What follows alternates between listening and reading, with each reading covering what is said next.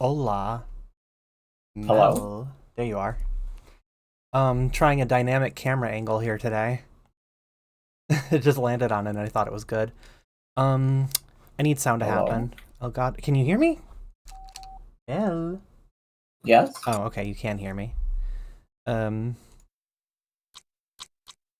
I have to plug in my... So we are definitely starting with the patch notes and reading the patch notes. Do I get to comment? Of course. Oh, okay. Be here if you couldn't. Okay. Oh my god, her upbeat's crazy cool. Uh-huh. It's very Zero Suit Samus. Yeah. I think I'm literally just gonna use Rockwall as my background music. Okay.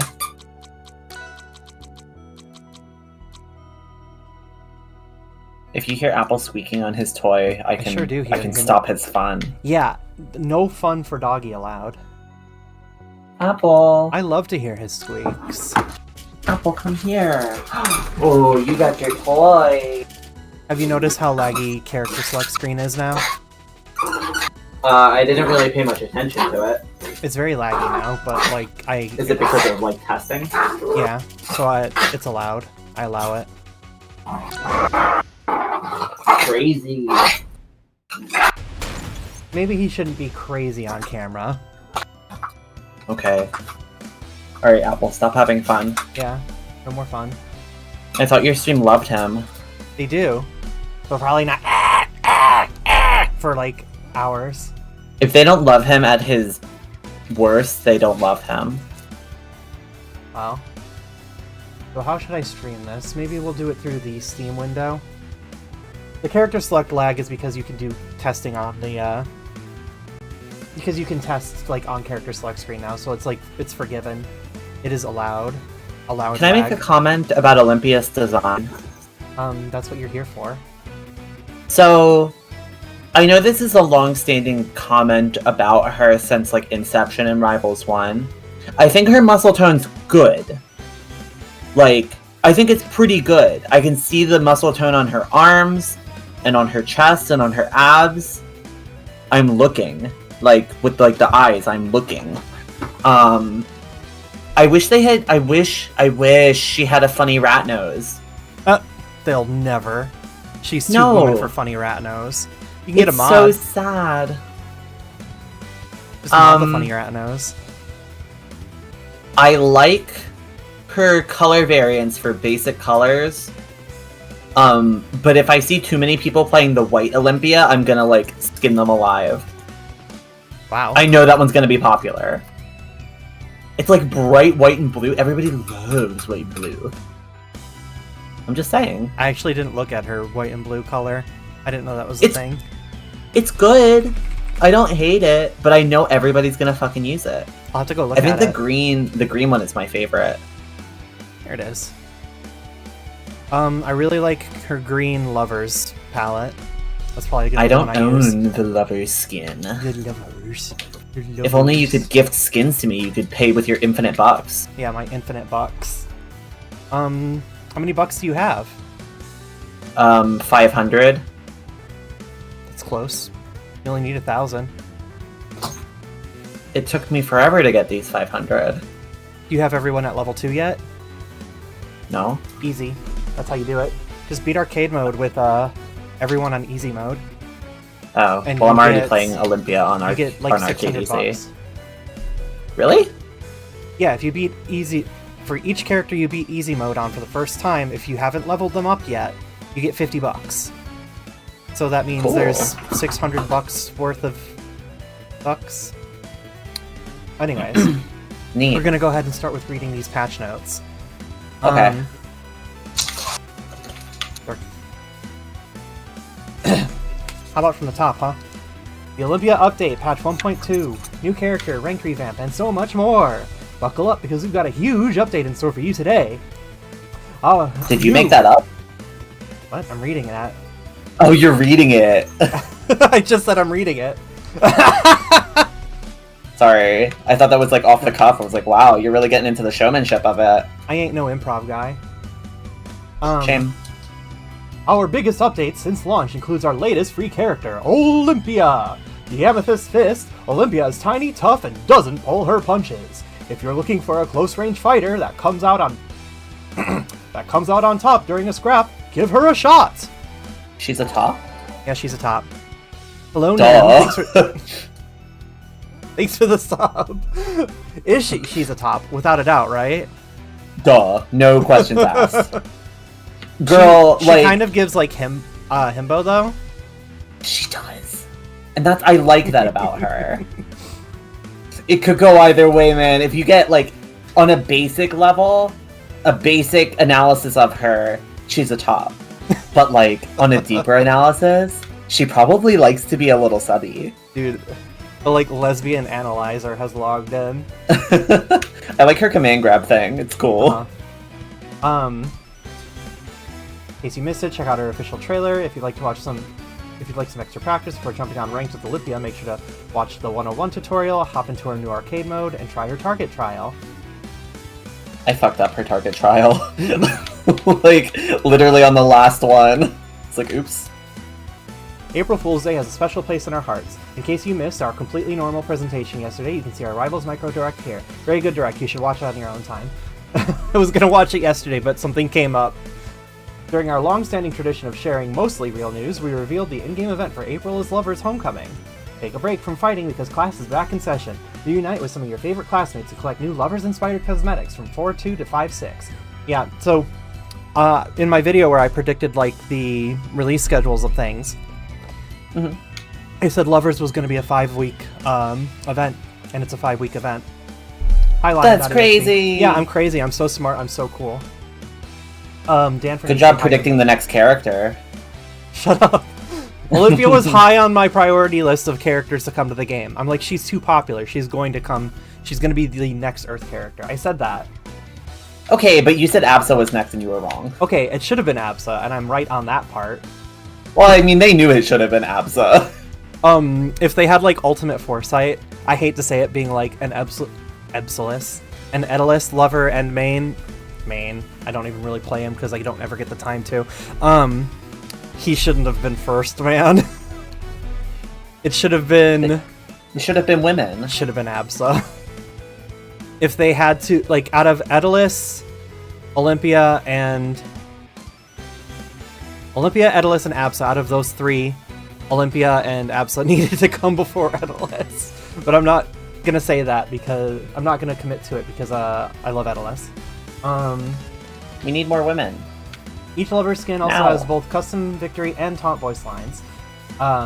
All Lover skins provide an XP bonus for the free event track, including the Lover Zetterburn skin previously available.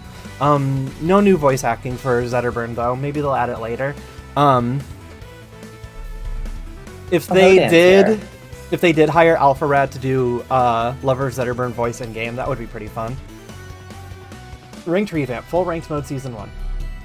Today we are moving from the ranked light system we had in place at launch into full ranked mode. Season 1 starts now and includes some of the original features we envisioned for ranked before launch. And I got a picture of like one of the rewards you can get. I can click on this and zoom in, right? Cool. I'm on a winning streak. The biggest feature coming with this update are ranked rewards in the ranked shop.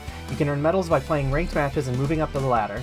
Spend these medals to get exclusive skins, icons, and emotes, and we'll keep adding more items throughout the year.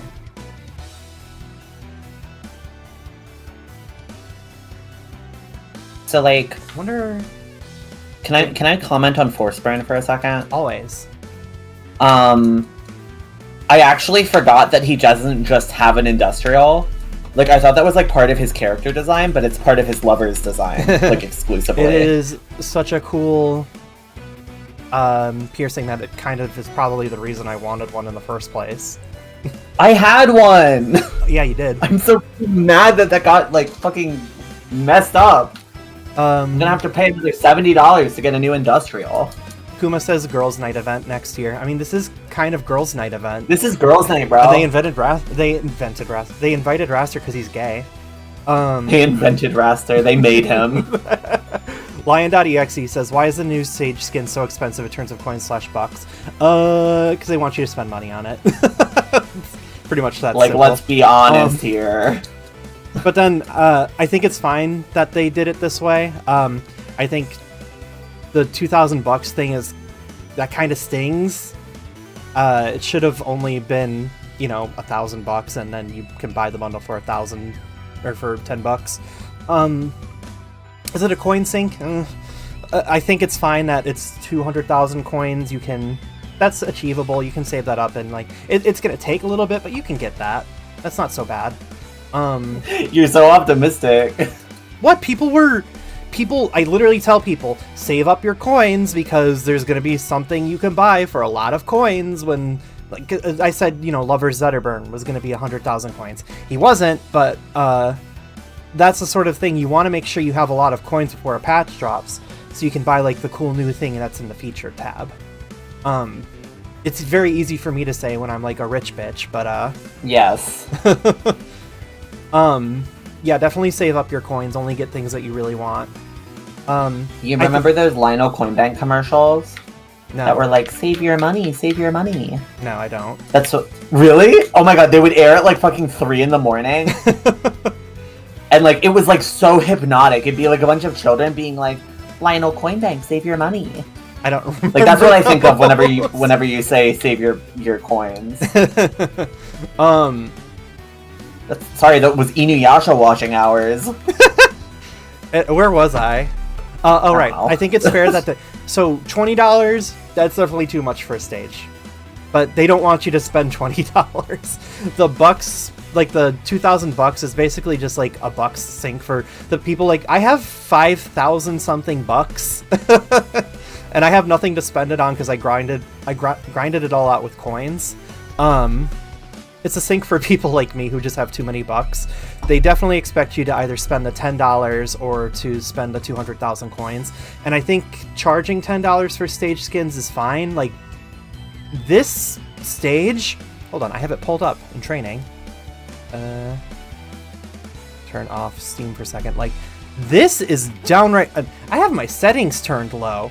This is gorgeous. This is AAA level of work. Nothing in the game, even comes close to looking this good yet.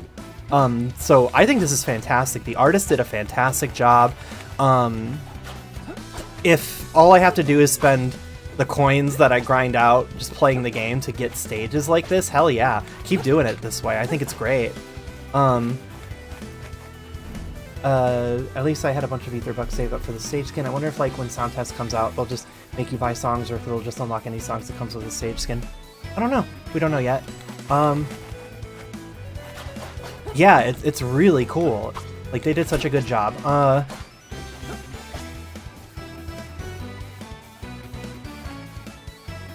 was I gonna say about... Yeah, and you said you had 2,000 Aether bucks lying around. Like, the good thing is, like, yeah, you bought the skin for 2,000 Aether bucks, and then... Oh, what was that? Huh? Like, she, like, glowed for a second. She sparkled. Let her fucking sparkle, bro. Oh, is it just her... It's just her air dash? Okay. Yeah, you spent 2,000 bucks that you had lying around, but, like, let's say next month, oh, you really wish you had those 2,000 bucks. You can just buy the stage skin bundle for $10 and you'll get those 2,000 bucks back. So I feel like this game doesn't try to trap you with buyer's remorse, and I think that's really nice. Let's move on to the next part of the patch notes. Oh, okay. New look for an old battlefield. Crystal Oasis stage skin. Oh wait, I skipped this part. The new ranked mode also features an overhauled leaderboard and seasonal updates. We're planning to do a soft reset every 3 months as a new ranked season starts. When you finish off your placement matches, you'll earn a bunch of medals for new rewards. There's tons of reasons to come back each season. A new look for an old battlefield. Crystal Oasis stage skin. Introducing stage skins. These give stages a whole new look, and this one turns the rock wall into Crystal Oasis, Olympia's home stage. You can pick up the fresh look for Aether Bucks coins or in a new bundle. By the way, also when the workshop comes out and people can just make their own stage skins, suddenly it won't feel quite as bad that you have to spend money for the official ones, because you can just, you know, download whatever people are making. New stages, as in new layouts, are still on our roadmap, but our goal is to keep the competitive stage list at 10 stages and swap less popular layouts out of rotation. Less popular layouts, bro, you can just say Harbor. I love Harbor. I love Harbor, but they're gonna kill it. I thought people don't like Air Armada or whatever. People shouldn't like Air Armada, but they're weirder about Harbor for some reason. I don't know why. People will get launched a million miles out of Harbor, and, like, you know, because they don't hit the blast zone, they think, oh, I have a chance to recover, but they really don't because they were launched so far away. People would hate Harbor less if the blast zones were smaller, and I'm not kidding. Wow.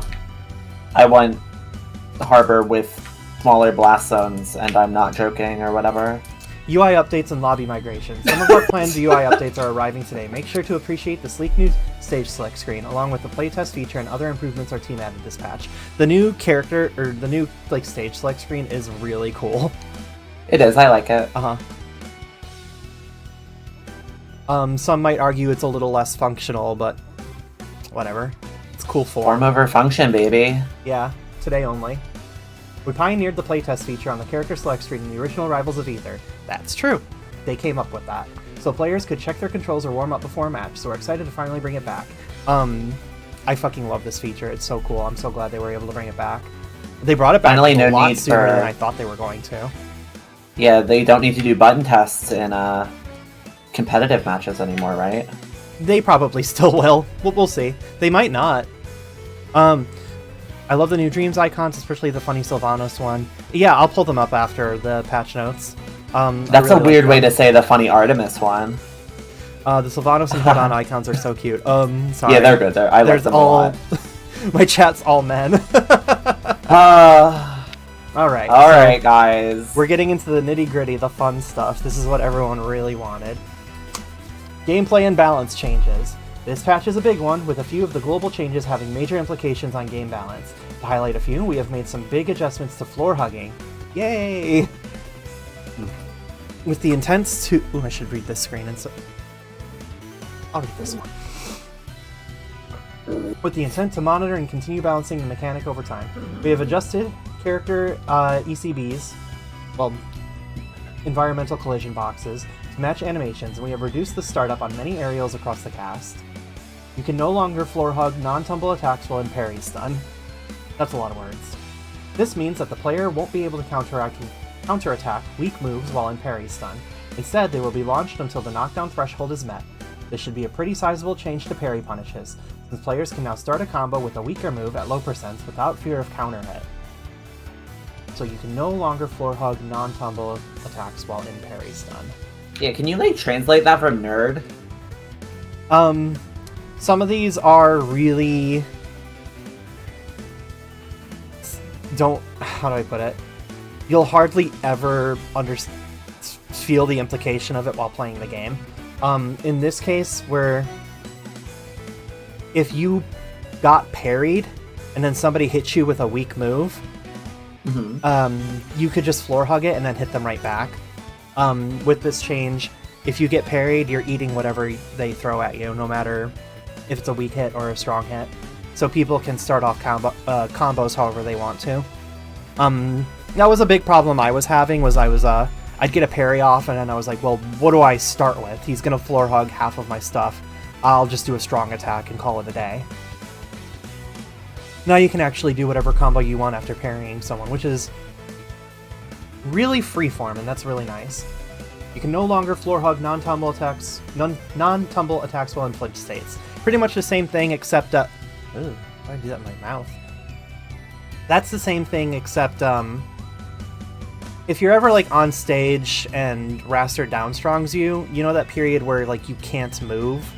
You're like kind of in a really long stun. That's the flinch state. Now while you're flinched, it's the same as if you had just gotten parried. You can't floor hug out of it. Successfully floor hugging non-tumble attacks will now cause the character to flash blue. So all that is it's to make it easier to tell when like your opponent is floor hugging you. You could CC while in parried state. Wild. Yeah, you sure could. No, you could floor hug, which isn't dependent on crouch canceling.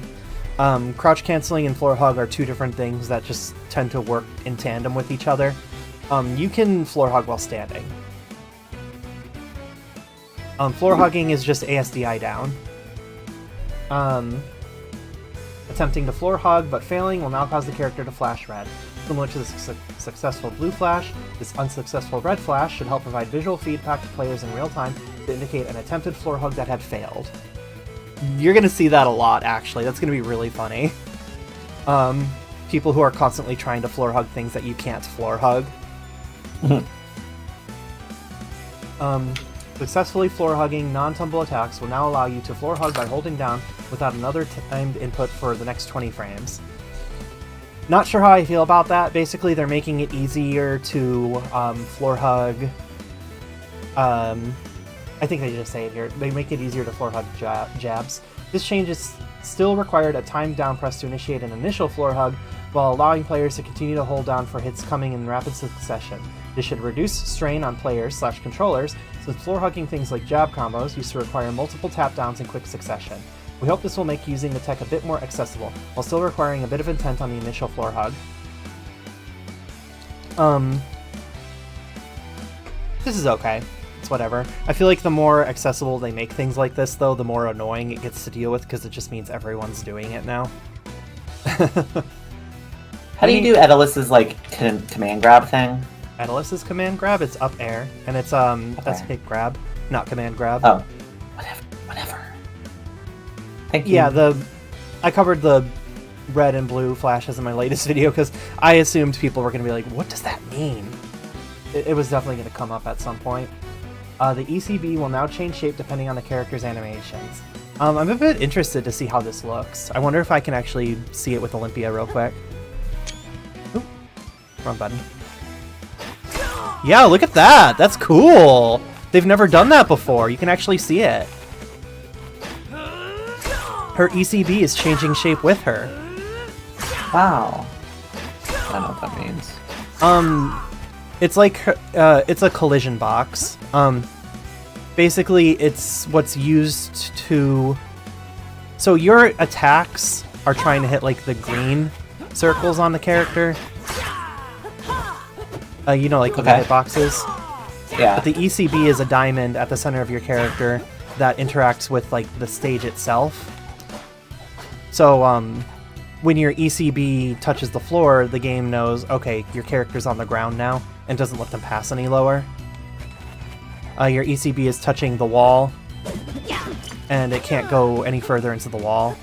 And it's used for like player collision. If two players are standing in the same place, it'll push them apart until their ECBs are no longer touching.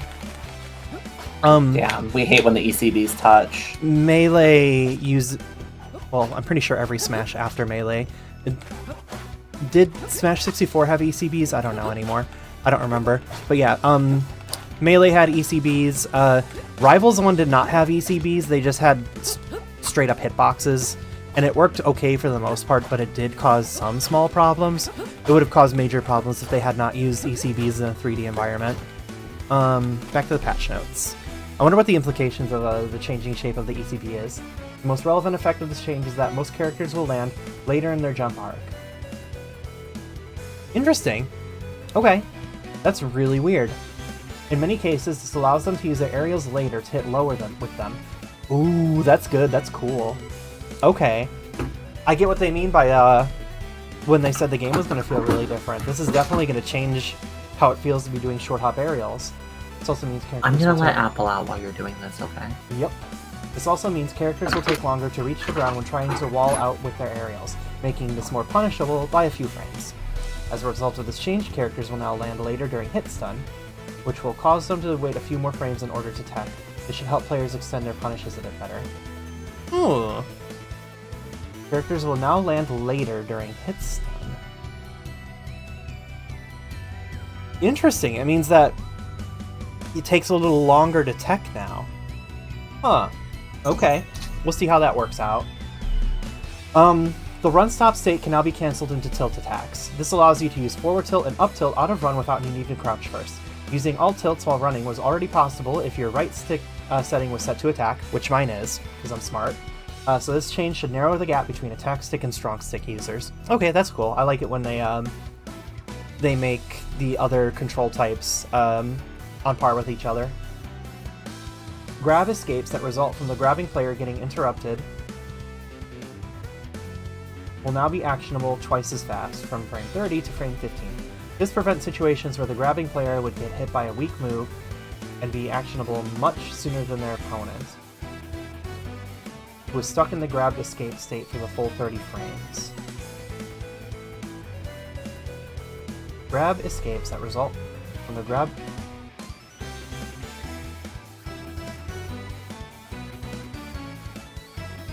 Grab escapes that result from the grabbing player getting interrupted will now be actionable twice as fast. This prevents situations with the grabbing player who get hit by a weak move and being actionable much sooner than their opponent. Oh, okay.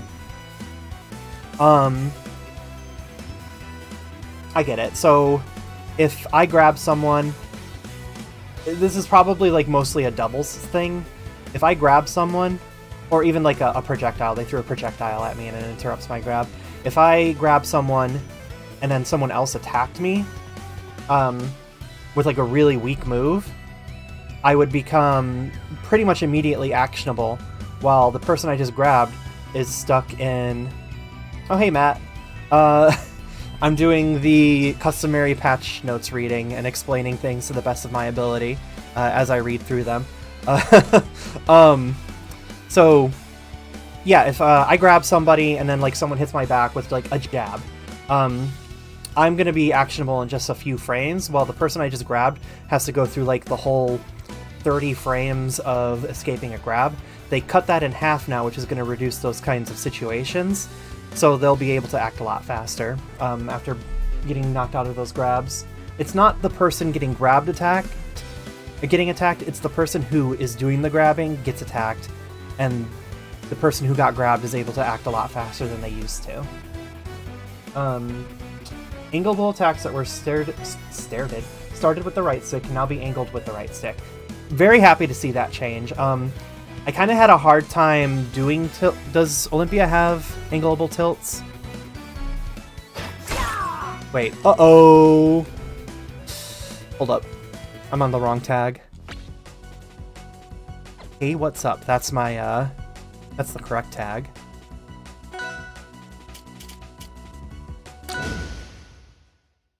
Thought I might mention I saw golden Robolocks rotating in the coin shop today. Oh, cool. If you can grab a screenshot, I'd love that. Okay, so are her tilts angleable? No, her forward tilt is not angleable, so this isn't even a good example. I can just pull up a character example real quick. Let's do Maple. I've been playing Maple a lot.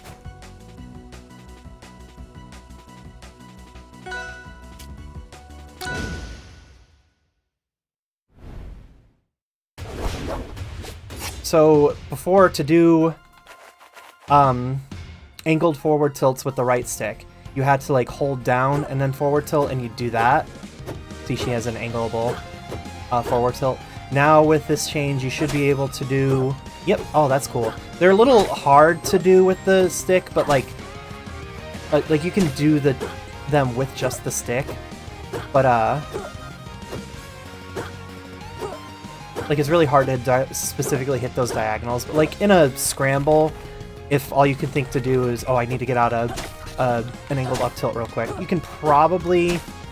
Ugh, diagonals are so hard to hit. There. Like, I'm not gonna rely... Like, I'm still just gonna do this for my angled tilts. But at least...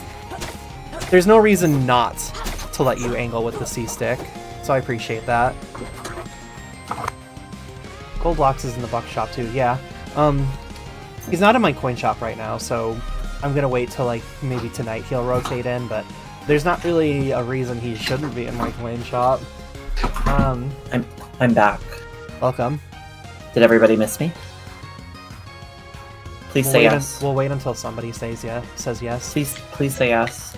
Kuma will say My yes. self-esteem depends on it.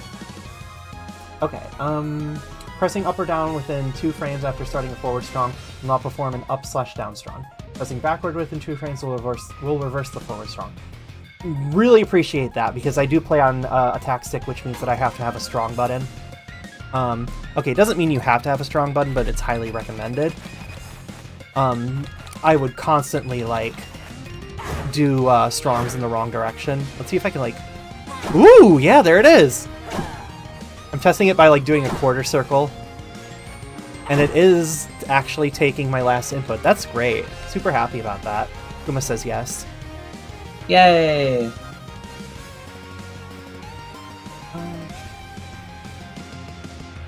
Double jumping will now cancel all vertical knockback velocity. This prevents the double jumps from gaining more / less height depending on the residual knockback velocity. Hardly did you ever actually see this happen, but what it means is, like, if you got launched at a crazy diagonal, you may want to use, and you knew you were gonna have a really hard time getting back to stage, you might literally just want to like spam your double jump, because you were gonna gain extra height on that double jump from how far you had been launched. And it's worth doing because you can't launch yourself into the ceiling blast zone. So like, if you needed that height, you were gonna definitely do it, but now that's not even a thing you can do anymore, as it should be. That's kind of weird that you were able to do that in the first place.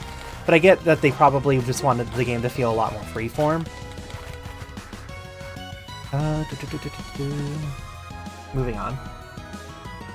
A bug fix. Getting hit while in the ledge grab state will no longer teleport you above the ledge. This was only possible after getting parried, since you're normally invincible during this state. Didn't really see that happen too much.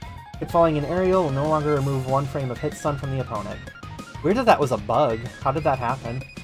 Critical hit and KO sound effects will now only play on confirmed frames. This prevents them from playing when a hit gets rolled back. Thank God. People think they got a hit in, and then it gets rolled back, and they'll complain about it. Like, you didn't get the hit in. This is just how rollback works. This is how rollback works in every video game. And then they blame the, they'll blame the netcode as if that isn't just how rollback works. Yeah, buddy, have you played Smash Brothers? Smash Brothers doesn't have rollback. No, I know. When you talk about the netcode, no, have yeah, you played yeah. Smash Brothers? But like, what's happening is, like, all video games that have rollback will have this thing where, like, they think that a hit happened, but it actually didn't happen, so they have to roll it back really quick. And the games that are better at hiding the fact that it ever happened in the first place, someone will say, wow, that game's got good netcode. But the games that are bad at hiding it will say, wow, those games have bad netcode. And it's literally not the netcode. Yeah. I could pull up, like, Smash Brothers wishes it had rollback. What was that? Said Smash Brothers wishes it had rollback. I honestly Switch don't know. 2, baby, am I right? Oh my god, Smash Brothers 6 coming out today. We all knew Smash it, right? Brothers, Like, obviously, that was Sakurai's new pro. The way the I already man predicted can't... Mario Kart 9. No, he's making Kirby Air Ride. Yay, I forgot about Kirby Air Ride. Yeah, like, I was personally hoping it was a Kid Icarus game, but, like... Same. We been knew this guy makes games other than Smash. Please let the man cook. Every game he makes is literal gold.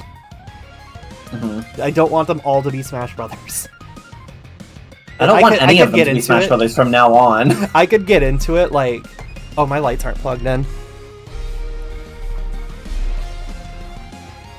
Wait, does Zetterburn wear pants? No, he doesn't wear pants. He wears a skirt. Yeah, he has like a loincloth. So, it really bothers me when Smash Brothers fans don't play Sakurai's other games. Because his other games are really good, and I can't imagine being so dedicated to a video game, but not quite enough to play that developer's other games. Like, I could never. Imagine being, like, the biggest Nier Automata fan. You love Nier Automata, but you'd never touch the other games in the series. Wouldn't even go up on the wiki. Hold on. I'm talking... Cracker guard. No. I'm talking, like, Replicant. Yeah, okay. Now the Replicant has a remake, we're talking Replicant. Okay, but it was completely... Stop. It was completely normal to be a Nier Automata fan and not want to physically touch the rest of Yoko Taro's work. Okay, okay. You can watch it. That's what I did with Dragon Guard 3, baby! Bro, if someone said to me that they really like Nier Automata, I still would have been like, you should go play Gestalt. Well, and literally, I agree, because I went and did that, and I loved it. I love that bad game. Yeah. Kuma says, did you see that indie game that's like Kirby's Air Ride combined with Chao Garden where your Chows transform into your rides? No, I haven't, but that sounds great. I think Rivals 2 should have Chao Garden. Okay. There are new Parry Success VO for Fleet Loxodon and Clarin. All Lover skins have a custom victory and taunt lines. Zetterburn is having a few aerials affected by the global aerial change and a change to Up Special to make its interactions with projectiles more consistent. His neutral air startup is going from 5 frames to 4, and his up air startup is from 8 frames to 6. These are part of the global aerial startup change. Oop, 5 frames at Freddy's. 5 frames at Freddy's. Yeah. When I say that they buffed Zetterburn, it was a joke, and I hope people don't freak the hell out, but You're gonna get a weirdo comment. I know! Show some respect! But that's how you know you've made it, when you start getting the weirdo comments. Uncharged neutral special. Zetterburn. Uncharged neutral special hit stun multiplier from 1 to 0.9. This intended to nerf the moves confirms into up strong would perform directly below an aerial opponent. Thank God. Wait, did Zetterburn burn down the Orcane's village? Chimichangle just subscribed. Thank you so much, Chimichangle. Yes, he did. Are we the baddies? I think that's his arc. I see. Wait, I was just able to get a picture of golden Robolox in the coin shop. Awesome. However you want to send that to me, maybe Imgur. You can post links if you want. If YouTube lets you. If it doesn't, let me know. Up Special now has a hitbox in the fronts while moving that can only hit projectiles. This prevents projectiles from randomly hitting him while traveling. Also prevents him from getting stuck under a crag rock while traveling straight up. I wonder how that's going to affect... fleets that are trying to down air him off stage. I get so many weird comments about Zetter. People get so heated about him. I have opinions about Zetterburn, and mostly my opinion is just Zetterburn has a real counter. They just haven't put his counter in this game yet. They literally just have to add a single zoner. Just add one zoner, and you'll see less Zetterburns online. Okay, Kuma, we've been new. Rano is getting a change to his aerial needle confirms, making them a bit tighter at higher percents, sometimes requiring multiple needles to hit his opponent before the follow-up. Neutral special poison dart knockback changed from 4 plus 0.1 to 4 plus 0.05. This reduces the... I just pinged you in the Rivals 2 discussion channel. Okay, awesome, thank you. If it's a ping, I'll check it out later. This reduces the hit stun applied at higher percents. For example, at 100%, the opponent's hit stun is now 18 frames instead of 21 frames. This reduction makes Rano need to throw multiple darts to get the same follow-ups he did previously, since each dart adds 2 frames to Rano's advantage. I think that was a change that a lot of people were actually requesting, so I'm super glad they did that. People were saying, like, Rano, they don't want to get rid of the fact that he can do these things, but he can do them just too easily. By making it so he just needs literally one more needle in his charge means he has to at least commit a little bit of time to getting those, and I think that was all that he really needed. So anyway, Crag, just kidding, we'll go over Raster. Raster Did they is nerf getting... him? Yes. What? They nerfed the thing that needed to be nerfed. Oh. The problem is they're not buffing what needs to be buffed. Anyway, Raster is getting a few changes to his dash attack to allow for more lenient DI from his opponents. He's also getting a quality of life change to Downstrong that will allow its hitbox to come out before striking. I'm sorry, quality of life has a completely different meaning in animal care, so I'm like, oh no, Raster's getting a quality of life assessment. Yeah! They're fucking down! Well, the come out before striking the ground would perform in close proximity. I think that's cool, though, that one change to Downstrong. I was already trying to train myself to use Downstrong more often in neutral because it is like a good mix-up. It's good for his mental stack building, and it's like pretty safe unless they can like hard read it. So the dash attack early hit knockback is being, what is it, reduced or from 7 plus 0.05 at 65 degrees to 6.25. So they changed the angle and reduced the base knockback and increased the scaling. Dash attack mid-hit knockback angle from 72 to 75. They nerfed Raster, he has trouble eliminating now. Why do you know the term elimination?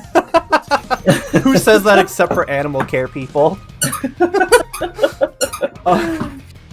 I can't imagine a bird having trouble eliminating. They just do that automatically. Needs help. Stop!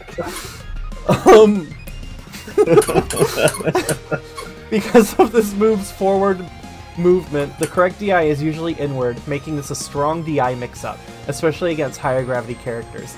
These changes aim to increase the effectiveness of both inward and neutral DI, while also leaving opponents farther away from Raster at high percents.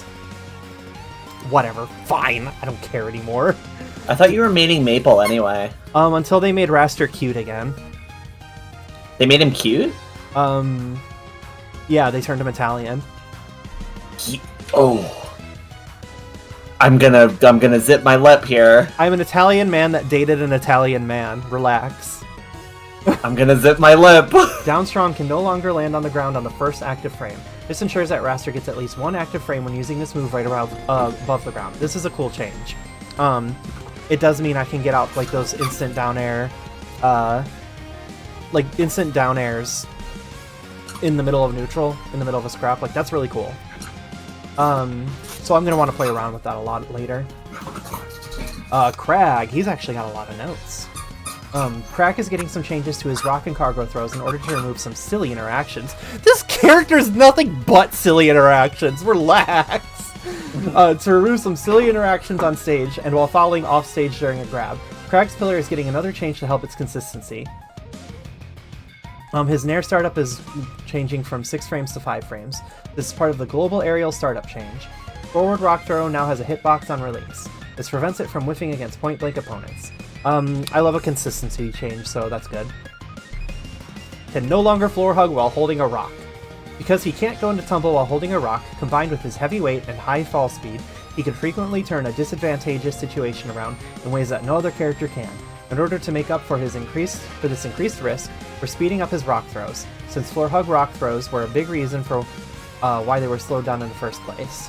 Rock throw startup being changed from 8 frames to 6 frames. This applies to all rock throws and cargo throws. We'll see how that plays out. That might just be like a consistency adjustment, might be a nerf overall. The fact that he could like floor hug pretty much anything when he was holding a rock was pretty stupid. Neutral specials hit player window will now be cancelled into a throw if Crag passes the auto throw zone, 3 meters below stage level while moving more than 10 centimeters F/F 10 centimeter per something, maybe downward. I hope the Beyond feature we're getting. Are you struggling, Italian man? After I don't know what this is supposed to be. 10 cm per what? 10 cm per fucks? Yeah, dude. You know, the Centimeters per fucks, man. the Who gives a shit? the follow-up critical coefficient. After the first You now reference- not speaking my language. Huh? Is Fire You just Emblem said not some- your language? I thought you spoke Coefficient? that. The follow-up critical coefficient. The fuck? I don't remember mechanics from Fire Emblem. I remember petting my wife. Uh-huh. Crag's high fall speed meant that he could throw the opponent from far below the auto throw zone if he grabbed them while falling, often leading to a guaranteed KO regardless of percent. He sure did, and I've seen it, and it sucked. Dude, considering how much money they're charging for, like, palettes, there's no way they're pushing custom colors up. That'd be crazy. They're charging nearly $5 for this new Loxodon palette. They're not gonna let you just do that for free. Yeah. Cargo down throw knockback has been changed from 7 plus 0.2 to 7 plus 0.3. Now that it cannot be performed as low, we're increasing the knockback scaling to maintain its strength at higher percents. Pillar will now restore opponents' resources when raising them up after hitting them. In a recent patch, we made Pillar raise opponents up after hitting them, even if they weren't directly above it. This was intended to make Pillar consistent on hit, and this new change makes it even more consistent. It makes it consistent for the other guy. No, that's a good change. Crag now has a charging sound for his strong attacks. What was the original rock throw startup speed? Oh god. We changed it from 8 to... Wasn't it 5? I think it was... It was like 5 or 4. It was really fast. Like it was... I think it was 5. I think it was 5. I could pull up older patch notes, but I remember that patch because, like, I really hated Crag rethrow combos. They were really, really annoying. So I think it was 5. It was either 5 or 4. And then they doubled it to 10. Yeah, it was 5. They doubled it to 10. They were like, whoa, that was a little too much. And then they reduced it to 8. Yeah, that was it. This is exciting. A fleet is getting a lot of love this patch, with added tech options to forward and down specials, and a few aerials affected by the global startup change. Fleet also benefits the most from the dynamic ECB change, since it allows her to perform any aerial after buffering an instant slow fall following a jump. That's really cool, but I suck at her instant slow fall. Hi, Crosssock. Neutral special will now heal 2% when eating the food. This is just to be consistent with all the other times she eats food. That makes sense. The fleet eating food buff. Let that girl eat. Oh my god, she ate. She fucking ate, bro. Forward special can now be reversed. This gives Fleet more options in how she uses her strongest zoning tool. Not a zoning tool unless you are, I don't know, whatever. Fleet's a zoner, dude. She's not a zoner. But like the way that it's changed, you can kind of use it like zoning technically, I guess. It's cool that she can be reverse it now. Forward special's tornado will no longer destroy itself when Fleet puts her. This is my favorite one. I read this earlier and like was laughing. They kind of word it really, really straight. Forward special's tornado will no longer destroy itself when Fleet puts herself into tumble by pressing taunt in the air. This mechanic let Fleet bait opponents into parrying the tornado, then canceling the tumble to punish them during the parry's end lag. This added too much of a mix-up to this move, while also just looking confusing. I think that's so funny. Oh, I can't show you because they removed it from the game. So fleets were using their forward special, and then their opponent would come up and be like, well, haha, now I'm gonna just parry it. And then they would jump up, use air taunt, which put them into tumble. It would destroy the tornado, and then the opponent would just be sitting there having parried nothing, and then you would hit them. Oh, see. Sorry for the delay, I'm behind on Streamlall. Just curious because a friend dropped Crag shortly after those nerfs. We'll tell him to come back. Crag has never been bad, buddy. Where were we? Down special's landing window can now be ledge canceled. That's cool. This gives Fleet opportunities to use this move safely in specific positions. I was trying to learn Fleet a little bit. She's like... So she's really easy to play lame. She's really hard to play cool. So I get why, like, every Fleet I play against is, like, mind-numbing. And why I see her, like, she looks so cool in, like, tournament. She's just really hard to play cool. Neutral air startup from 4 to 3. Girl basically almost has a shine at this point. 3 frame startup. Good for her. Oh, God. More girls should be able to shine. Am I right? Let this girl shine. Literally. Back air startup from 9 to 8. These are part of the global aerial startup changes. Fleet has new victory lines for the Kickstarter backer skins and Cupid. Huh. You should go look at her Cupid voice. Damn, she is like the fan favorite, huh? She's definitely my favorite voice actress in the game. She's like incredible. Yeah, she does the best job. If I they could all do good. Huh? Yeah. If I could interview a voice actor, like I would love to interview her, but I would have to like prepare questions. And like doesn't do she people like love being Fleet too? Yeah. People like get paid to do interviews, right? I can't pay her. She'd have to do it for the love of the game. Damn, tell her it's for the smell of the game. Anyways, Maple has received like no changes. Maple has 2 aerials affected by the global aerial startup change. Okay, bud. Oh man, this is why I was considering switching to Maple. Like, she's the same character every patch, and that's great, and she feels great to play. Clarin is getting the ability to cancel her jab into tilts with tilt stick to match existing behavior when using the attack button. Okay. And has 2 aerials affected by the global aerial startup change. Her down special is getting some functionality fixes as well, including having it removed when successfully parried. Jab can now cancel into tilts with the right stick when it's set to attack. Okay, that's normal. She should be able to do that. Everyone gets to do that. All the VAs in this game are good. Even the weaker ones are just fun to hear. We support our game. Yeah, it's a good game.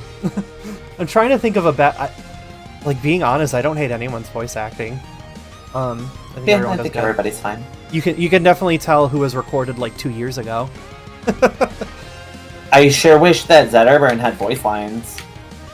No, it's so weird that he's just like... Like, let him talk.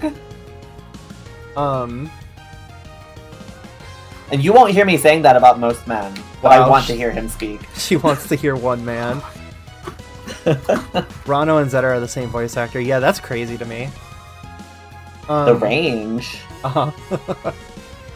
Down special's plasma field will now be destroyed if the move is parried. Clarin will still not be stunned, but the field being destroyed makes sure the reward for parrying the move is worth it. I don't know if that's worth it, but hey, it's something. Oh, well, you get iframes, so it is worth it. Yeah. Down special's plasma field will now destroy Zetterburn's flame puddles, Crag's rock shards. Why did it not do that before? Huh. Crag's ledge special projectile, Maple's roots, Loxodon's lava pools, Force Burn's smoke, and Edelis's ice, as it should. This is consistent with the move's behavior in Rivals of Aether, with similar moves from Rivals of Aether 2 added to the list. The setter is just like a Pokemon. Yeah. Literally, he's out there being like, rawr. He also just bites people in Rivals 1. He bites people in Rivals 2, too. So does SpongeBob and Nazby, and nobody talks about that. He does in Nazby 1, and everyone hated it. Bug fix. Down special's counter will not activate even if Clarin has respawn invincibility. Good. Okay. So far, all of these changes have been very reasonable. The only thing I hate is that they I'm assuming they haven't figured Raster out yet, and that's why hasn't been changed much, other than getting rid of some like jank-ass shit they didn't want him to have. Loxodon has 2 aerials affected by the global aerial startup change. He has a quality of life change to his down special that affects when he loses his molten charges when interrupted. His neutral or startup change is from 7 frames to 6 frames. Up air startup from 10 to 9. Getting hit during down special will only remove his molten charges if it is hit during the startup.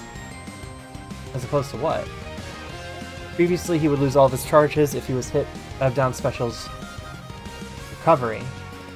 Even if he saved his charges by holding the shield button. Oh, I see. That's funny. I didn't know that. Thought they changed it to a headbutt or a claw swipe into. Oh, no, he still bites people. SpongeBob?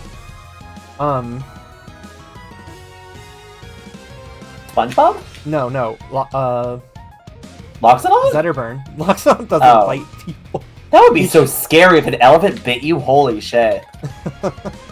Loxodon is getting new victory lines for Chef, Hockey, and Dark Future skins. Dark Future got new victory lines? Oh. Chef and Dark Future Loxodon also have new custom taunt line. Yes, we heard you. The I don't even know who you are will become Dark Future's taunt. It was very good. I wanted that too. It was a very good read on the trailer. Loxodon's voice actor is incredible. Dark Future Loxodon sweet spot hit sounds have been updated. Orcane. One note. Orcane has a small change to his droplet behavior to ensure the projectile is destroyed when leaving stage boundaries. Okay. Fine, as long as they didn't, like, fuck him up. The droplets will be destroyed when passing the bottom blast zone, as they should have been. You could, like, shoot, you could shoot a droplet at, like, Craig's, pillar, and it could hit the pillar, like, 20 frames later, because it was still traveling down to hell.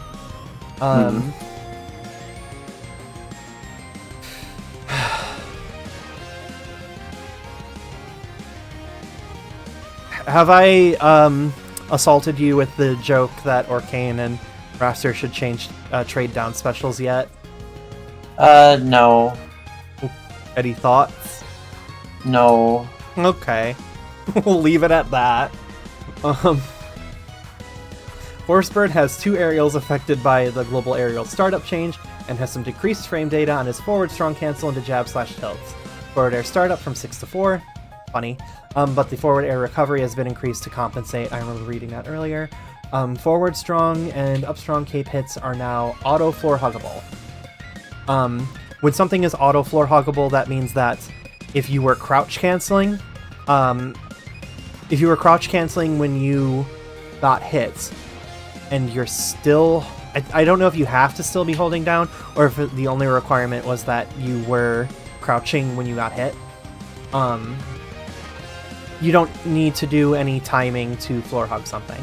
This makes them easier to counter by grounded opponents, since the quick attack is pretty safe due to its large range and option to follow up with a second attack, making it risky to attempt a punish out of shield. Forward strong tilt cancel window now starts 5 frames earlier. Because of the floor hugging change, the cape hit was guaranteed to be punished by any opponent holding down, even with slower attacks. Kuma says Raster now lays an egg for his down B. Buddy, I wasn't talking eggs. Because of the floor hugging change, the cape hit was guaranteed to be punished by any opponent holding down, even with slower attacks. Now Forceburn has the option to cancel into a tilt to stuff the startup of slower attacks, while still being punishable by fast moves. The second hit of his forward strong still has the same frame data. Okay, we've got 1 note left. Daedalus! My boy! Daedalus is getting changes to dash attack and forward tilt to help with consistency against incoming hitboxes. He's also getting some slight changes to forward strong and get up special to help with overall strength and consistency. I love balance changes that help with strength and consistency. Dash attack now has a hitbox in the front that can only hit projectiles. This prevents projectiles from randomly hitting him while sliding. I'll say this, it's not random. We are throwing these projectiles with intent. It is not random. I mean, TBH Raster should get a new down B. Yeah, let him shit on his opponents. Remove the 1-frame gaps between the active windows for forward tilt by adding in hitboxes. This makes the move more consistent at stuffing nearby opponents' attacks, since they won't be able to hit him between the hits. The total duration of the move is unchanged, since the gaps have been replaced with hitboxes. Interesting, remove the 1-frame gaps between the active windows for forward tilt by adding in hitboxes. The 1-frame gaps between the active windows for forward tilt. I guess just for consistency's sake, back air startup from 9 to 7, this is part of the global aerial startup change. Forward strong final hit knockback from 7 to 7 plus 1.15 to 7 plus 1.2. The angle of this move makes getting perfect DI pretty consistent, thus getting another slight increase to the knockback at high percents. They are so afraid to let forward strong be good. They just keep giving it these like gentle nudges towards being stronger, but they never want it to be strong for some reason. I guess we'll see if that is enough to make it really shine, but I don't think so. Forward strong ice shard spawn location lowered. This prevents it from whiffing against shorter characters. Get Up Special's armor starts 1 frame earlier. Previously, the opponent could hit Edelus on a single frame to bypass the armor. And a bug fix. Get Up Special's armor is removed when the ice armor visually disappears. That's it for day. Thank you for reading this far, and please be sure to check out our new note board, where community members can leave feedback about the game and help us continue to add helpful features. While you check out the new note board to leave feedback about the game and help them continue to add helpful features, I'm going to be right back.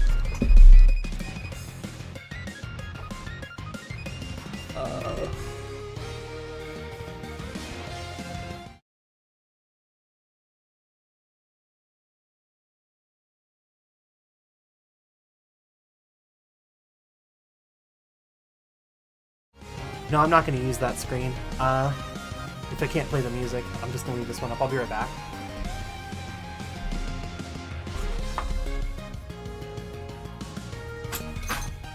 We're about to play, by the way, so... What? We're going to play soon, so get ready. Okay.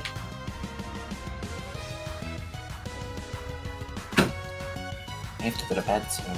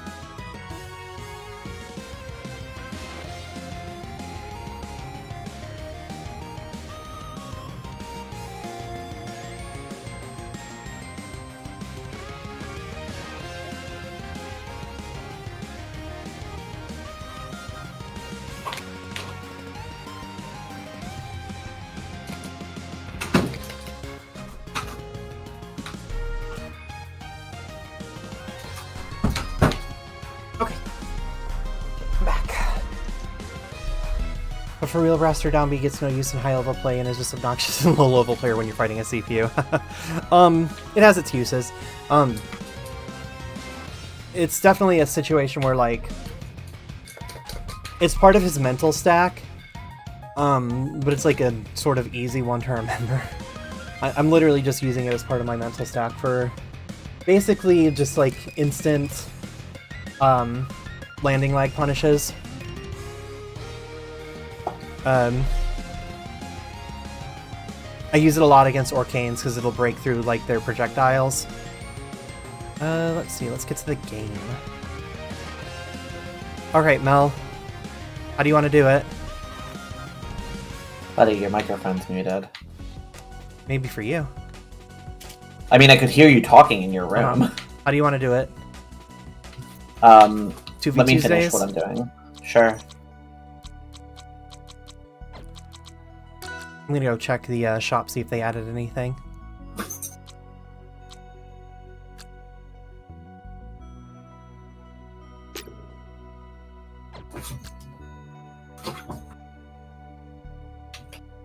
Nope. Can we at least get Possum Olympia yet?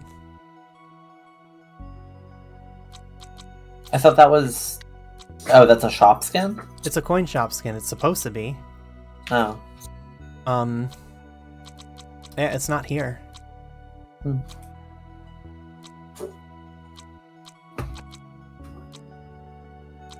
Like, I assume it's a mistake and that it's supposed to be here.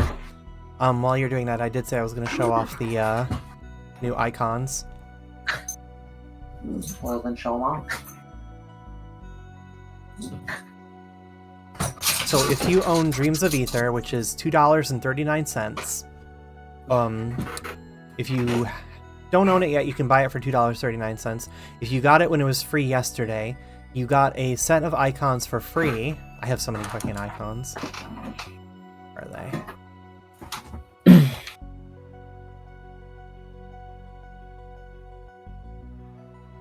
Ugh, I need $20. You can get Dreams Anyi, Dreams Absa, Dreams Artemis, which is really fun. I love Dreams Artemis. I love Dreams Hodan. And Dreams Sylvanos. He's Oopie. They made him Oopie. God, the definitive edition artwork and the Rivals 2 artwork look so out of place next to each other in the character select menu. Sometimes. Not so bad. You need how many bucks? 20. You need $20. I need $20. Level up. What level's Olympia? 2. Oh, it's gonna be a second then. Everybody's 2. You're offline. Oh.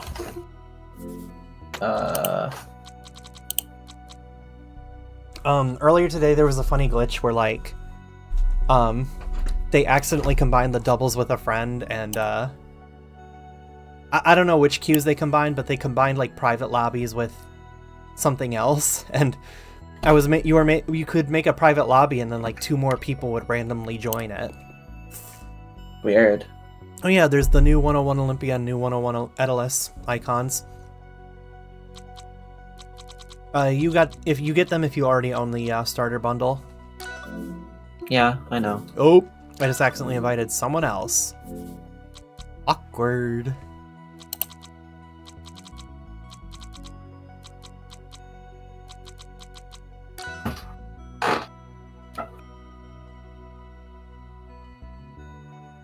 I hope people don't see my level 1000 raster icon and think, wow, this guy must be good. Why do you keep using it then? Because I want to show it off. I wish it had like a little number next to it, like, first. First. There isn't a 101 Edalis video yet. I actually didn't even know that. Nobody knows how to play that guy. Literally no one's quite sure. Well, they have to change it. They would have to change the video every time because they keep changing him.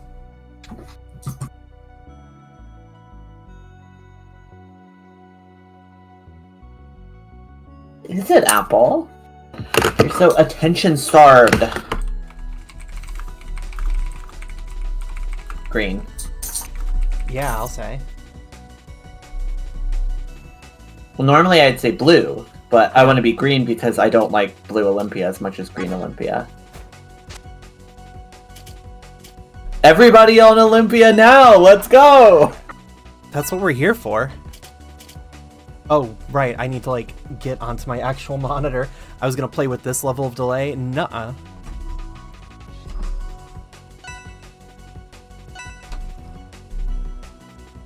Let's go, baby!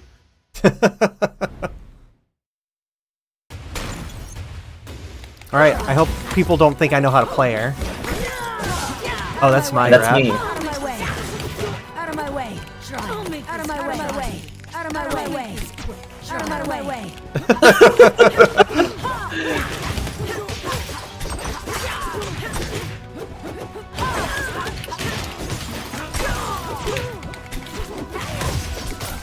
got like Raster Nair.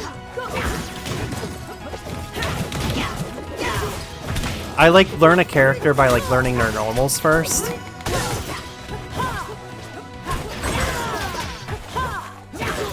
Oh, wrong green rat. I love the green... What does her down B do? I don't really understand it. It's a focus attack. English? Oh, English please, nerd! You can take one hit of any attack with it, and then it's like a counter attack. Okay, you could say a counter attack. Well, it's focus not, attack? What the fuck does that It's not mean? a counter attack. She doesn't get attacked and then attack back. She just gets a hit of super armor. Oh, the reverse on that's kind of crazy. Uh-oh, wait, how does that work? Oh.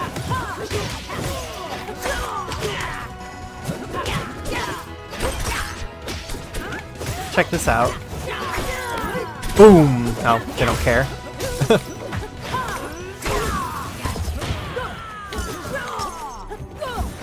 Don't forget, you can blow me up too. Yeah, funny. Apparently that does Mondo shield damage. Oop.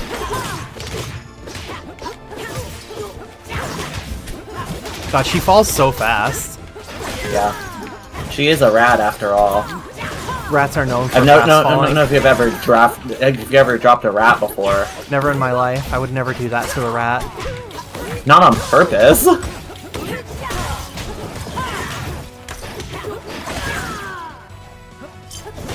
Oh, come on. The hit stun was so long.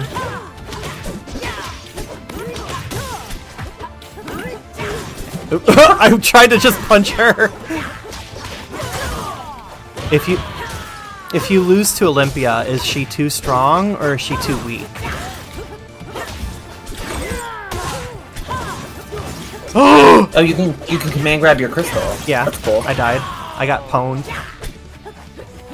I'll make this quick. Try me. I'll make out of my way. Try me.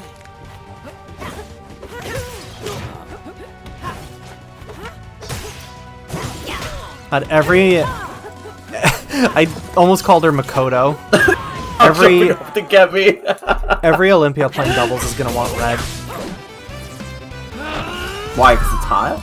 Nothing less than total I guess. victory.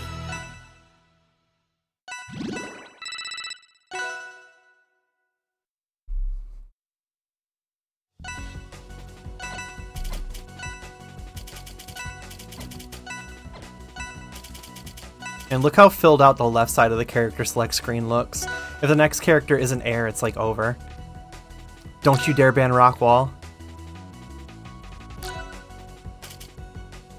Rockwall time. Well, Crystal Oasis. I'm gonna pick it every time I I'll can. make this quick. Out of my way.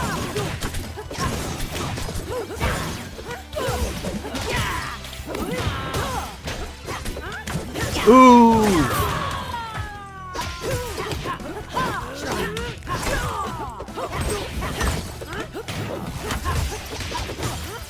Wow, that was really effective.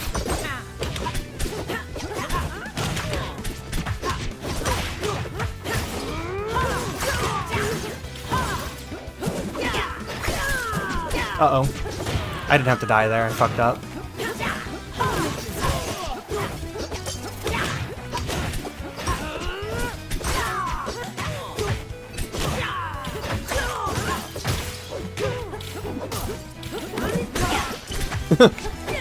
Her side B feels so good.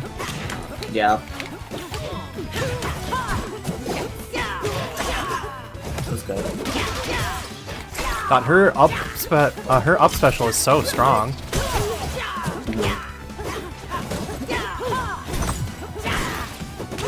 Where am I? Oh, oops. Oh. Wait. Was that me who just died? Yeah. Oh. I was looking at the completely wrong rat.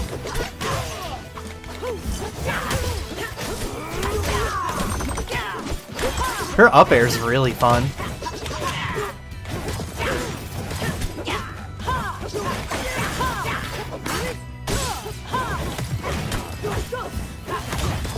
Gotcha.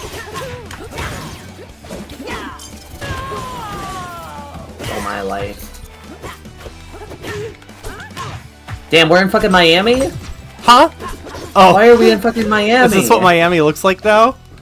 Yeah. They crystallized Miami. Olympia seems kind of broken, high-key LMAO. Yeah. I kind of want her to be broken. I'm tired of mainly seeing Maple and Rano.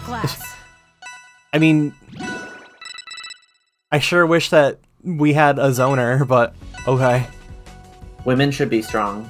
Full stop.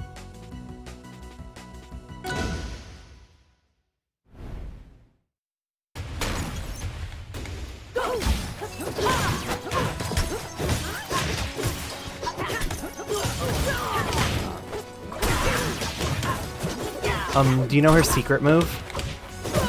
When you're in your No. crystal field, press attack and special at the same time. Oh, her like dash thing? Yeah. It tells you. Wait, what? It does? Yeah. When you're in her crystal field, it's like, dash? I'm like, okay. Oh my god, it does. Thanks!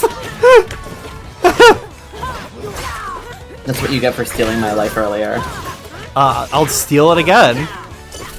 Guess I have to steal your life now.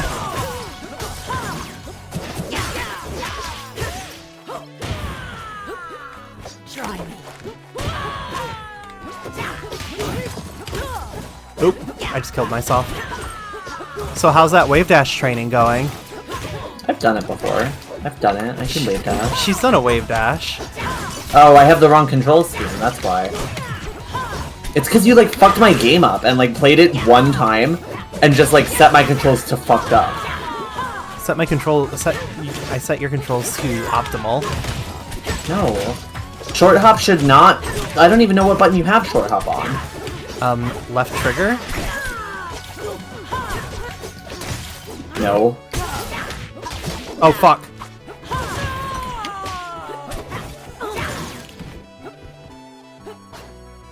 I'd be more fine with her if a zoner existed. Yeah. Everyone in this game is freaking Rushdown. I'm calling it here. Next character is going to be an air fighter who is a zoner. Well, there's certainly one of those that exists. If not two of those that exist. Honestly, if we get like a fourth air zoner, that'd be crazy. Fourth, third and a half.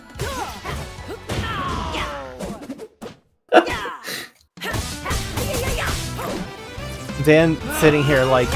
Dan's really sitting there in his office like, I'm late for class. we desperately need a new air character. We need a new air character and we need a zoner. Huh. Who could we add that is an air character and also a zoner? I don't know. It's a joke. There's like 3 of them. I don't know. I don't think there's one. Oh yeah.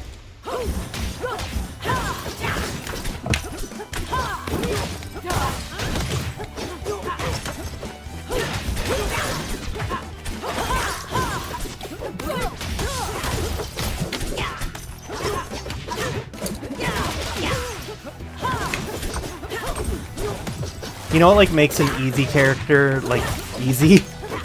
What's up? Having a good dash attack, because that's like all a beginner's ever gonna do. Me, me, me, me, me.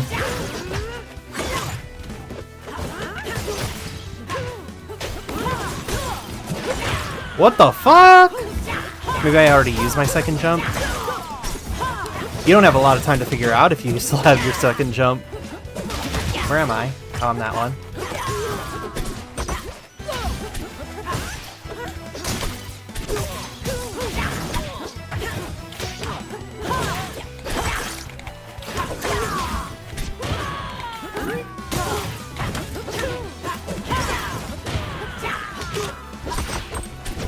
Uh-oh. Go!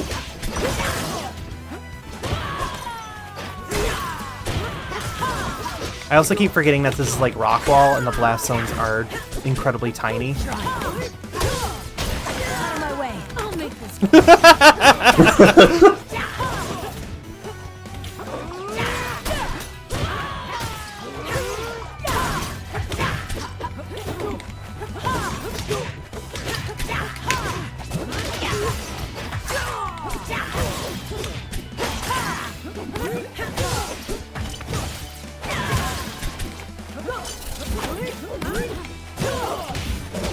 Oh my god, you can like chain grab.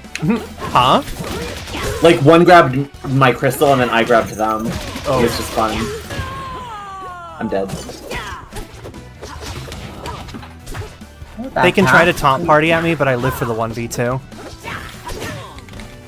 I won't win, but at least feels good to try.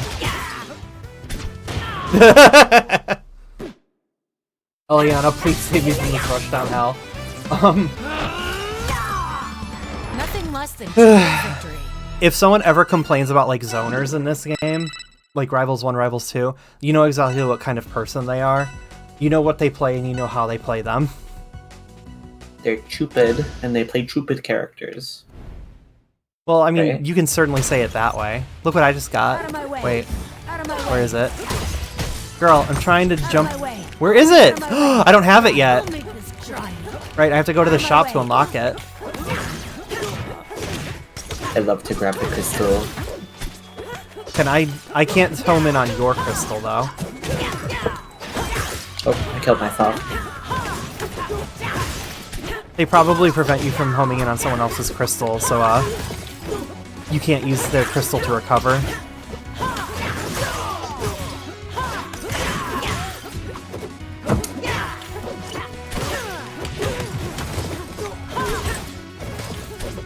Oops.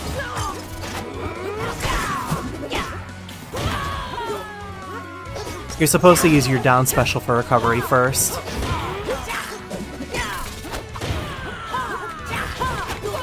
I feel like people are gonna kill themselves a lot with her too. I mean, yeah. She's like Little Mac but fun.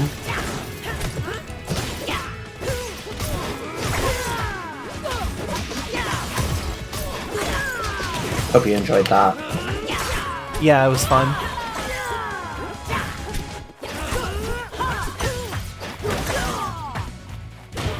Hope you enjoyed that. Yeah, it was fun. We have to go to the shop after this. I need my new taunt.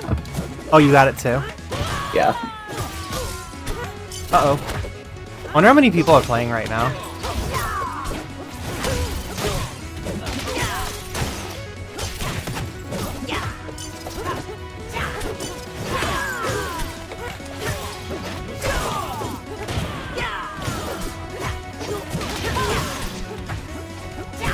Man, we should win this one and then leave. Yeah. I broke my crystal. I want to beat your ass. Woo! That was my bad. Wait. Alright, one more. One more!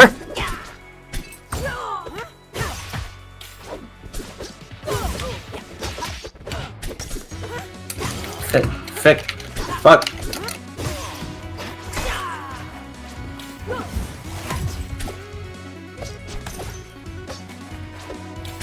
The way that neutral special is gonna really tell on people who just like mash the fuck out of their button. God, she's locked in. Ooh, you're so lucky. Wait. Ooh, if you would have upbeat, you might have won right there. Don't tell me shit like that, man. Oh, That's it. they just did what you had to do. This quick. 3,433 people right now. Wow. Victory. Olympia saves the day. Let's go get our taunts. All you have to do is enter the shop and you'll get it. I have to see where I'm at in the event. Oh wait! You should be right about where I am, so you should have gotten the last bucks you needed. No. Really? Are you close? I'm at the desk. You're at the desk. Oh, you're farther Yeah. than me. Damn, what has Girlie been doing? Arcade. Oh. Who are you buying again? Olympia. Oh, like, Lovers Olympia? Mm-hmm. This is gonna be very confusing. I'm bound by contract to use the newest skins when they release. Could you imagine if like as part of like the creator program, they're like, you must use skins. It'd be funny. I have to keep an eye on the time, by the way. Yeah, I understand. Like, imagine, like, because they see, like, Faker who doesn't use skins, and then they try to sell, like, the Faker skin. Mm-hmm.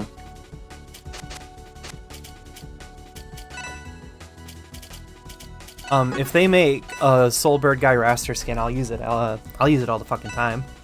Oh my god, it's them. Were these the people we were just fighting?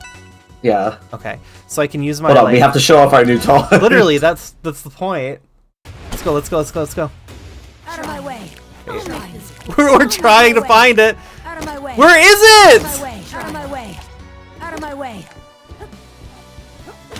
Oh my god. Why? Where's our fucking jump rope? Maybe it's broken. Because, like, we haven't seen them use it either.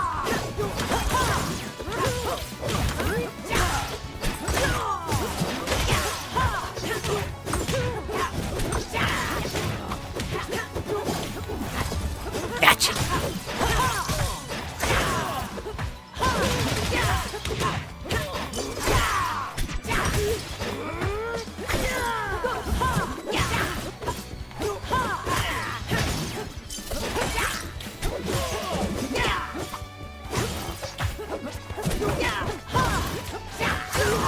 Her forward strong is really forward and really strong. Mm-hmm. It's incredibly forward strong. Yeah. It's about as forward and as strong as they get.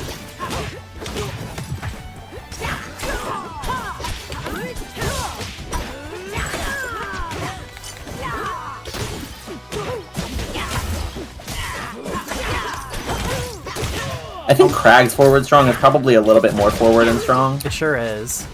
It's like the Goo Goo Gaga easiest move in the game.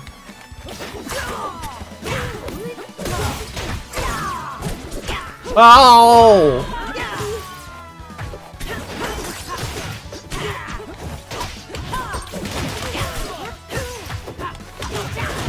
I was out of jumps. So sad.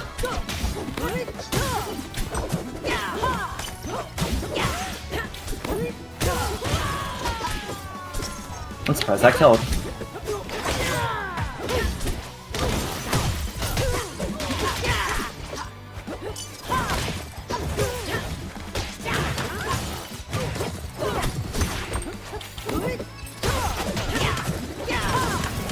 I like that she can grab any crystal.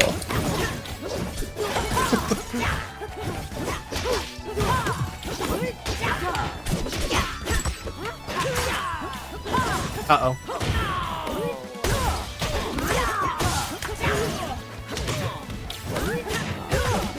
I think it would have been, like, beautiful if I stole your stock and then killed you. Sorry, that like kill was honestly epic. The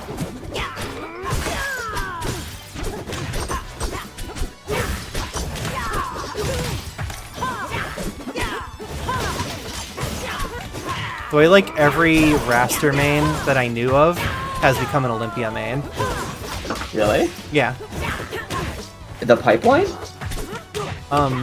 Specifically because they removed aggressive Raster from the game, but then Olympia plays like aggressive Raster. Mm. Like, the trade-off is just that Olympia dies better. We stand a queen who dies better. I like how it maintains their win streak. It did? Oh, yeah, because they can go into another game, and like they'll see someone who they haven't fought yet, and it'll say 10 win streak, and it's like, whoa.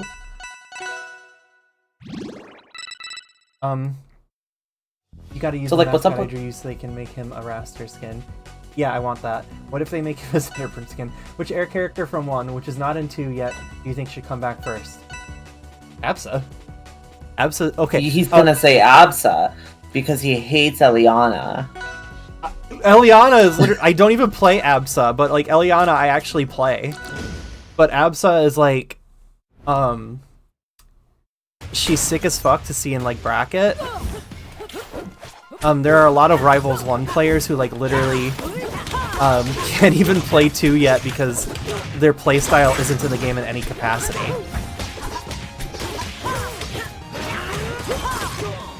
Like, it really sucks when you tell an Absa player that the closest thing to their character that they can play into is fucking Crag.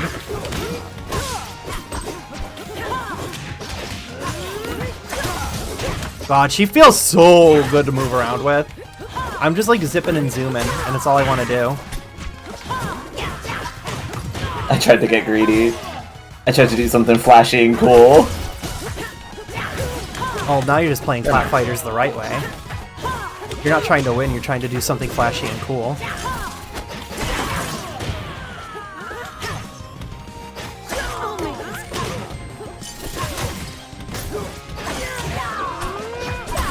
Oh, that would have been so sick if I could have held it a little longer. Giving her a command grab is honestly, like, brutal.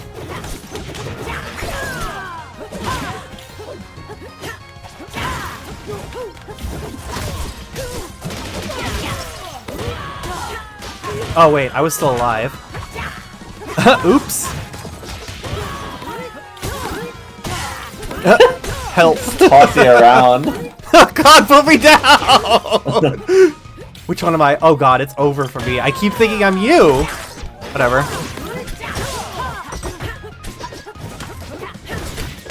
I have died. Damn. Goku has died. Now we have Girl Ku. Goku. Girl Ku.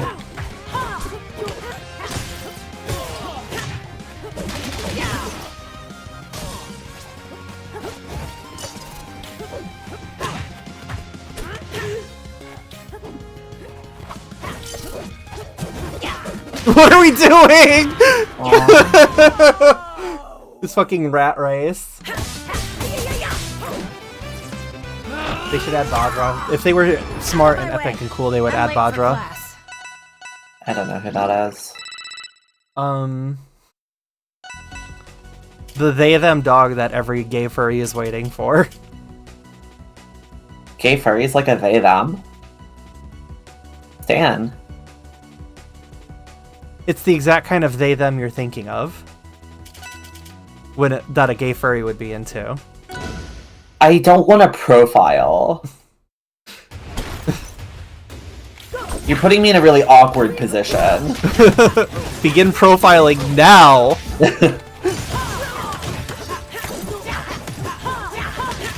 Wish the XP were here. What is he up to? Fuck if I know. You were like speaking of they-themers. Literally. He-theirs. Whatever. They here. A he-there is a they-themer. Yeah. And a he-himmer. All at the same time.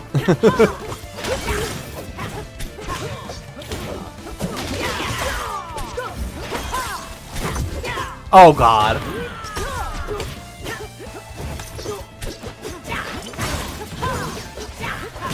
Oh! Oops. God, she really does just kill herself. She's a rat. That's what they do.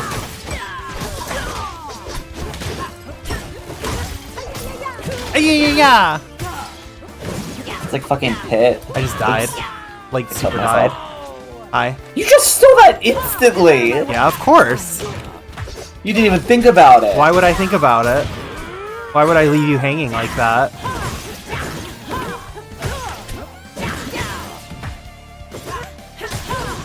I'm just walking here. Bro, I'm just walking here.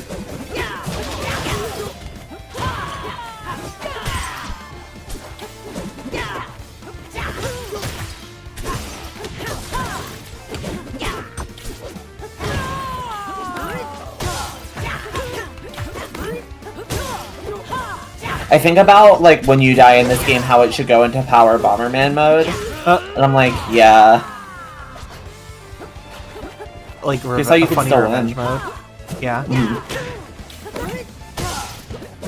You just have to hope, like, Buddy kills himself and then kills other Buddy.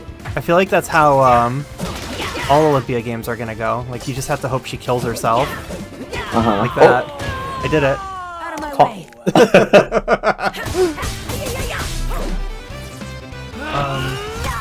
I gotta catch up on Out of chat. my way. I'm late for class. High-key kind of seems like the new top one. We'll see. She is maybe. the new Like, top. Other than her recovery being kind of linear, she seems really dumb. Baller, I love dumb characters who mash buttons now. They are so funny. Isn't Sylvanos a guy? Yeah, he is. When did I say he wasn't? Is Sylvanas? Sylvanas isn't the they themmer. No. Sylvanas is the he himmer that gay furries are obsessed with. They're obsessed with one kind of him. I know. We band who's the too? they- Hold on. Who's the they themmer? It's Badra. No, I don't know who that is. Like, who's The that? dog. What's that look like? Wait, is that the? The Johnny dog? Okay, I was like, is that the workshop character that never Yeah. became a thing? They're a they themmer? Yeah. Oh, awesome.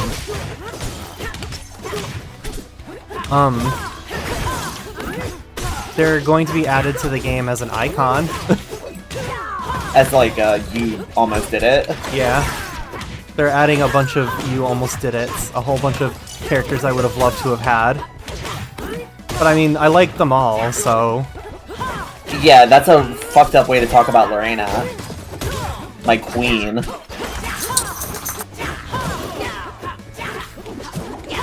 God, I want her to be voice acted by, Uklamat's voice actress so bad. Yeah, Wuklamat's voice actress would be a good fit. She'd be so good.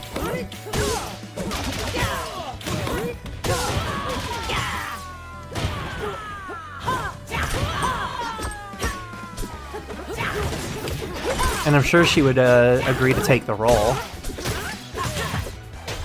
You're speaking for her. Yeah. Sometimes I do just be speaking for women. Yeah. You can thank me later. No.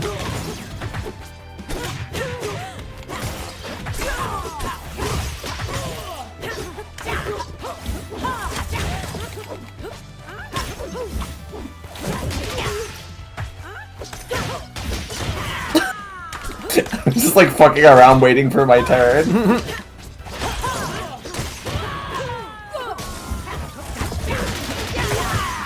Funny edge guard. Funny edge guard she can do. Oh wait. God, I was looking at you again! Yeah, me kicking ass. I was just standing there, to be honest. Yeah, and I was pressing buttons and I'm like, why aren't I moving?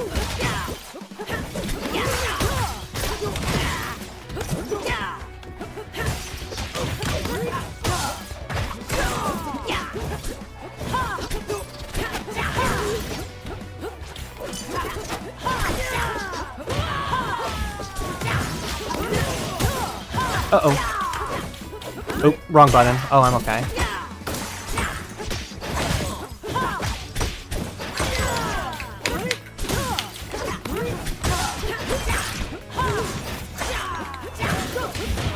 They hate me learning and growing.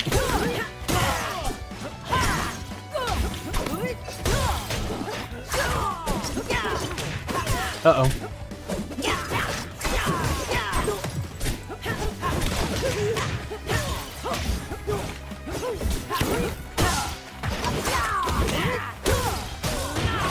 No! No.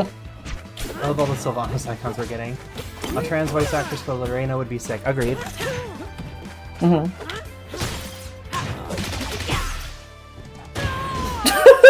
They put me in the crystal and sent me away. Out of my way. I'm late for class.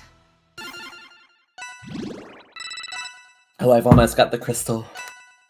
As in, I'm like a little bit away from it. I like referring it to it as the crystal. Mm-hmm.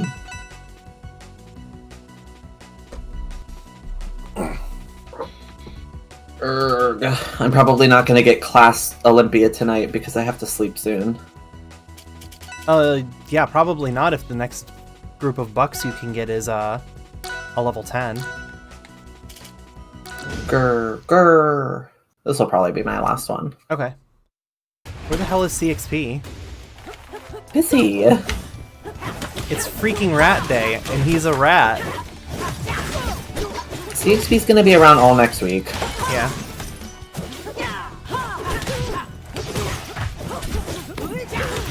I don't want to be greedy with him whenever I'm gonna, like, force him to be in my home for a week.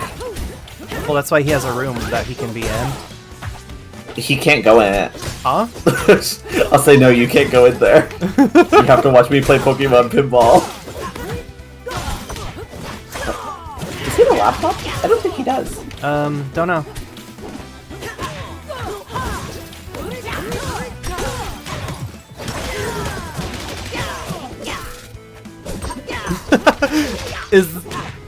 Is that a thing people would do, is like the guest room computer? No. I think I would have loved that as a kid if I was in someone's guest room and they're like, you could use this computer. Or like, what games Slay. you got? Minecraft. Not back then. Were you the kid that would like go to someone's house, see a computer, and be like, whoa, what computer games you got? Absolutely not. Really? I was not online. I did not play PC games. Like, I was very much offline until DeviantArt. And then DeviantArt, I was mostly still offline. I just went on DeviantArt.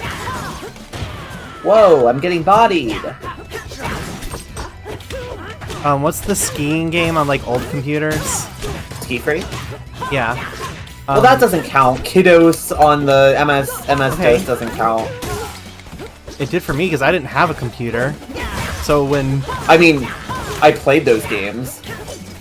I go to my uncle's house and he has a computer and there's Ski Free on it, I'm like, whoa, what the hell is this? The Yeti was like so scary to me though, because he like jump scares you. Yeah, he's scary. How do you beat him? Go fast. Do Ski Free. Really? Was that it? You just ski fast? My ass was not skiing fast. Nope, I just tried to pause the game. I'm just wave dashing. Damn, she is wave dashing! You act like I don't know how to.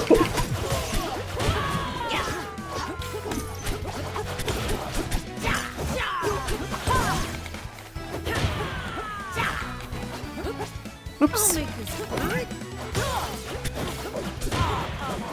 Oh, come on. We're doing our final round. I died. Give me your stock. I have none!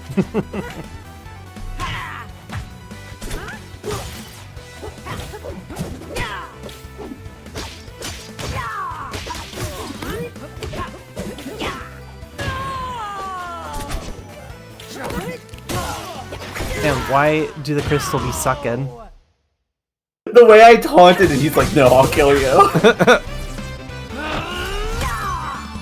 Out of my way. I'm late for class. I'm late for class. You're done? I have I'm gonna to go be. check the shop. For cool presents and items. I got the desk. Well, I got my desk. I'm almost level 5. And also, I got the desk, which means my next box is level 6. Oh, okay. Well, you'll So get I'll her get it sooner than later. Tomorrow. Another day of work. God, nothing on God's green earth could get me to buy the trailer or Kane Icon. I'm sorry, you are ass ugly. That boy should not look like that. I mean, I guess that's mostly just for, like, old heads. Yeah, you're a real old head. The most tempting thing is, like, I need the fucking... I want the Orcane icon. The That one with the really little narrows it hearts. down. Bucks, baby! Yeah, no, not happening. Who do I Not play? happening. Right. Olympia. Okay, bye. Bye.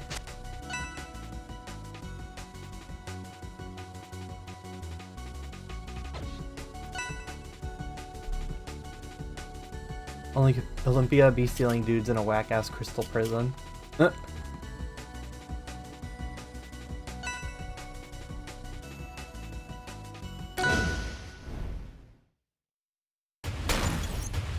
Alright, so I don't know her game plan. I'm just gonna like run at them and attack them very good.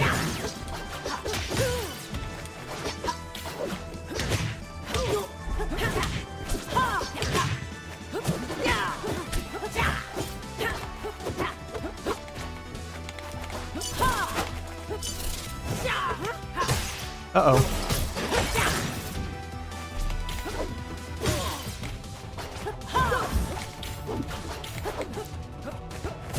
Oh, geez, that's almost fucking death right there. I have to remember that her back air turns her around.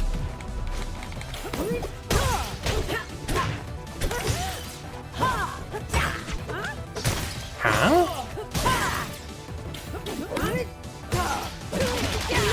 Well, geez. I'll make this quick.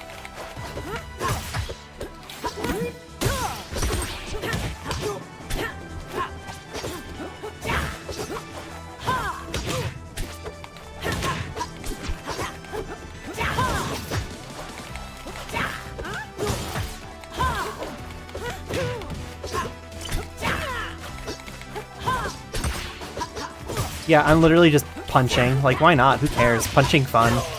She like punches really fun.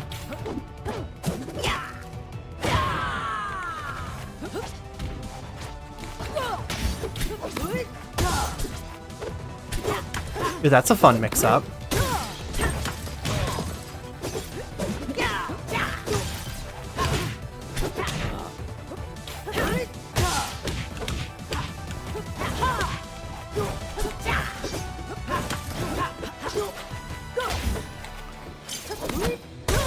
Ooh, if I was smart and epic.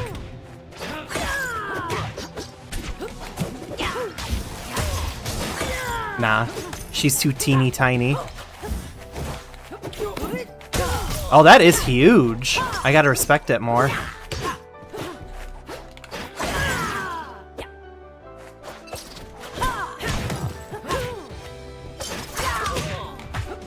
God, she feels really freaking good. Like, moving with her just feels so good. I can't even, like, understate it.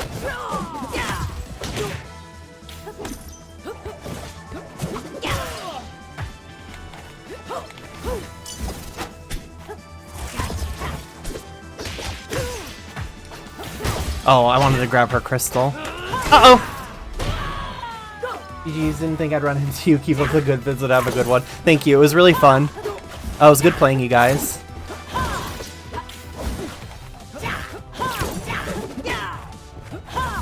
I was doing doubles with my roommate Mel.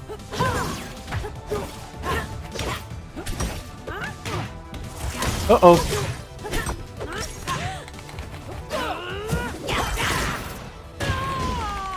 God, she feels so good. She feels so good to run around press buttons with. She's gonna go crazy in story I'm mode. late for class. Out of my way. I'm late for class. My camera is like whack ass. Hold on. Has it just been falling the entire day or something? I guess that angle's fine. Ouch.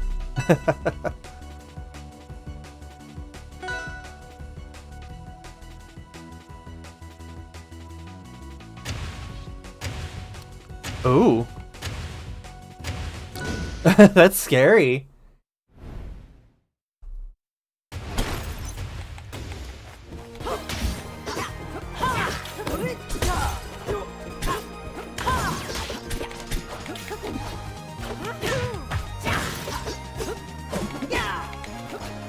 I'll just beat them with my pure fundies.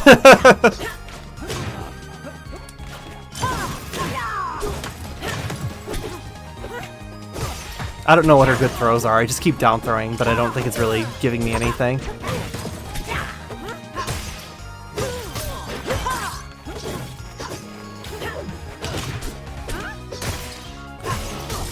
I'll remember to press B one of these times.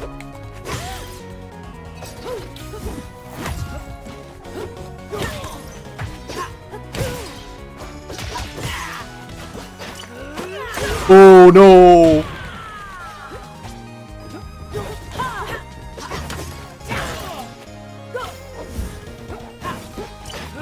Ah! She has no invincibility on that, so it's kind of a trap.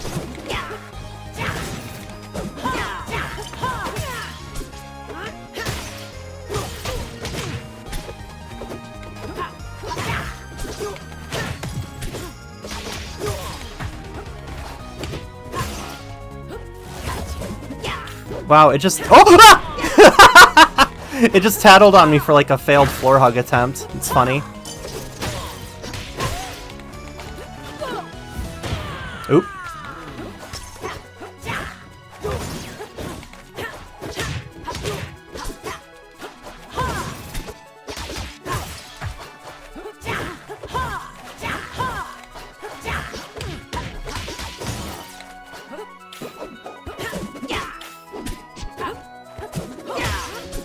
Do you not want to accidentally side special off stage?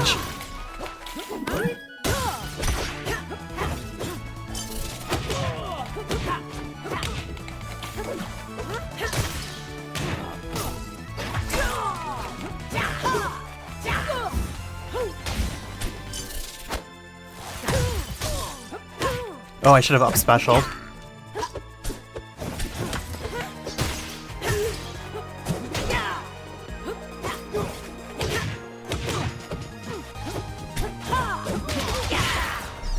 That move is so good, dude. It's too bad there's no ice-themed characters in Rivals. Yeah, it's a shame that there's no ice-themed characters in this game. I'll give Caucasian Olympia one thing. Like that her crystals look like ice. Yeah, I want to chew on her crystals. I probably shouldn't say it like that.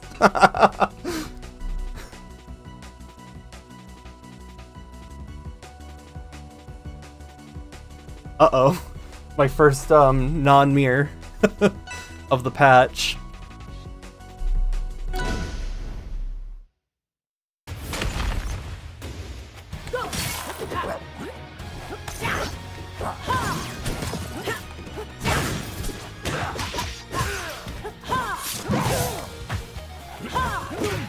So yeah, like we were saying, it'd be really cool if there was an ice-themed character in this game, huh?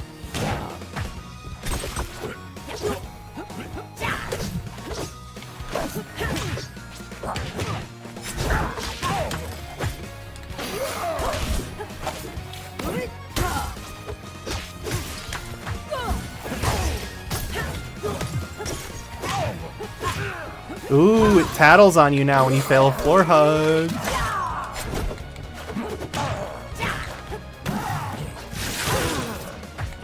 Man, she's so easy.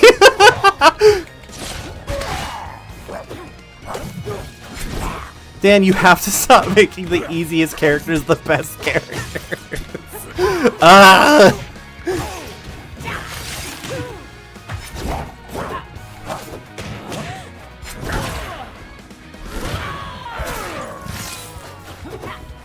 The way she's still death screaming by the time I'm like on the field.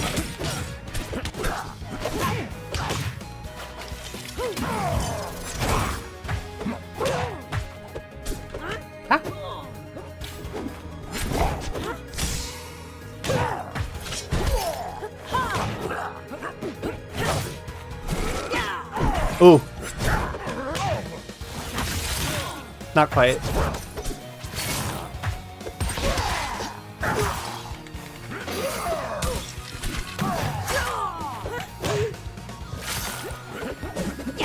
If I would have parried their ice there, they probably would have died. Like, just from not knowing.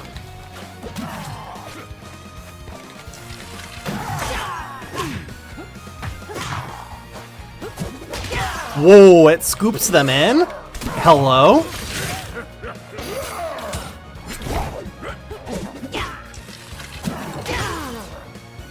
So mean.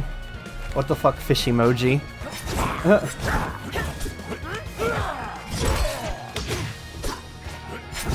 Uh-oh.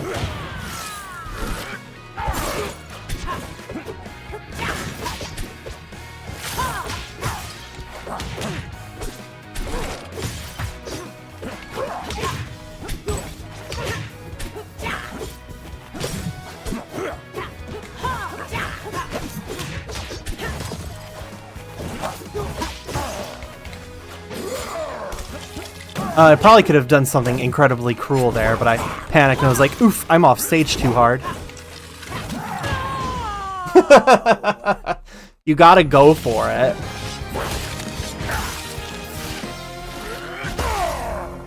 Leave before you lose more. If you don't go for it, it's not worth it.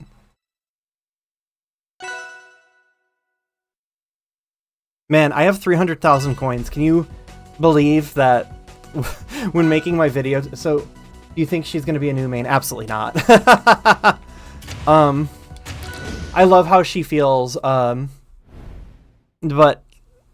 not really. Like, I like playing everyone in this game. Like, you can see, like, my lowest level for Olympia was, like, level 22 or something.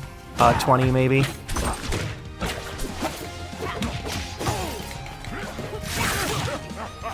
Like, at the very least, I can press buttons good enough to play anyone. Like, a little bit.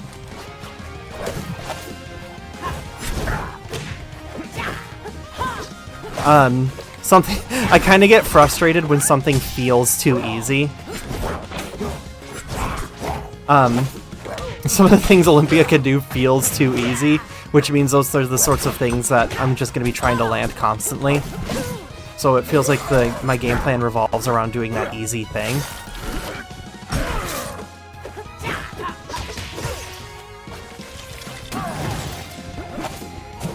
Oops.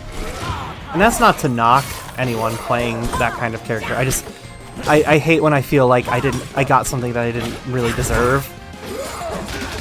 Low percent kills, I don't mind those as long as it was something I worked for, something I made happen. Like, one thing I hate landing like Loxodon's back air. It just feels like, well, that's how it's gonna end, huh? That was kind of lame. But then I love landing Sylvanos' back air. See, if Sylvanos was here, he'd be a contender for, like, true main. Sylvanos in Rivals 1 is just so fun to play.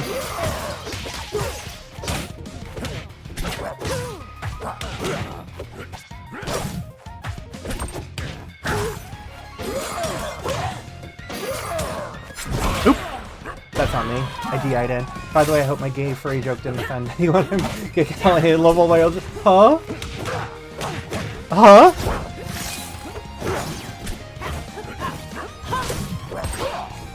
Did I miss something? Uh-oh!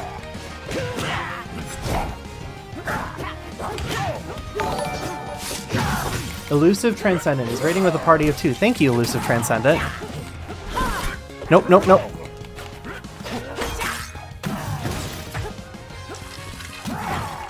Sometimes I forget raiding is a thing. Because, like, I'm mainly a YouTube-focused streamer now.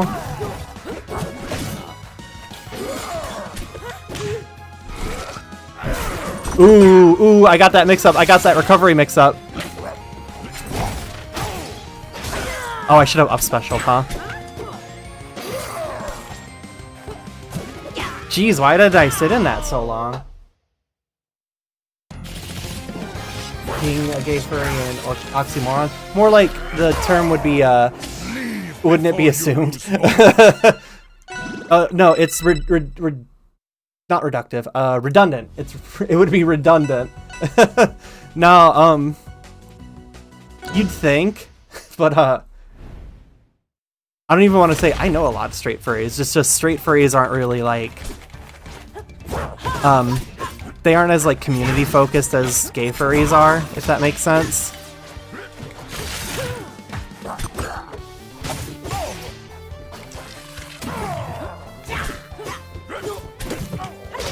Hi-ya!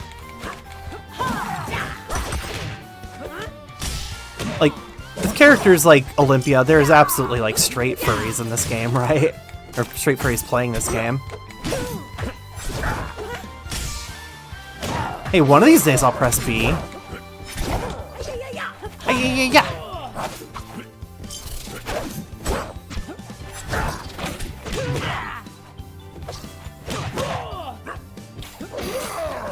Uh-oh. Oh my god, I was pressing B! I swear I was pressing B. Uh-oh.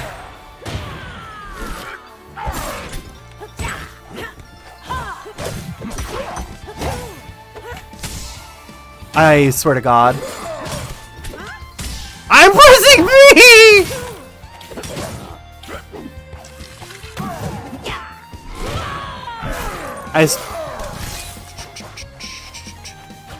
Do they not let you do that anymore? I swear you used to be able to turn on controller input on the pause menu.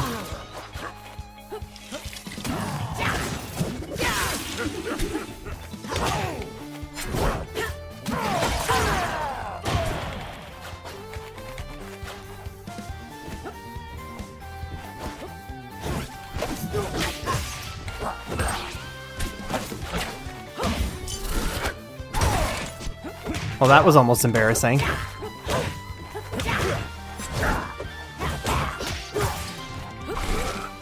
Uh-oh.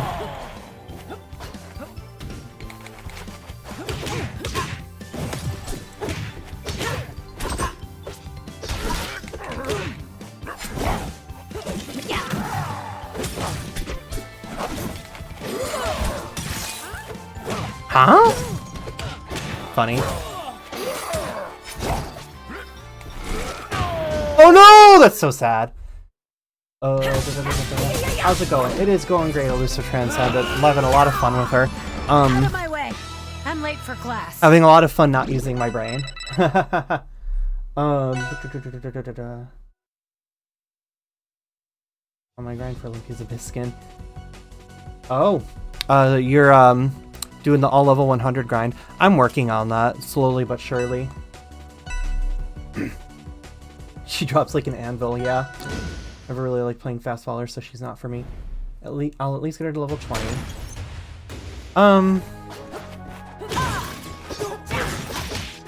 I think I'm... It's weird saying it because like I don't like play any fast fallers, but I think I might prefer fast fallers. It can be frustrating like playing a floaty and like you're just trying to get on the ground.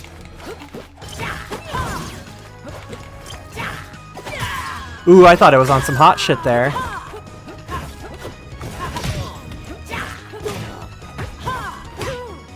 Oh yeah, up air is gonna be like her platfall option, huh?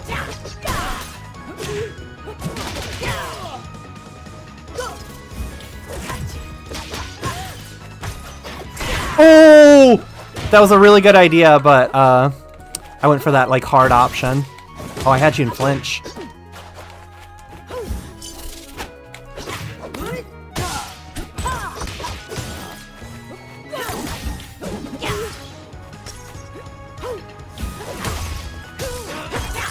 Ooh. That down air is stupid! That got stupid down air! I think they just tried to do the same thing I kept doing.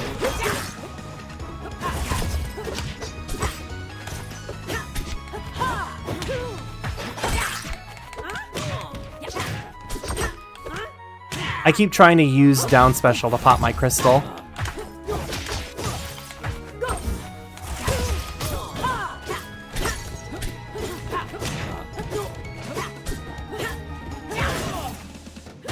The up air animation is so cool, though. I love the pose she strikes at the end of it. God, that's so cool. What controller do you play on?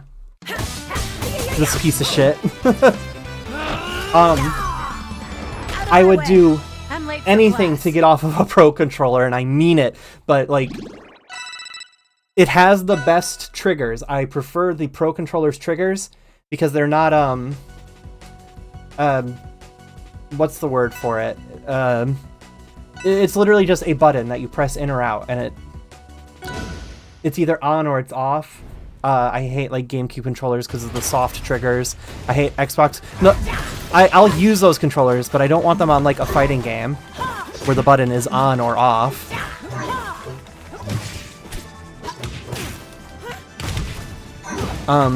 And I have it modified. The faceplate is replaced with one with octagonal gate, which has been a huge help. Having an octagonal gate is so nice for a game like this, but the controller isn't designed to have an octagonal gate, so it's preventing me... It sometimes prevents me from hitting, like, max range, specifically, like, on the sides. which is like fine because you can adjust the game's max ranges to for your controller to make it work, but you can't do that in like other games. So basically, this Pro Controller can't be used in other games. I was using this Pro Controller for Dreams of Aether, and my characters like that I was moving weren't moving as fast as they could be moving because I couldn't hit max ranges.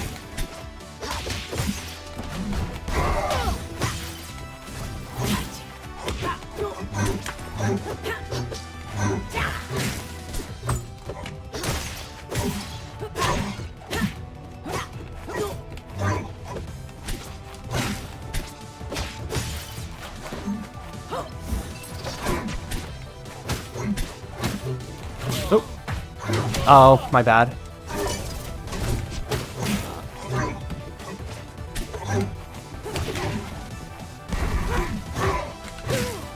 Uh-oh.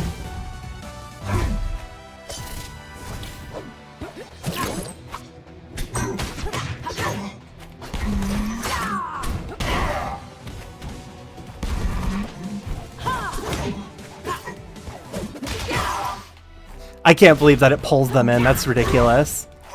Her up special might as well be a grab.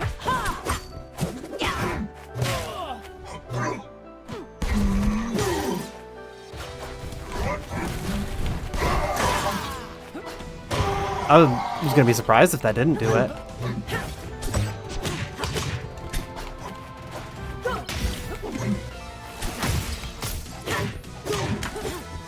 I feel like Neutral Special 2 on Olympia is going to be really good against Loxodonts who, like, won't move.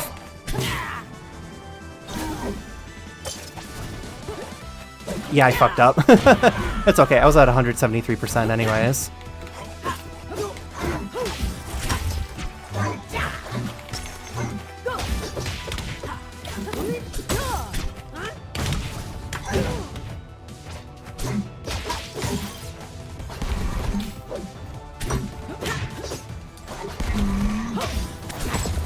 Oh, okay, I have a new plan. And it's gonna work 100% of the time. Oh, I should have up-specialed. That's what that's for. Watch this. Never mind. I was like, his ass is definitely gonna block, right?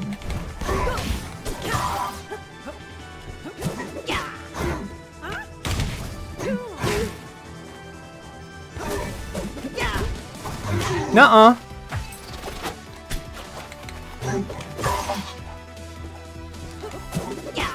Oh my god.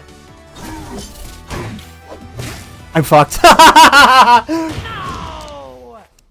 Let's see. Oh, hi, CXP. I need to catch up on these chats. Oh, yeah. Oh, Switch Pro isn't bad, TBH. I would agree, except for the part where they constantly fall apart and they cost $70 to replace. It is a controller that you learn quite intimately how it works, because you gotta break that thing open like every few months to fix it. And while I can do that, I sort of hate doing that. Digital triggers, yeah, that's the term I was looking for. I'm so used to Melee and... Oop, hold on. So used to Melee and PM that I have to use GameCube for this game. LOL, I'm so used to analog LNR. Yeah, I'll be catching up on chat for a little bit. I'm sorry, guys. I know that there's like a lot of like Melee and PM players who play this game. They won't play this game on a GameCube controller because it fucks with it gives them Rivals hands. And like, I totally understand that. And like, I can see how switching controllers would help with Rivals hands. I want to catch up on chat. I shouldn't have, like, challenged him again. Ooh, that special getup is really good. I can see why they make it so hard to land it.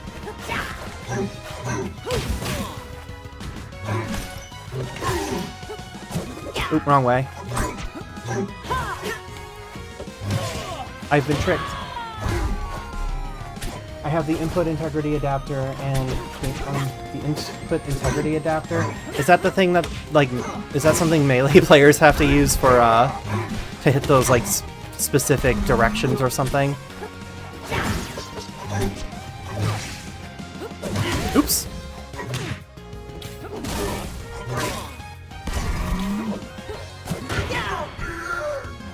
Whoa, scary.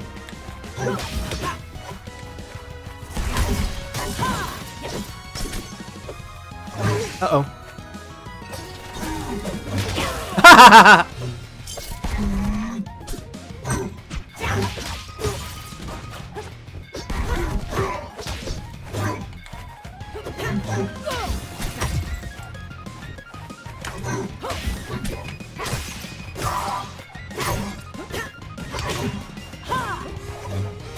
Oh. Oh, I thought I killed myself there. No, we just call that sweet spotting. I swear I'll catch up on chat after this game.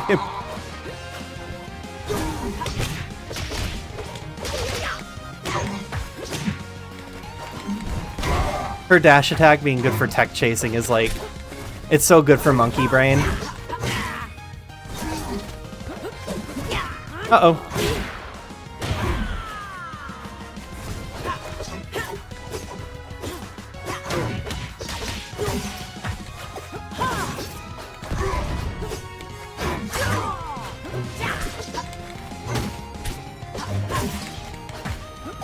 Oh! I've been caught. That's one way to kill Olympia early. Okay. I miss Oli's ult's side special, but I guess they just transferred it to Large Celestial. Yeah. That's what they did. Oh damn. Actually, now that I think about it, I was playing Ocarina of Time PC port. I was having trouble getting Link to walk / run max speed just holding forward. Yeah. I forget what fixes that. I've had that problem when doing emulation before. Damn, what fix? I looked it up before. There is a fix for that on emulation. Definitely has some weird range issues. I wish the multi-hits on the characters I played were that magnetic. Literally, right? That crystal recover tech. Is Lox a hard matchup for Zetter? I have trouble with him sometimes. Yeah, he can be. You can play him right in a way that Loxodon can slow down the pace of a game, and Zetterburn doesn't. Zetterburn wants to play at his pace, not at other characters' paces. They want you to use the crystal homing jump for recovery. Use the crystal homing jump, but it refreshes your air options, but I'm so bad at pulling off. Does it? Isn't that the thing that they discovered in beta, and then they were like, okay, I guess we'll just leave it in? That is me trying to throw the crystal. I don't know what that muscle memory is. You know what? I think that's Raster muscle memory. I'm trying to do Raster's hit grab.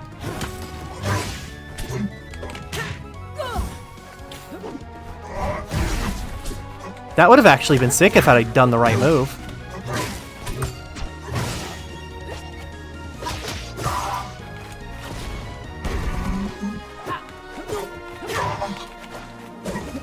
Oh. What? This girl's busted, dude.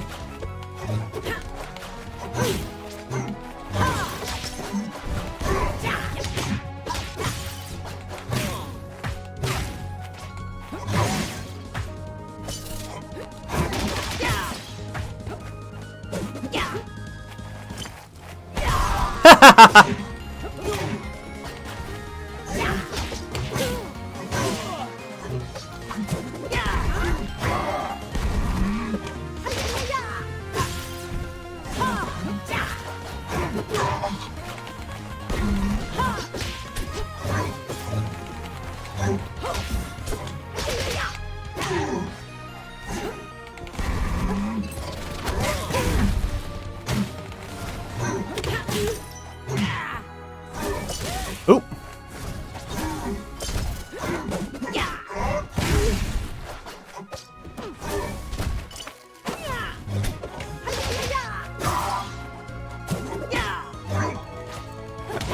I don't think I've even tried her back throw once.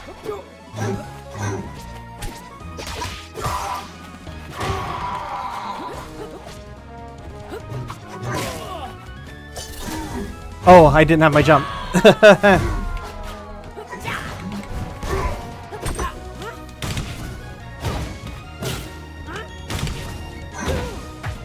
Oh, the reeds. Uh-oh.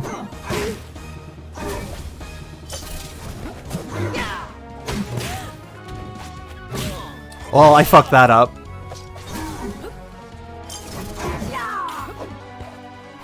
I didn't have to die there either.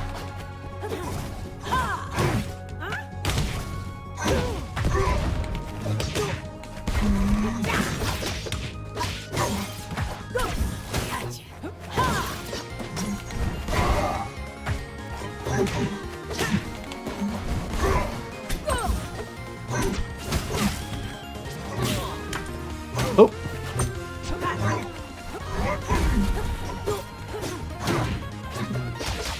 I think I'll re-queue for different opponents and I'll catch up on chat, like I said I was going to do and then didn't.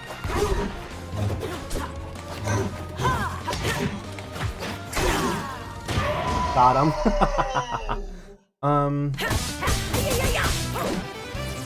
Yeah, they want you to use the crystal homing jump for recovery. I think it refreshes your air options, but I'm so bad at pulling it off. That's not. I don't know if that's going to happen anytime soon for me. This is why I got a Pro GCC.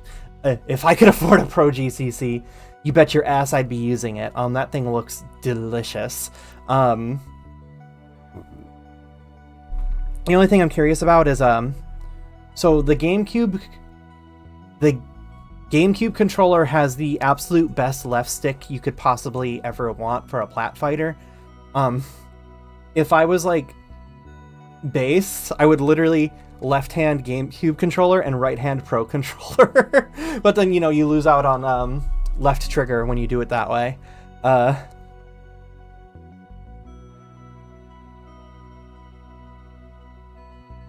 All I really want is I want a Pro GameCube controller with GameCube's left stick. I want a Switch Pro controller with GameCube's left stick, including the octagonal gate, and I'd be set.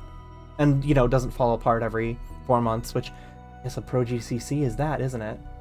I've pretty much retired Melee and PM, so I don't mind for this game. I assume you mean like Rivals hands. DC feels more natural to me anyway. Yeah, the left stick is really good for it. I don't know if Melee players use it, but it was quite popular with Ultimate players. It has a very low input lag, 1000 Hz pulling rate. Good upgrade from the original adapter of the May Flash. Oh, okay. When I was on GameCube controller, I was using the May Flash. Maybe GC players use it for Slippy, though. I mean, Melee players use it for Slippy. Maybe. I don't know. Yeah, some Locks players make me slow down a lot. Yeah, it's honestly the best way to play. Like, you saw there, like, when Loxodont was slowing down the pace, I was really struggling on that one stock. You should find a controller Modi if it exists. A Modi? I was thinking of trying hitbox-style controller or keyboard, but it seems so awkward. Yeah, the Rivals hands thing I meant. Yeah. What was I? I should see if like Pro GCC will like sponsor me. I don't want to buy your thing for $180, but if you give me a free one, I'll tell people every time they ask me what controller do you use, I'll tell them a Pro GCC, and don't worry, I'll link it every single time. Hell, I'll put it on my stream. I'll put it right up here, you know? I won't even wait for people to ask me.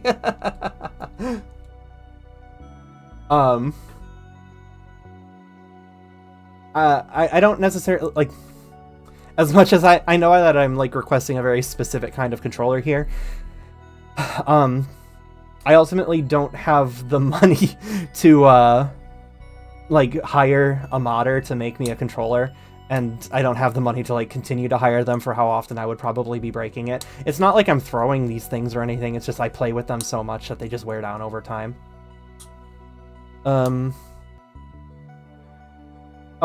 Dev, sorry for accidentally sending that, that invite earlier. I was trying to invite my roommate and, misclicked. Your thumb missed the R button. You're using your thumb for the R button? Oh god, what is that one contraption? I don't remember. someone at like the latest major tournament was using it. There was this, it was a box with like, it had a GameCube basically like, it had a GameCube controller like tied to it and plugged into it, and they were using just the left stick of the GameCube controller, and then, you know, pressing the face buttons of their box controller on the other. I thought that was like really creative. I don't know if it was a mod specifically for them or if it's, oh my god, it's hot in here. I don't know if it was a mod specifically like created for them or if it's something that gets mass produced, but I thought it was like really funny and unique. I love the sort of things people come up with, but like I really do just want a controller like with 4 digital buttons on the top, 4 digital triggers on the top, and the GameCube stick on the left side. I feel like I'm not that picky for C-sticks. And the face buttons, you know, your typical like 4-button cross is good enough for me. Oh, in Rivals 1, I played Hodan, and like that was actually when I did my initial switch. I switched from GameCube to Pro Controller because there was like some Hodan tech that was like way easier to do on a Pro Controller. It might have been Monkey Copter. It might have specifically been Monkey Copter.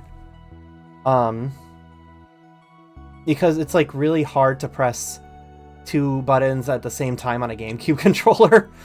Like the weird layout they have makes it hard to press like B and A at the same time, or even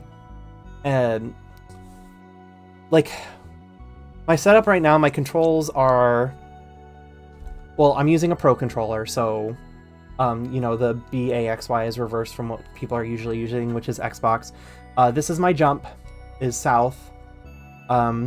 Attack is A, so east. Special is, I've got special on west and strong on north. For Monkey Copter, what's the input for it? It's been a while, but I have them. I'm sure I would be able to do it on muscle memory. You press jump, special, and fast fall, like all basically just one frame right after the other. And it launches you straight up into the air, like really, really high. The devs have already told me it's not coming back for the sequel, which makes me really sad because I thought it was like the funniest tech ever. Basically, like they made like Wario vectoring like a thing, and I really loved it. But I had to do a Pro Controller because you had to press 2 face buttons at the same time really quickly, like a jump and a special button. And if you use like default GameCube layout, you're not doing jump and a special button at the same time unless you're doing claw. And I will do whatever it takes to not play claw. I fucking hate claw. I was playing when Smash 4 was new. I was playing competitively, not good, but I was like going to my locals and stuff in the tri-state area. And you know, in Smash 4 there were a lot of Sheik players. And the optimal way to play Sheik, it was like some ridiculous bouncing fish shit. You had to play claw. So, you know, a thumb and pointer finger on the face buttons. Oh, sucks they're not bringing that back. Yeah, it's whatever. It's fine. I keep saying it's fine, it's fine. It's not fine. It was like my favorite tech, and I wish that they wouldn't just take tech out, but whatever. Maybe they'll add something cool in turn. But yeah, like Sheiks were doing bouncing fish shit and they had to play claw. I will never do that. So, hi. Yeah, I didn't dip for any reason against you. I was having fun. I just had to dip because I was like falling behind on chat. I was falling behind on chat and I wanted to catch up.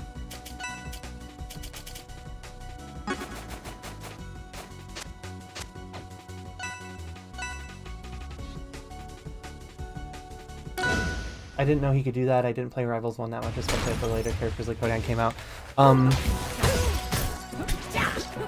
Maybe after this game I can just launch and show it. It was really funny. The thing is, like, it was something you had to, like, practice a ton of. You had to do it right every single time, because if you misinputted it at all in any way, you'd die.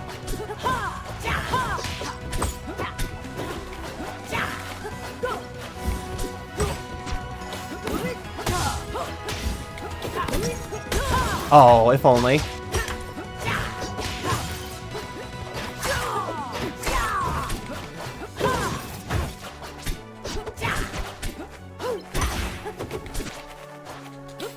Oop.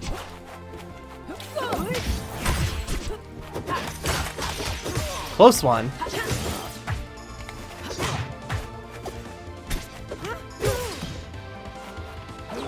Oh.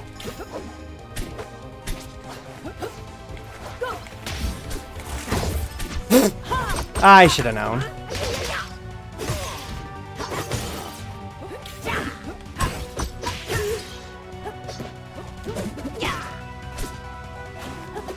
Oops.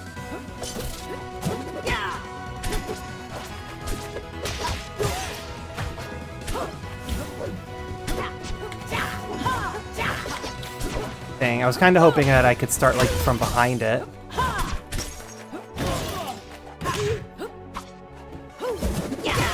Oh my god.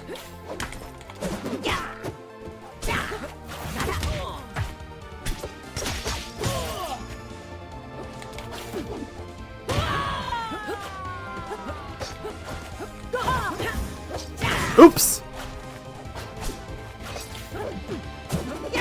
I couldn't get near the crystal field to even try to do that one thing. I should be trying, like, the crystal field homing attack more often. I know a lot of people can really struggle with, like, the special attack, the attack plus special input. A lot of people don't know that you can just do grab plus special and it works. Why am I inputting forward special? Oh, she broke it.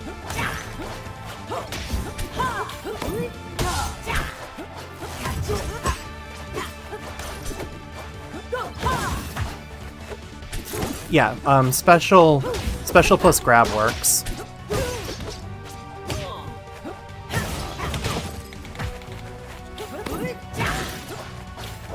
Uh-oh.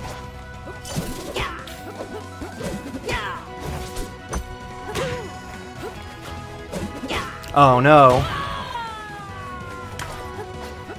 Yeah, Olympia can grab other Olympia's gems. They can't do their homing attack in a different Olympia's gem. And that makes sense because it's something I really hate about, like, Hodan mirrors in Rivals 1 was, like... Oh my god. Worth it! Well, no worries. Oh, I saw the shiny new Steam profile button, clicked it. I'm like, hey, wait, isn't he that YouTuber? Oh my god, I'm known as that YouTuber now. That's crazy. I would never in a million years have thought I'd be known as that YouTuber. Alright. This has got to be, like, the craziest thing to be doing right now. Aether. Look at me being so base with all my Aether games. This one. Damn, I haven't launched this in ages.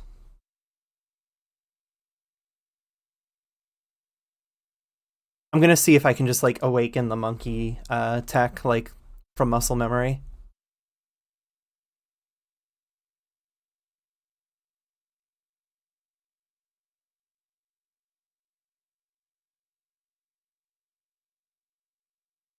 This is the game you launch when you're, like, protesting whatever feature in Rivals 2 that you don't like. This game has native support for Steam input. Your physical input, your layout will show the game action. Huh? Okay. Play? What? I swear to God, I have to have played this at least. I mean, whatever. Let me play my freaking video game. I have to have played this on my Steam Deck at least once, right? I loved Rivals 1 when it dropped. None of my friends wanted to play it. Yeah, that's like... That was the problem with loving Rivals 1. If you were playing video games with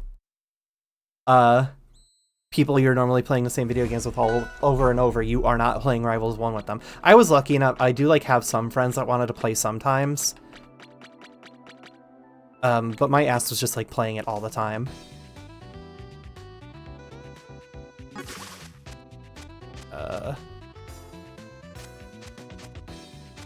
It matters.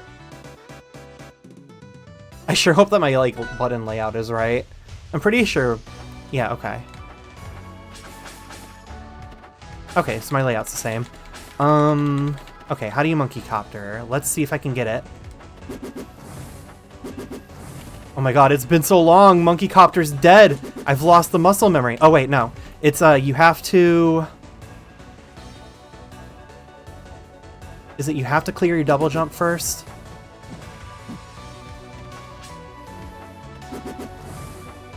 Or is it you need to still have your double jump?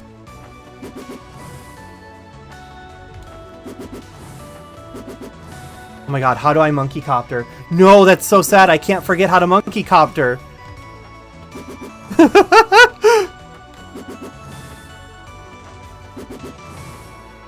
Went to the bathroom.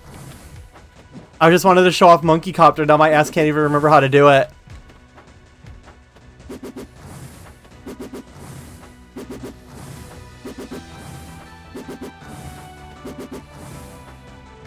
So the input is... I'm pretty sure the way that the glitch works is that it uses your double jump momentum. And it cancel... So neutral special, like, cancels your momentum. But if you're holding down... If you're holding down, it ignores... So if I'm holding down when I press it, or... Yeah. Oh god, how do you do this? If you're gently holding down when you press neutral special...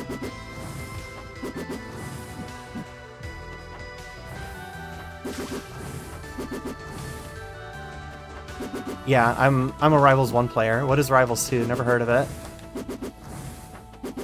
Oh my god, how the fuck do you monkey? How do you monkey copter? Like, I remember that shit. You definitely don't need charge to do it. Oh, there you go. Right, okay, I remember now. You have to do, like, a normal one first. There we go, that's monkey copter. Oh my god. You have to do you have to get rid of the first one, because the first monkey copter gives you upwards momentum, but the second one doesn't. And you want the one that, like, doesn't give you the upward momentum. So you just do that. You use your double jump momentum, and you cancel the momentum of... you override the momentum change that neutral special does, and you carry over your double jump momentum to just, like, fly into the sky. But you have to do it on your second monkey cop, or your second neutral special. That's all. And then if you wanted to... You can only do it once per jump, but, like, you can just, like, do this and stall forever. If you have, you know, like, a sweat spirit on the stage.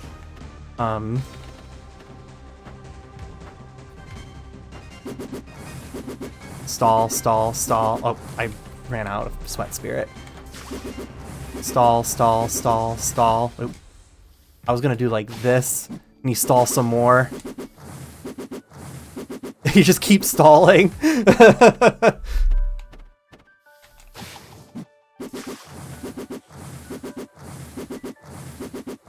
think I'll stall some more. Uh-huh. That's the kind of shit they're taking out, which is so sad. I thought it was so funny. Oop.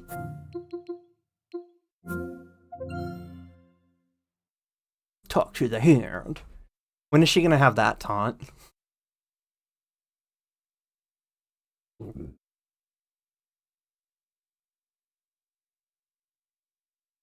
Yeah, you're welcome for the Hold On tech lesson. That's never gonna be useful. I was so worried for a second. I thought I actually forgot my main's like #1 fun tech.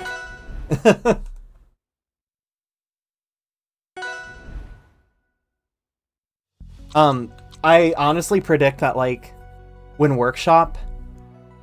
they launch Workshop, the really popular returners that haven't been added to the game yet, I really do believe that like players are just gonna get them in through the Workshop like as fast as they can.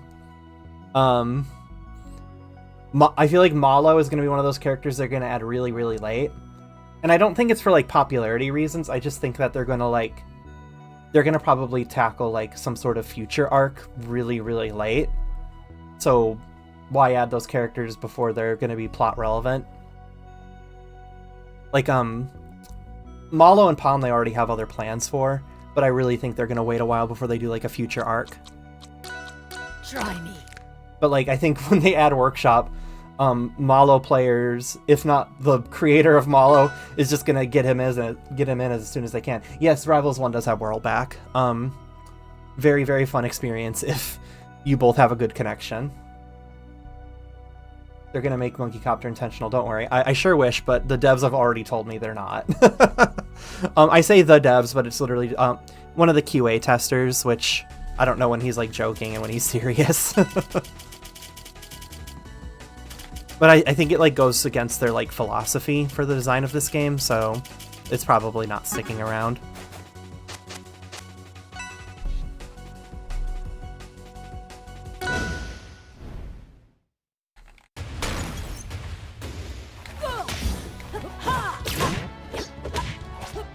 I don't even think this game has any rewards for like owning Rivals 1, does it? Oh, they just tried to floor hug me. I saw that.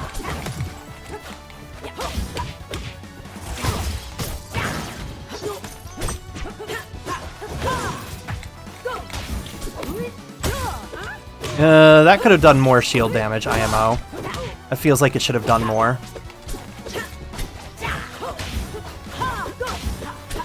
Out of my way. Oop, I didn't mean to taunt.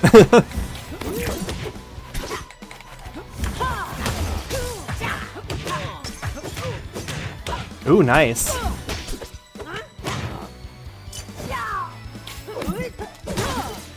Ooh, that was really cool. No, that's so sad!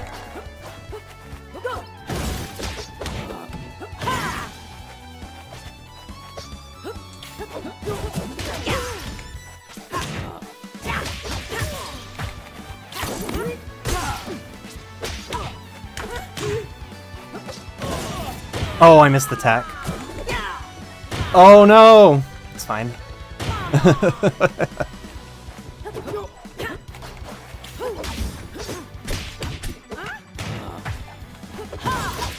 My homie stocks have conditions, but that was one of them.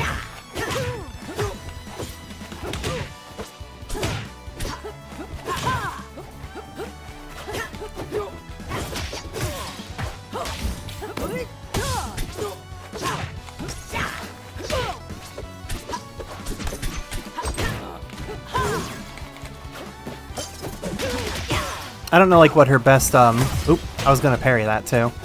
I don't know what her best like ledge drop aerial is. Oh no! She kills early and she dies early.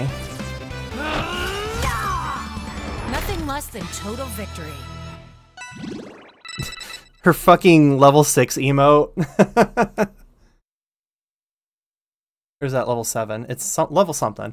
It is level 7, right? I don't remember if it like shows you what your level is or where your next level is, despite having 1,800 of them. Yeah, okay. Her level 7 emote is a Street Fighter 2 reference. Oh, I wanted to go to Rockwall. I keep forgetting I want to take everyone to Crystal Oasis.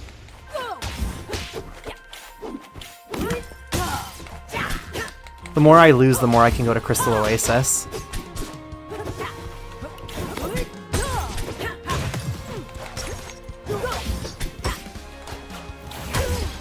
Oop, missed the dash window. I really, really need to re-grease this controller. There's like this conductivity grease you can use for pro controllers that temporarily fixes drift problems, and his controller definitely has drift problems. And it's been a few months since I've last done it.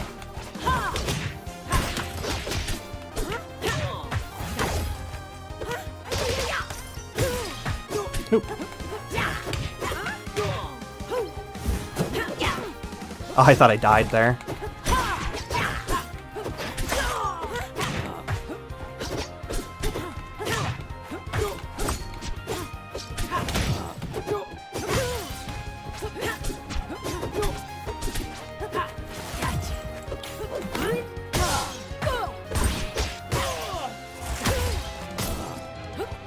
Ooh, they could have done it. Wonder what they made them not do it.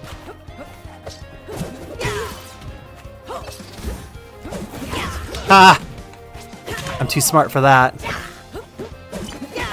Ooh, if I had held it a little longer.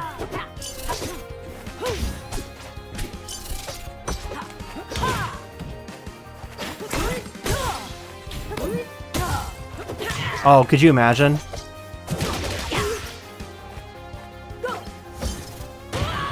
That hit stun was so long.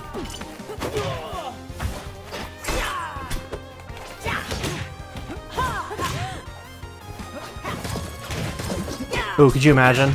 I said that again. If that would have landed, though. Uh-oh.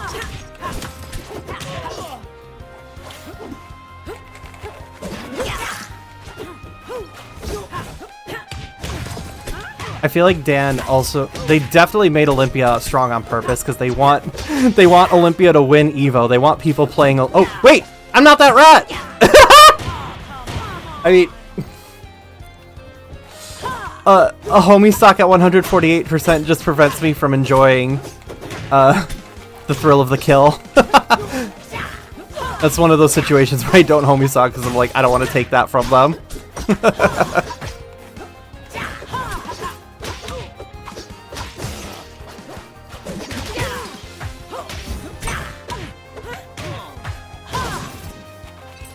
Oop.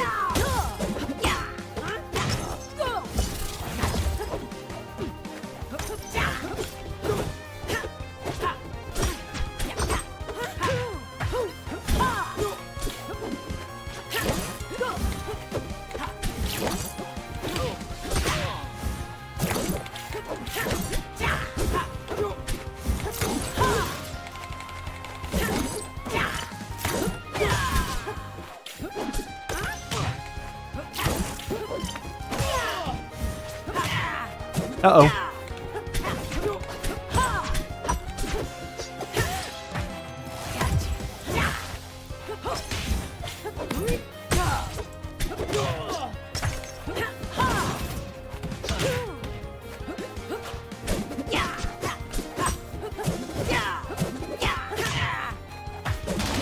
Yeah!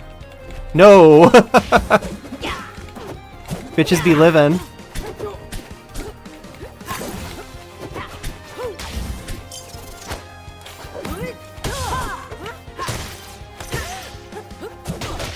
Yeah!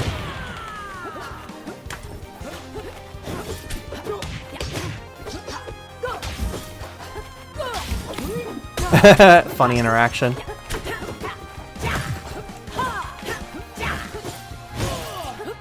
Uh-oh, goodbye. Wish you could make your name tag a bit bigger. I mean, you can always do, like, the accessibility outlines if it helps. Or walking animation is pretty much Street Fighter as well, and yeah, if Ledge get up attack is Makoto from Third Strike, and even Akuma has a similar grab to their side B. That's a funny way to look at it. I didn't play Makoto in Third Strike, but, like, I thought she was cool. I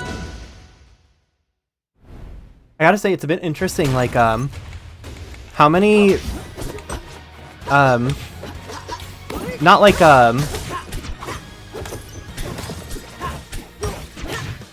not like all of my opponents have been, like, my viewers specifically, but, like, it's interesting how many people were, like, at least 3 tonight that I've played with, and I only think I've played with, like, 3 people tonight 3 people I played with tonight were like, "Oh, you're that YouTuber," and then came and checked out my stream.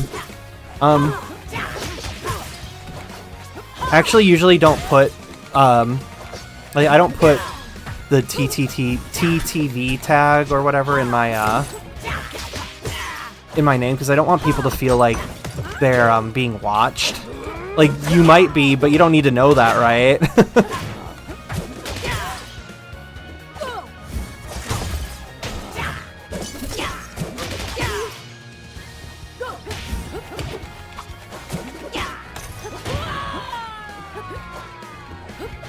Oops.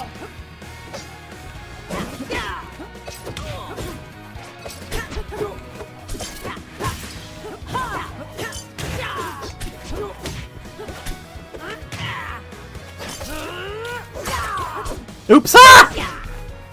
Funny that she can do that. I mean, she can act out of it at least.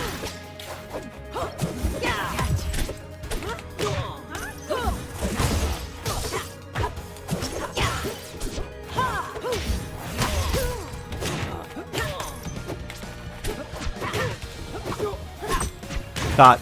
I know, like, did this game ever have a true, like, okay, yeah, it had spacies, like, Zetterburn is Wolf.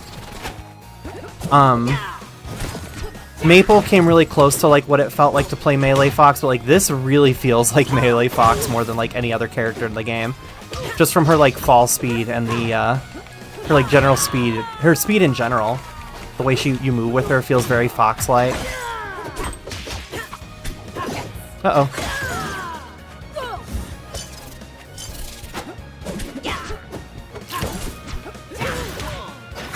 Nice. I think I may have run into you online for sure. Yeah, probably. Like, I grind this game like crazy, so... I grind, but I never get any better.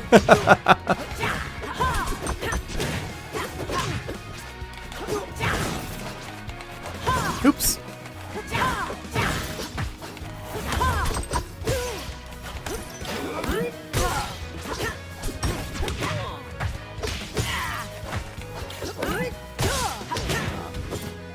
Oh, you know what I forgot to show? There was one thing I wanted to show real quick while I was in Rivals 1, and I might actually just go do it after this game, just to, like... Anytime I have a chance to show off, I want to do it.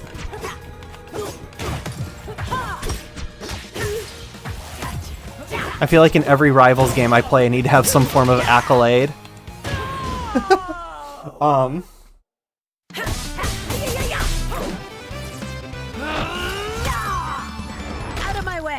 I'm late for class. Like, my claim to fame in Rivals 2 is the first level 1000 raster. My, in Dreams of Aether, I don't know if I was the first person to 24 stars. It's not like anyone's keeping track of that. But, I probably was the first person to get 24 stars in Dreams of Aether.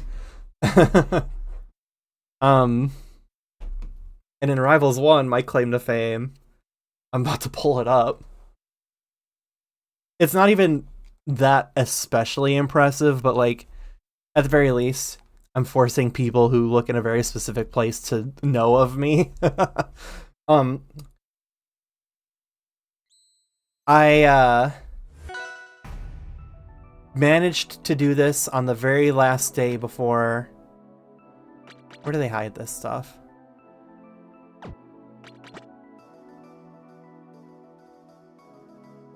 Oh boy, where is that? It is here, right? Yeah. Not ranked. I needed to go to... Not ranked, definitely not ranked. Here we go.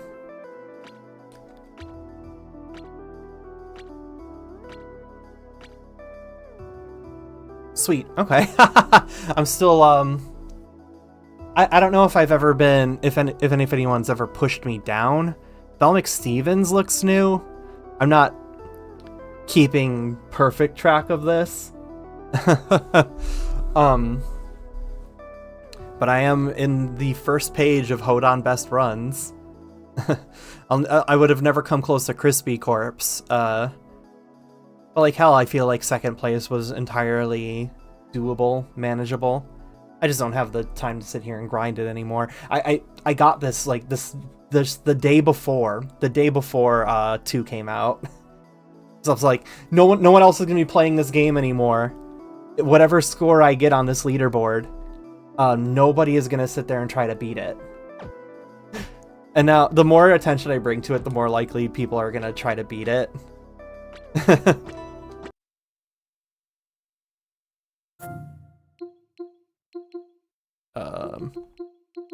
Do I even have any time in Lovers of Aether?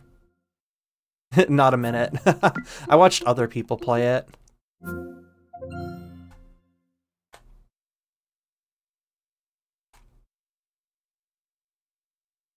Alright, back to the rat.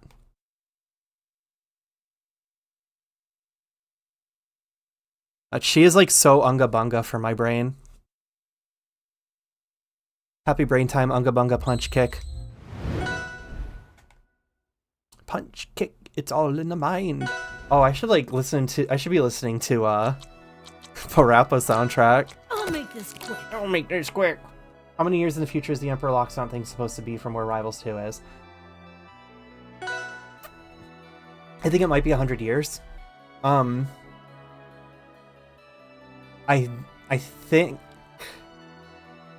think Zetterburn is her... Not Zetterburn, Forceburn is either her grandfather or great-grandfather. I can't remember. But, like, it's not a huge generational gap. Like, you know, in the grand scheme.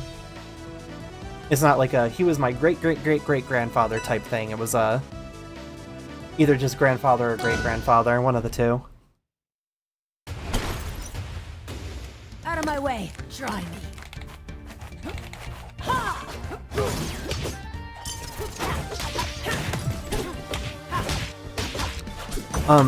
My, like, long-term prediction is that, this game is eventually going to have, like, an entire story arc that takes place in the future. Either, like, Trunks style, where, just because Trunks changed the past doesn't mean he changed his future. So, like, that future still exists. Or,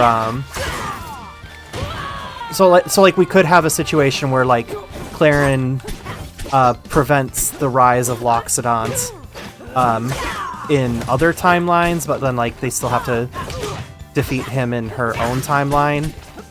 And maybe, like, she can find the support to do that through the journey she made through the past. Like, or it's a situation where, like, they're not going to be able to kill Loxodont in the past, but they at least make him killable in the future. Like, this is a fighting game where, I feel like it's a fighting game where, like, the characters are just going to be immortal. Like, no character that is ever playable in this game is going to actually die. Besides, the plot is basically, it's very Sonic style anyways, especially because, you know, Ian Flynn's writing it. So whatever they do to Loxodont, he's not gonna die. Probably not. But yeah, there will be an arc where, like, either Clarin returns to the future, or the future fighters, like Palm and Malo, and more characters that they'll make will have to face Loxodont.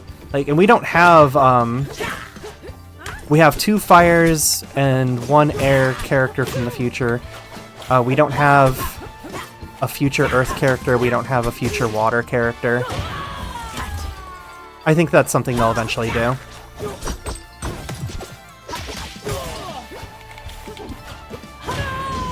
And then that just gives them more like ammo for skins to sell, because then they can sell Zetterburn future skin, and they can, like, future timeline Zetterburn skin, future timeline Raster skin. Yeah, I think I read Forceburn is her gramps. It's crazy that Forceburn was bisexual the whole time. Wait, so Clarin is a hyena panther? I think it's like it's a Pokemon situation where you are what the mother is. I've always sort of like in any sort of fantasy setting where like the races sort of the races can like have children together. I definitely prefer it to not get like weird, muddy. Like I think Beastars has like the weird hybrid stuff. It just makes it really like I don't mind the idea of characters being hybrids, of course, but then it always comes down to the plot being about like hybrids end up being rare, and then they're like discriminated against. I'm like, oh man, I don't want to have to deal with that in my story about furry animal people fighting each other.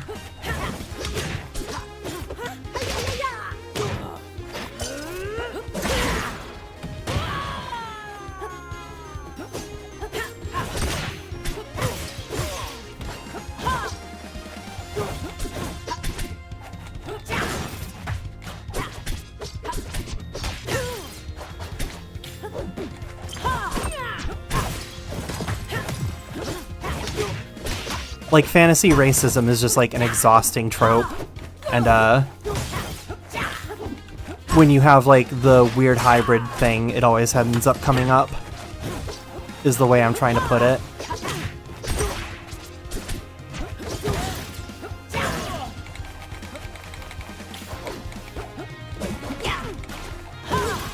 It'd be cute if they made current-day skins for the future people, like a Roman warrior Claire and an old-timey military pom. If they did, it would just be like those characters but naked. Could you imagine them selling just like naked pom?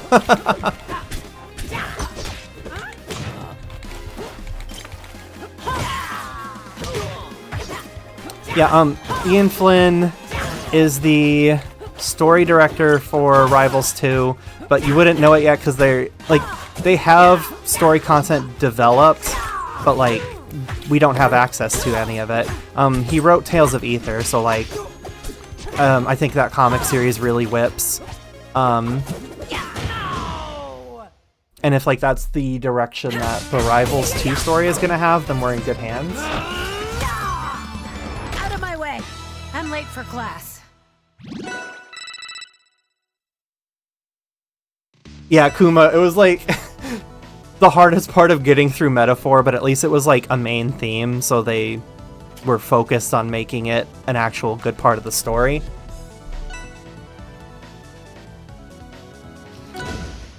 Every time Heismay was being racist to the cat people, I'm like, buddy, why? Slow down. These kids are wearing Gucci.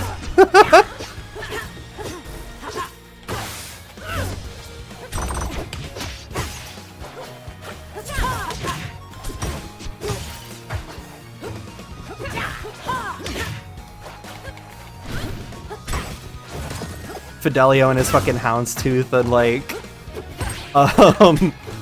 Basilio and his like Gucci.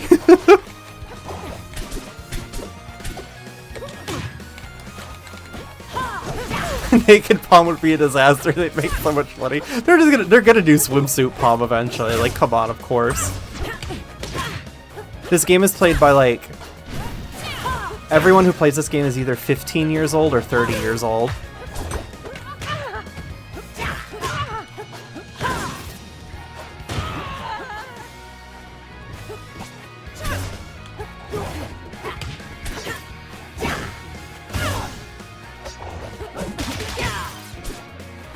There's one thing 15-year-olds and 30-year-olds have in common. It's that they're crazy for the mouse girl in the swimsuit.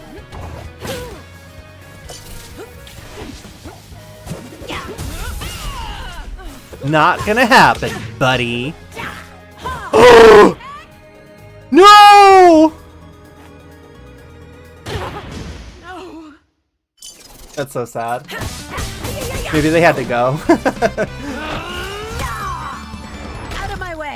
I'm late for class. Yeah, I think they just had to go. It happens. I love the super cunty high fashion inspired fantasy wear of Metaphor cast. It's so sick.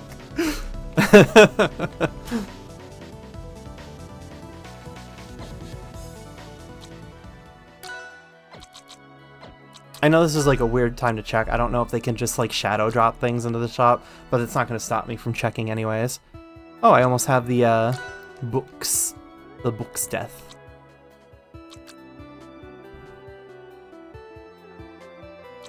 Yeah, no.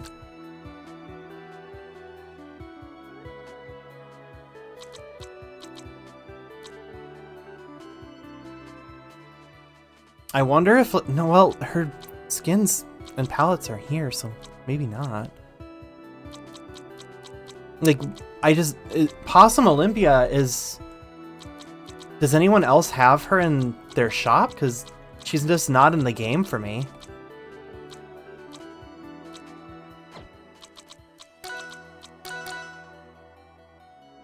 If they do swimsuit Palm, they gotta do speedos that are with jiggle physics. What the hell? No, they have to do Hoden in a speedo. I thought Olympia was a kangaroo in Rivals 1, but I guess she's a straight up rat. I hope they do a they could do a kangaroo skin for her. It'd be really fun. Even if they just did a common skin palette for her and then just make the crystal gauntlets red for like boxing gloves.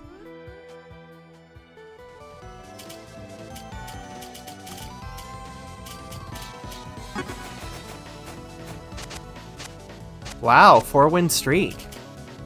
I'm like afraid to press the profile button when I'm on stream. I'm like, I don't want to dox anyone. It's so weird seeing Olympia's hands.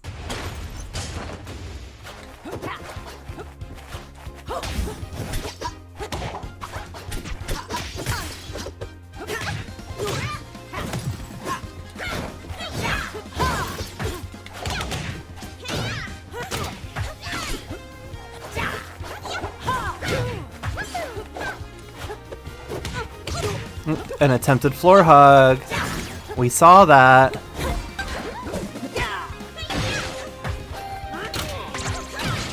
Ooh, nice.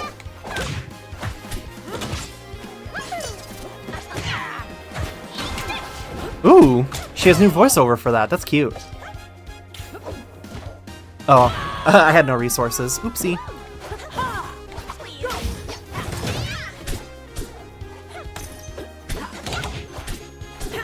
This fleet is doing a pretty good job of like slowing down the pace, which can really hinder Olympia's ability to pop off.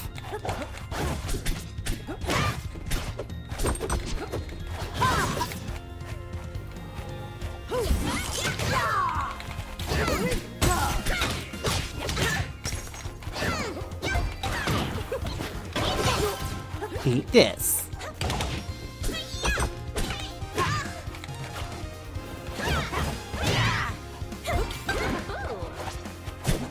Oh yeah, death by reversal.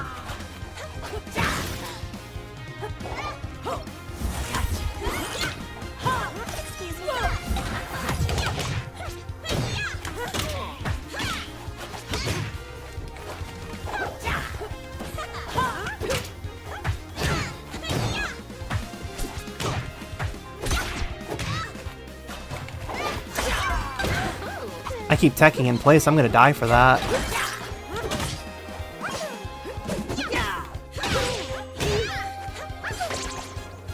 Oops, I didn't mean it. I had to take at least one, right? Yeah, there we go.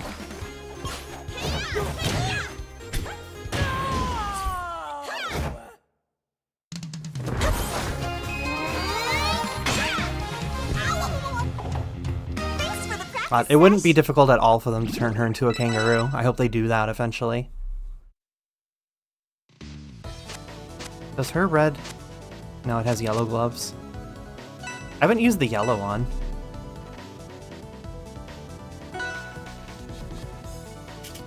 I will always take you to Crystal Oasis.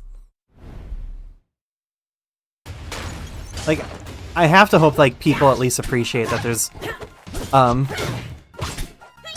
in some form, I am sharing the wealth by taking them to my oasis.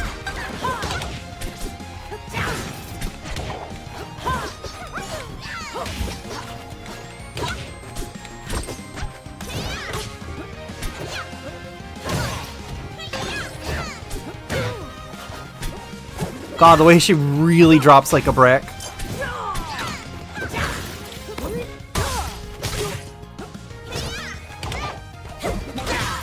I wonder if I should be using her Nair to, like, chase people off.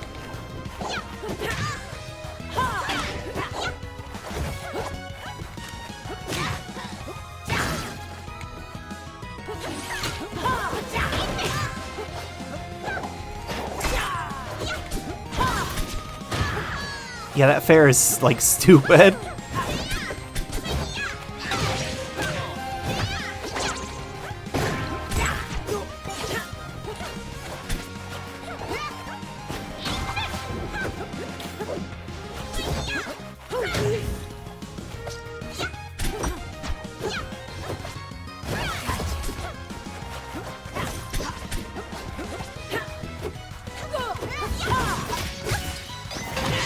Oh, that would have been sick.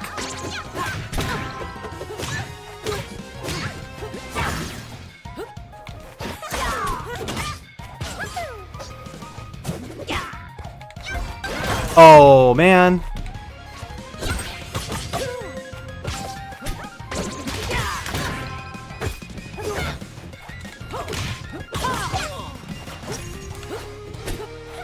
Uh-oh. Ooh, nice. I don't know if I have the resources.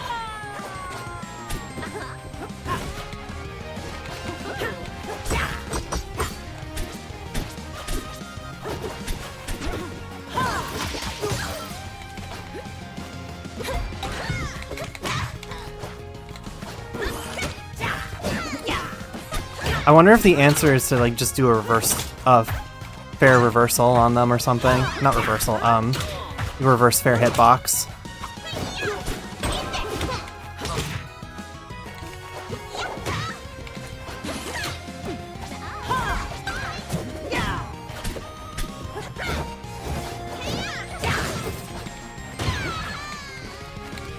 She drops like pigeon shit.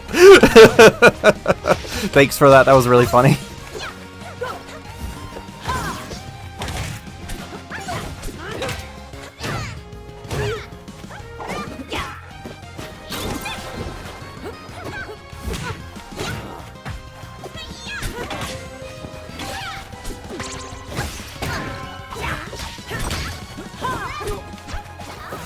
Oh.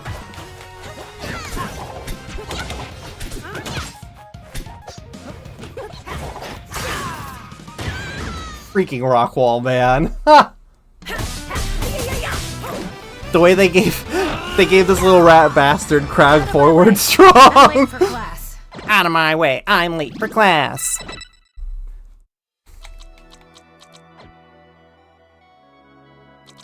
She's very cool.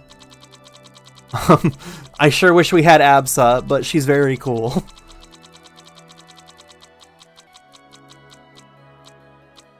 It might be a little late, but I wonder if I can get a free-for-all. Surprised you're not throwing Crystal off stage to cover the recovery. I should, against Fleet. That would be really smart. You'd watch out. She's gonna show you what she's gonna shower. Oh, are you trying to say she's gonna shower you with arrows? I'm still like sort of unga bunga mode where I just want to run at her and press buttons.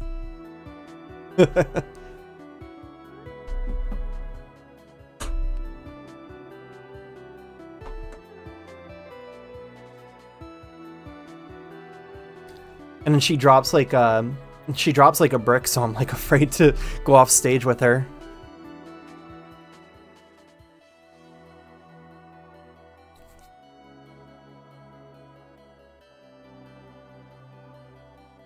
Yeah, I wanted to do free-for-all, but what time is it?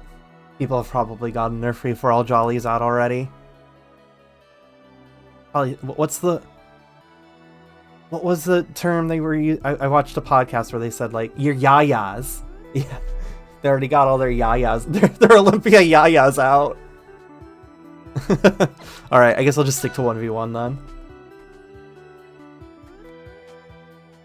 I've been streaming for 3 hours, 15 minutes. I have been at this Rivals shit, kind of all day. Well, okay, at noon, literally the moment the patch came out, I started working on my YouTube video, and then I finished that at like 6:30. Went to go eat for an hour, And then here I am streaming. I've been doing something Rivals related all day. And then all night. Tim Petty TTV. You think he's a Twitch streamer? If they got TTV in their name, I can look at their profile. Uh-oh, they really like Rivals. I'm toast.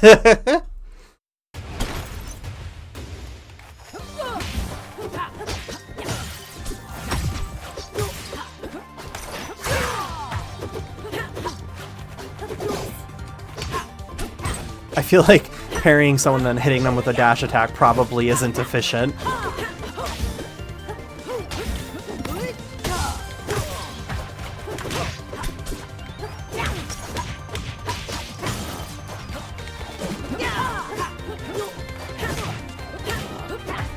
God, if you love to wave dash, this is your girl.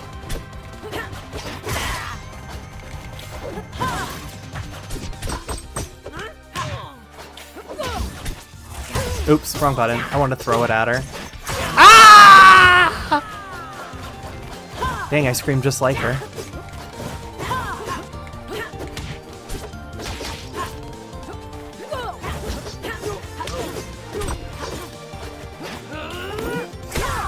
Yeah, the range isn't quite long enough for that, huh?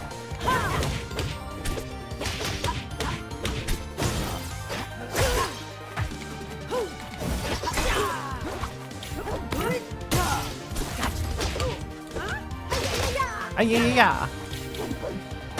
Whoops.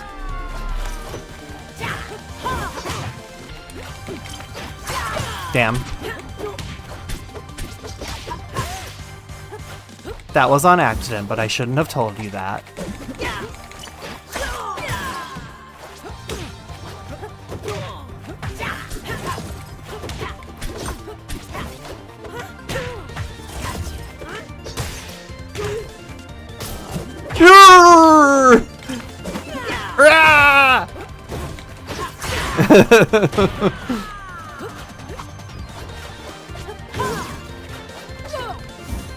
Oh.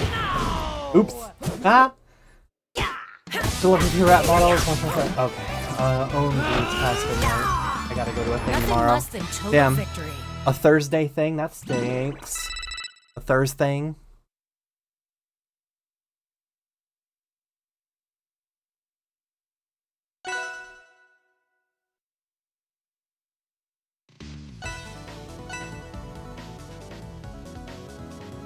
Man, if your character has good offstage, you might, like, just thrash Olympia. But I guess you gotta get her offstage in the first place.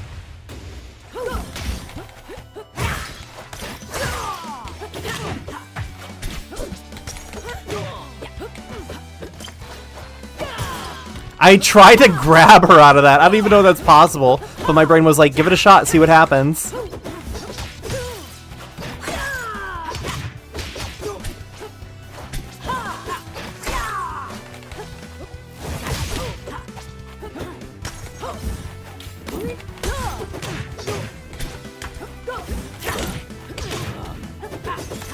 Oh, they can break the crystal even when you have it on cooldown.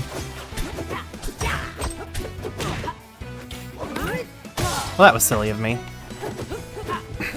The urge to charge that sort of move is so strong, even if you shouldn't.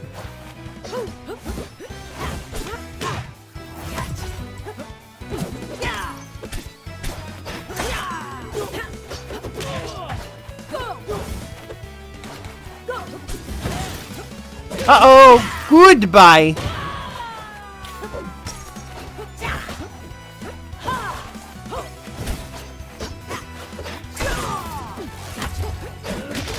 That was silly of me.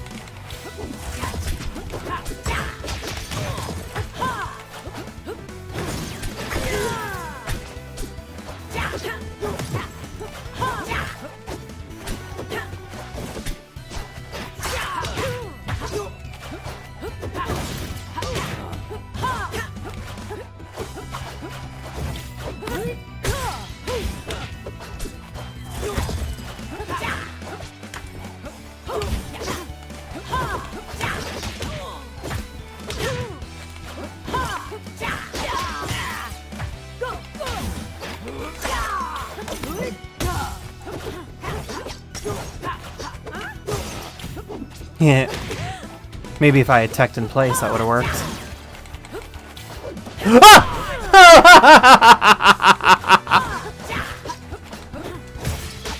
That's the kind of shit I can get away with on, like, Raster.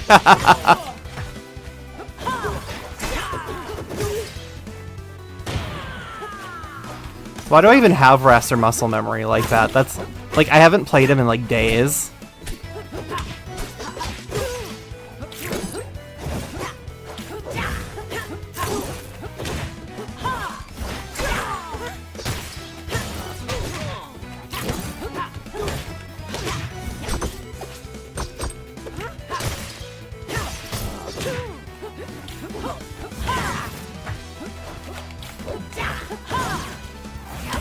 Almost. That would have been sick.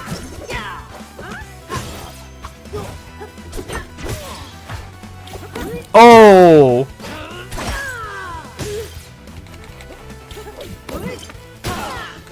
Oh, cool. Damn.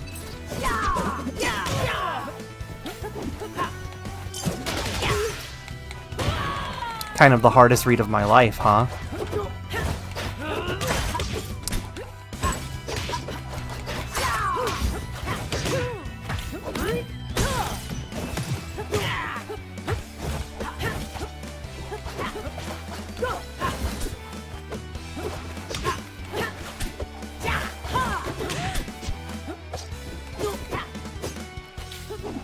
Oop.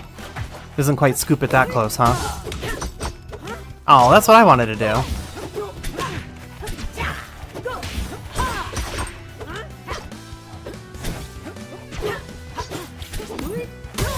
Oh, I thought I could hit her before she landed. I fucked up.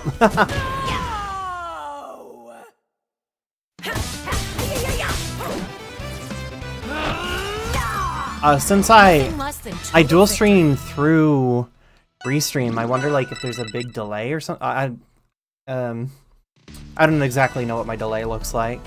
I guess I could boot up the stream on my phone if I was really curious.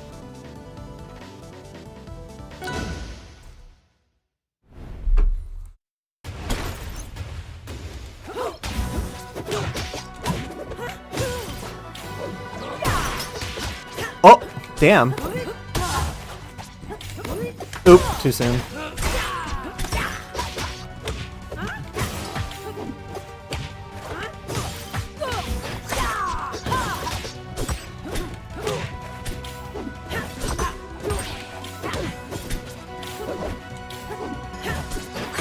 Uh-oh. I was trying to, like, get them to dodge me so bad so I could just grab the crystal and then throw it behind myself. That's so sad. Why did I just try to grab the crystal? Like, actually grab?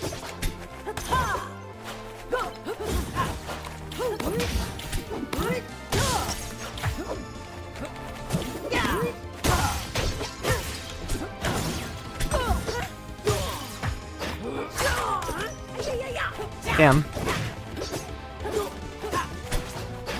Something I have to be remembered, like, when everyone comes back to Rivals for new character, we get all of the Smash players who, like, sometimes play Rivals, and Smash players are used to mashing out of their grabs. This is when you can get away with, like, you can get away with the most amount of, spummel, special pummel.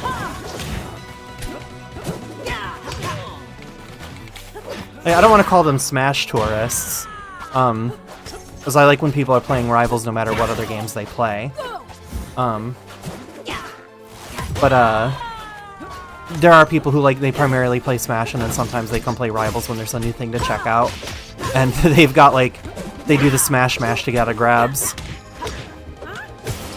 Or, like, in Smash, it's, like, how many inputs you can get in means you get out of grabs faster.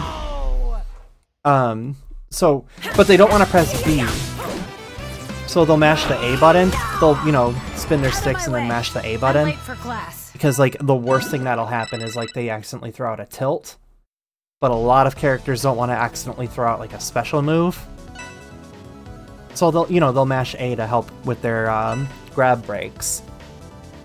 and that muscle memory transfers over to Rivals, so you can just always special pummel them.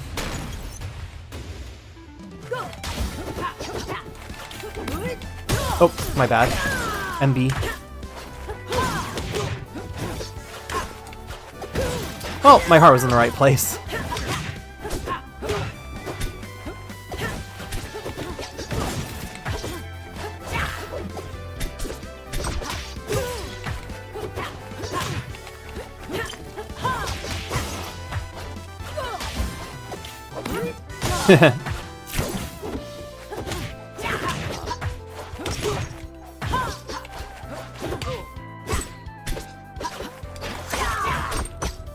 Man, if I was smart, I would have like realized for my patch overview. Got him! That's not gonna matter. I don't know good Olympia combos. Not bad, I guess.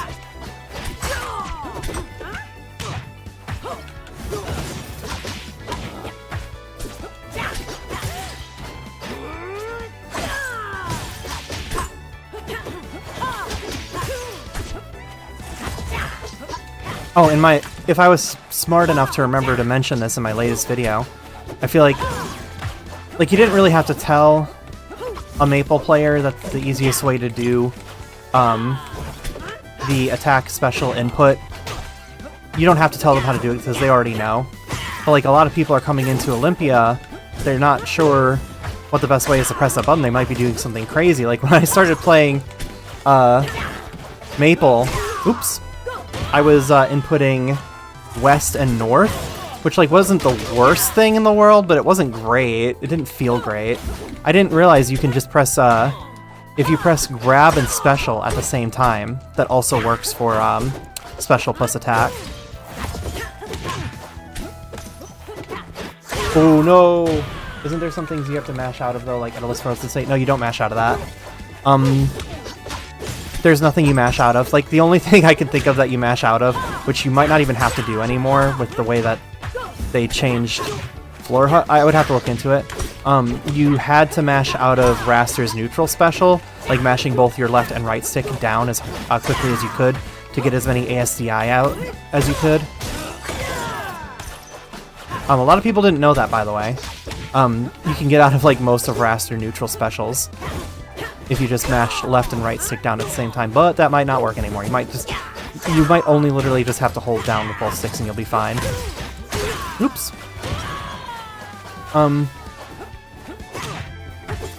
I don't remember if like Frozen State is based off of your percent or not. It might be, it probably is. But yeah, it's when you get frozen, the only thing you should be doing is with your left or with your left stick deciding if you want to tech roll left, right, or in place. One of my like Edalist knowledge checks is people don't know that they can tech in place, and you know most people know that tech in place is your fastest tech option. So I never have to do like I never have to do timing mix-ups with Edalist, and you can always just sort of like land whatever down strong you want.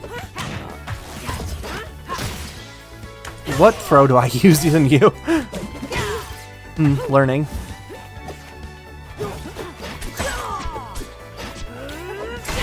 Oh. Yeah, you don't have to mash anything. If you think something is mashy, like Edalist Ice Block or Bubble, it's either like based on... Like Bubble is purely based off of how many poison stacks you have. Edalist Ice Block might be based off of your percent. I don't know if it is or not. It probably is.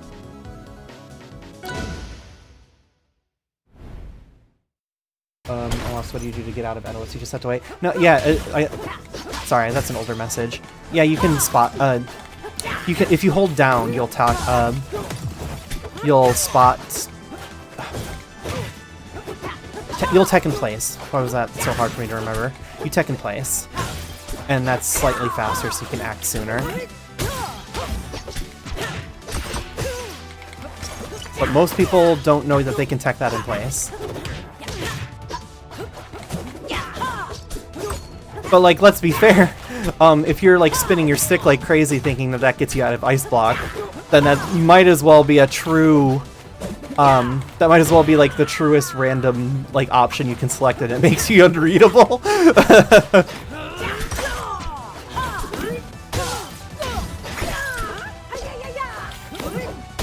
Yeah.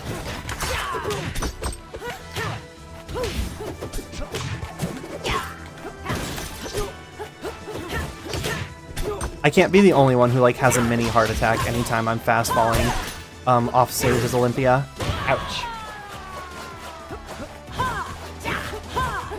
Yeah, I get why, like, it works for Smash. I get why Sakurai has it so you mash. When you're in those sorts of situations, it does feel good to have a level of control over your disadvantage state, and that's why, like, Sakurai does that. Like, he doesn't necessarily... When Sakurai designs things, he doesn't necessarily intend for people to be optimizing it. You know, that's just how fighting game players are.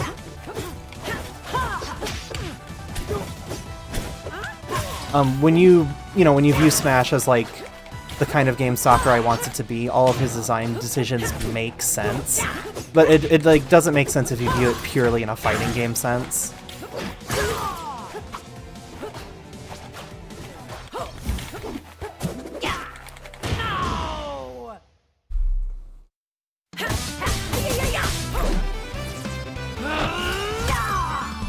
Out of my way! I'm late for class.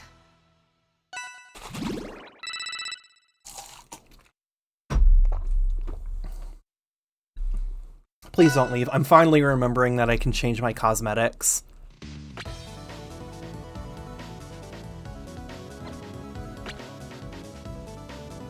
My favorite death effect is... Oh no, they left! My favorite death cosmetic is... Where is it? Bones! I love bones. It's like so Mortal Kombat. I love when my character dies and they just explode into like 3 rib cages.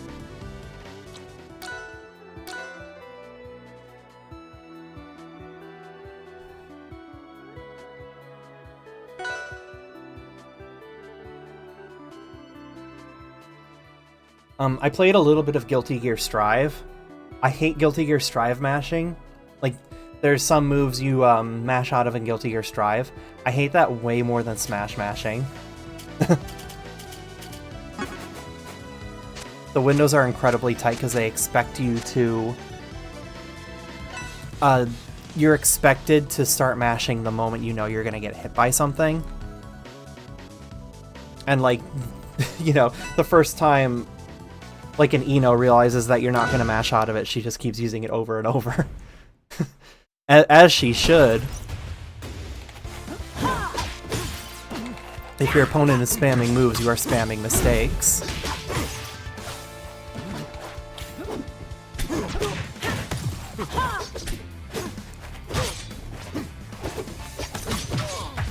Oops. Definitely don't want that to happen. Oh god. Oh lord. Oh.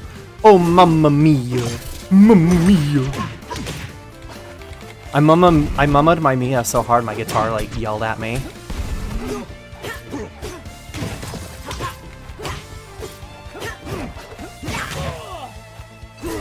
Oops. Oops. Oops.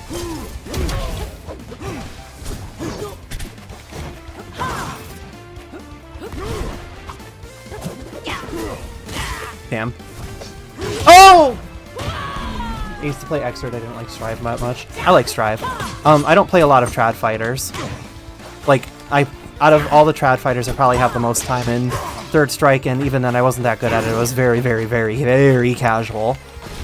But, like, I get why people like it so much, and I love to watch it. And while I'm not pulling off any sick tech, I do, like, love to play the neutral of that game a lot. But I think, I'm really taking the City of the Wolves. That's probably going to be like the trad fighter I spend the most time in.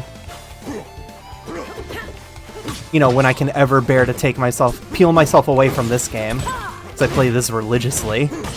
And yet I somehow don't get any better.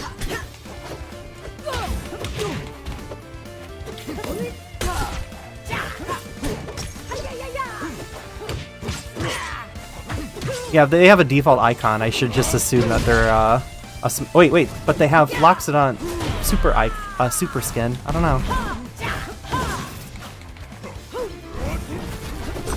Like I have that RP. Yeah, okay. He just mashes A when he gets grabbed. Oops, wrong button.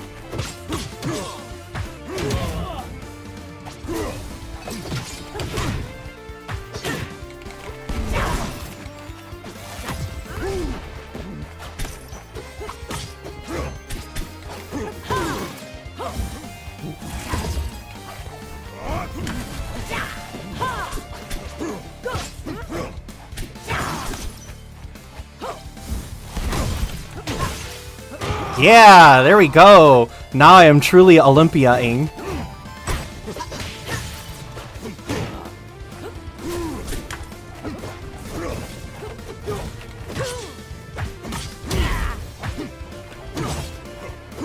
Like if the guy is broke.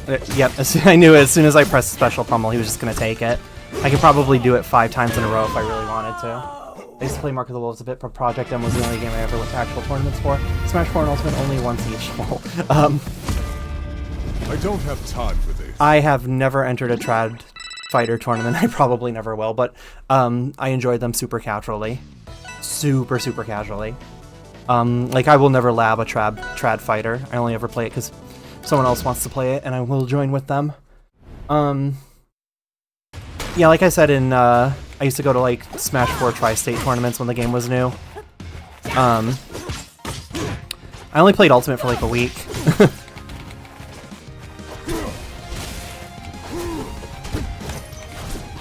I feel like Smash is getting, with the number of characters in Smash, it's getting to the point where like they need to start having like tier type formatting with like the way Smogon does Pokemon. Nope. Didn't mean to do that.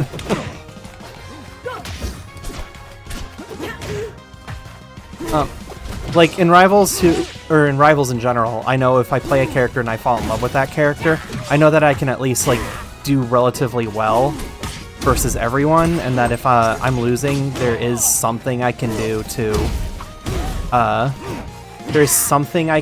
improve my play and like compete. In Smash Brothers, like no matter which Smash you're playing, you can just lose at character select. And like for the people who sign up for that sort of thing, that's fine. Like, you know, if you think your character is too weak, just switch to a stronger character. I think that is a valid thing to say in a game with like, I don't even know what they're at, like 80 characters now. But if I play your game and then I fall in love with what's his name? Oh my god, why can't I think of his name? Incineroar. I fell in love with Incineroar. And then, you know, he turned out to be total trash. Lorena saved me or something. I was playing a lot of Bowser Jr., but like he's literally Clown Core. The only way you win with him is with knowledge checks.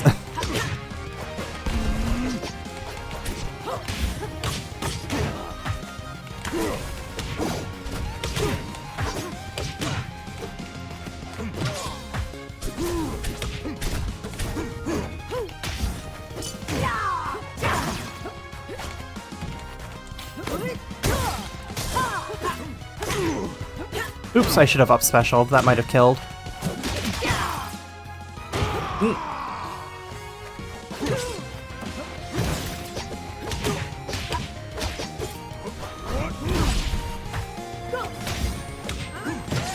Uh-oh. Ah, very nice. Oh, almost.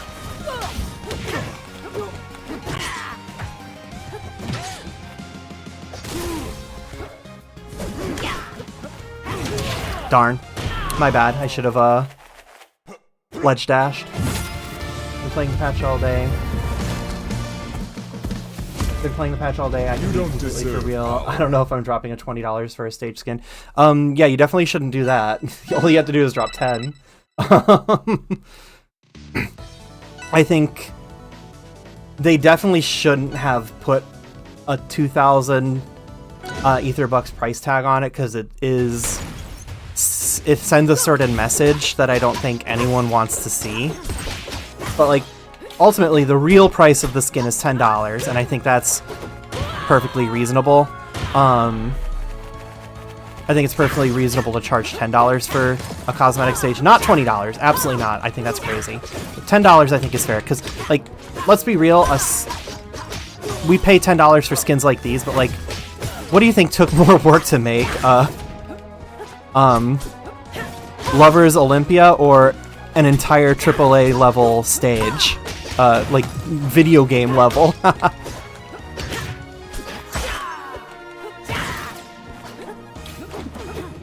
So like, the $10, totally reasonable, love that. I can tell you like the main reason, like they want you to buy it for $10, they don't want you to buy it for $20. But the main reason that they have it priced that way is they are trying to stay consistent with the bucks to coins ratio.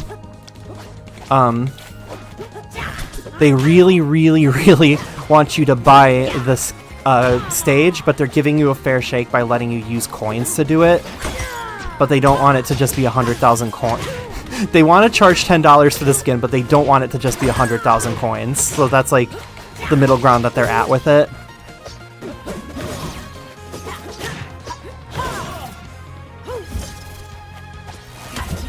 Oop. And I know my perception of like the value of coins and bucks is very much skewed, since I have so much of both. Where like I can easily say like, you know, it's very easy for me to say that 2,000 Ether bucks is worth more than 200,000 Ether coins in the like grand scheme. What? Yeah, the bundle is $10. The bundle is $10, but if you were to just buy it outright, it's 2,000 bucks. At the very least, no matter how you buy it, with coins or with bucks. So let's say you didn't understand how the system worked, and you did spend 2,000 bucks to buy the stage. If you go buy the bundle for $10, they'll just give you your they give you the 2,000 Ether bucks back. Yeah, exactly. Lion.exe. It $10 reasonable. The fair shake price that they give you for people who just grind the game is what makes it seem like it's excessive. But like, it really is priced like they really, really, really want you to buy this with money, but they are letting you buy it with fake money if you really want. If you're really dedicated to it, you don't have to spend money, and I think that's really cool. Like, I don't want to make I don't ever want to make it sound like 200,000 coins isn't really that big of a deal, because it is. It takes a lot of time to get that much coins. But like, I see there are tons of people who play this game a lot, and like, they simply don't spend their coins because they don't really care that much about most cosmetics. And they're the ones sitting around with like, they sit around with like 400,000 Ether coins, and they just literally don't buy anything. I feel like this is a fair shake for those kinds of players. Like, this is that's something everyone agree that it's worth like spending your coins on. My main hope is that they do some sort of like either like an overhaul to the coin shop eventually, because like speaking from my bougie position again, like, I don't even remember what like a coin shop looks like that's fully stocked, but I'm pretty sure like at least 2 of the slots are dedicated to pallets, right? And like 5 of them are dedicated to icons. At some point they're gonna have to reduce the number of icons that are in the shop at a time and like dedicate one of those slots to stage skins at all time.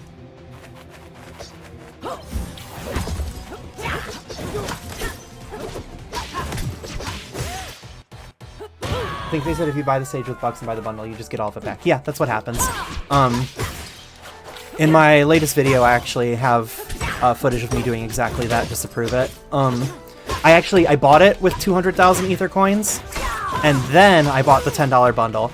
And instead of giving me back 200,000 Aether coins, they gave me 2,000 bucks. And like, just because of how the way that game economies work, no matter what, like 2,000 bucks is ultimately worth more than 200,000 Aether coins. Well, yeah, I'm trying to save my coins and bucks for better bring stuff, but that stage is so cool, as well as the music. If they put stage skins in the coin shop, I'm completely fine with price. Yeah, I'm hoping that they'll end up in the coin shop. I will be disappointed if they just this is your only chance to do it with coins, honestly.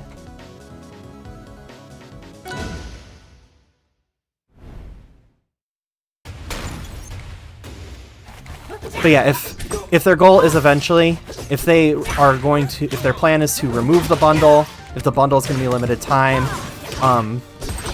if their future plans are to charge $20 for a stage skin, might be a little absurd. It screams to me the dangerous side of free-to-play economy, which is hunt the whales. Like, when you are a small indie company trying to make money, and like all you're whale hunting with like purely cosmetics, it's not the worst case, but I really, really don't want this to be a game where like some, you know, like your typical mobile game fodder where it's just it's a game where some people spend $1,000 but most people spend nothing. I much prefer this to be the type of game where everyone spends money sometimes. Everyone spends a little money sometimes.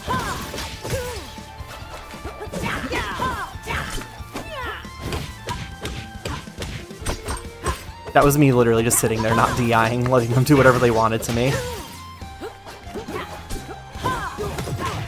Which bundle though? The Lovers one? No, it's a stage bundle. I can probably show it after this game.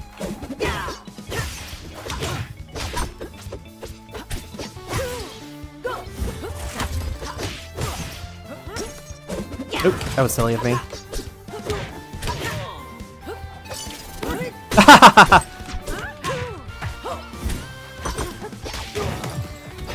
I do feel like Olympia is the perfect brain-off character.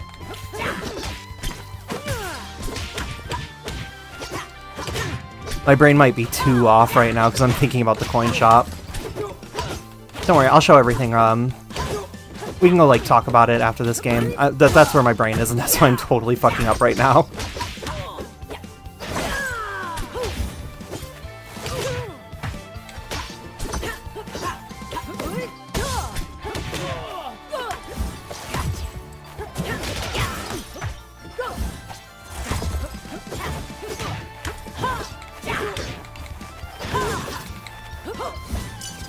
Oop, wrong move. Oh well.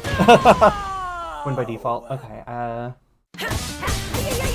gonna get my money up then. If I'm gonna get it, I will be part of the problem if any of the whale hunting involves fleet. I'm late for class. It almost felt that way with like the way they did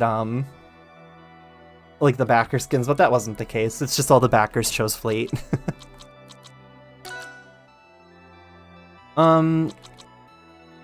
Okay, so all the bundles down here are old bundles. This is the only one I don't have, and I almost feel a little bad because it's this is the charity one. I don't own the Love and Motion one yet. I might get it eventually, but I don't know.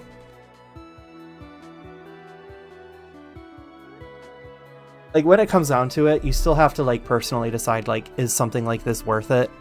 And you shouldn't feel pressured to buy things that you think are too expensive.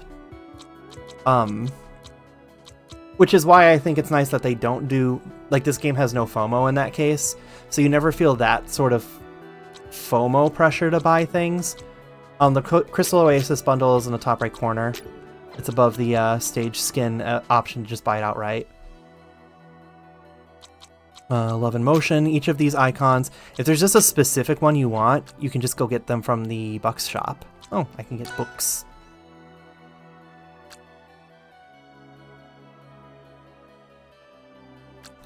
I sort of wish the lovers icons were in the coin shop, but I'm not sure what their grand plan is with this. Like, maybe they don't want to put legendary icons in the coin shop, or maybe they don't want to do it yet. But yeah, you can just buy these individually for bucks. It's $160, that's not so bad if you just want a specific one. And then $5 is really cheap if you're like, wow, I really want all of them. Or you want 3 of them. I'm waiting for Royal Emperor locks to appear in the coin shop. My hot take, there ain't a palette in the world worth $4.80, especially when I had to buy this skin for, I don't know, he was in a bundle of $20. But then paying almost a fourth of that just to turn him gold, not worth it. I wanted the Excalibur skin, but it's on in the buck shop. The only FOMO is with esports. No, not even the esports ones are going to be FOMO. Old enough esports skins will eventually appear in the in-game shop. They'll just show up like either they'll be in the buck shop exclusively or they'll appear in the coin shop. We don't know that part yet. But when Rivals 1 was like end of service, they did eventually release all those like limited time skins. I don't think they're going to wait that long. It's going to be a case like eventually they're going to retire Basketball Rano because they've been giving him out at, you know, every single event. And eventually they're just going to say, all right, we're going to move on to making, I don't know, we're going to make Tennis Maple. And we're going to start giving out Tennis Maple palettes all day. Or like every event. And now if there were any Rano palettes you missed, you can just buy those from the buck shop or the coin shop. It's probably going to be the buck shop, let's be real. But yeah, those won't be FOMO. The only 100% guaranteed FOMO we have in the game is Early Bird Kickstarter Raster. You will never be able to get that skin if you don't already have it. But everything else, even the retro skins, those are planned to become available more widely in some way, shape, or form. They just haven't decided how yet. The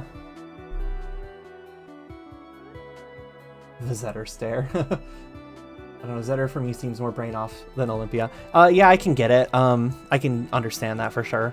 There's something about Zetterburn that makes me want to think a little more.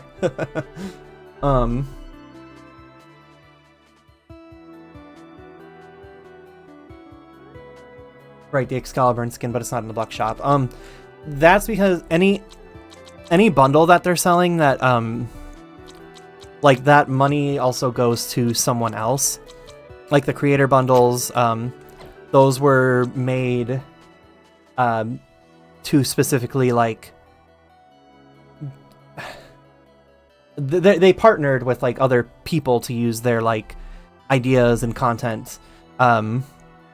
It would be funny if you could like go to the buck shop and buy the Hungry Box icon with bucks you earned from in-game, and then Hungry Box is like, okay, cool, where's my cut of using my IP? And the Rivals devs are like, oh, they didn't use real money. Oops. If you use the if you buy the creator bundle with the creator creator code, they actually get normally they only get 5% back. I think on these they get 25% back. I don't think I've ever it sounds like a salesman pitch. I don't think I've ever sold a creator bundle. It does tell me what bundles people are buying and like who bought them, and I would love to like be able to shout those people out, but I don't want to embarrass anyone with shouting them out without like getting their permission first. But like yeah, I don't think I've ever sold a creator bundle. The Pirate Maple bundle, that one benefits the ferret charity. I think that's really cool. If I had the spare funds to buy it, I absolutely would, but I have to be a little bit more stingy lately. And like I have $5,200. Like I probably shouldn't have even bought the Lovers bundle. Should have just bought them individually. Forehead out, Abs has got to be next, right? It's like like fire we ain't getting for a while. We just got to get water and earth character, so it's got to be Absa next, right? I really hope it's Absa. I think what they're gonna do... Ooh. What they might do... It's a bit of a stretch. The thing is... So, I think that Absa is... Not Absa, Olympia is going to be their Evo character. It's the character that they want to show off the most at Evo. They want people to get good at Olympia. They want her to be strong. They want Olympia to be on the main stage. So maybe they could make room for a less hype... They're going to announce a character at probably CEO, right? The Olympia reveal was really... It was really good publicity for the game. So it wouldn't make sense to pass up these opportunities to get these, like, in-person event reveals, because that did really, really well. They could... Part of me is like they want to go really hard at CEO to announce a character that's going to be available at EVO. But then, if Olympia is the EVO character, then maybe they could get away with revealing Absa at CEO. Maybe they reveal Absa at CEO. We get Absa in time for EVO.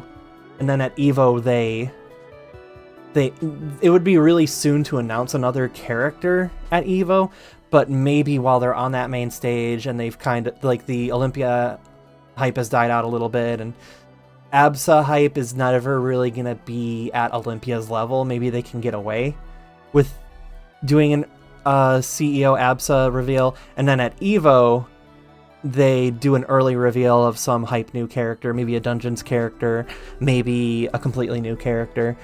It's all up in the air, but I feel like this game needs a zoner, and it needs an air character. You put 2 and 2 together, like, it's clearly the best thing they can do, unless they decide they want to chase hype again. And hype is doing them really good right now. Yeah, I understand why that is true. I might get the creator bundle and use the bucks from that for the stage skin. If it can be helped... Well, you can use the bucks if you want to get the stage skin. Because like I said, if you do use bucks to get the stage skin, and then you can just buy the stage skin bundle if you ever want those 2,000 bucks back. But, if you can use coins, if you can get 200,000 coins, buy the stage, and then buy the bundle, you get 2,000 bucks back, which is huge. But hey, if you do buy the creator bundle with my creator code, that is, like, huge. Thank you so much. I appreciate it. What I'm thinking is that they don't want to finish the season with Absa. Yeah, probably not. Part of me is like, I don't know if they necessarily care about, I don't know if they care about, like, cycles and that way, because their plan is always 3 months between characters.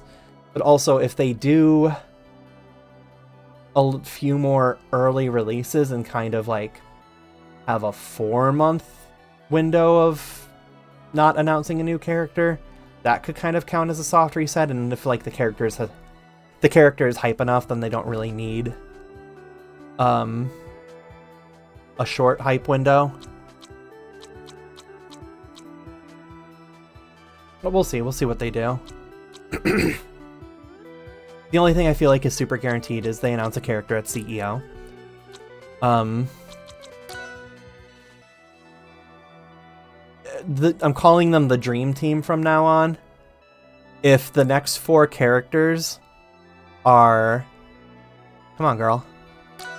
If the next 4 characters are Sylvanos, Artemis, wherever they're going to squeeze her in over here, Absa, and Hodan, that would be, like, super sick.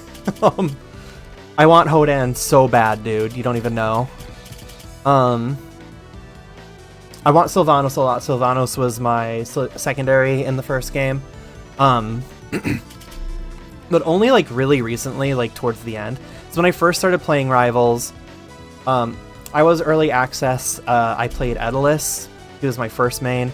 When I came back, I took a huge break. When I came back later, I mained Clarin. I took another huge break. How big of a break? Well, when you go from Clarin to Hodan, I think that shows how big of a break I took. Then Hodan became my main, and I was playing a whole bunch of Hodan, and then, like, literally just a few months before the Rivals 2 betas started happening, I was playing Sylvanos as a secondary. Mostly, like, when I was playing against someone I didn't want to go full power on. Theoretically, the next season of characters fills out the rest of the element slots, then Malo might be the end of S2. Sorry, now, start of S3, maybe. I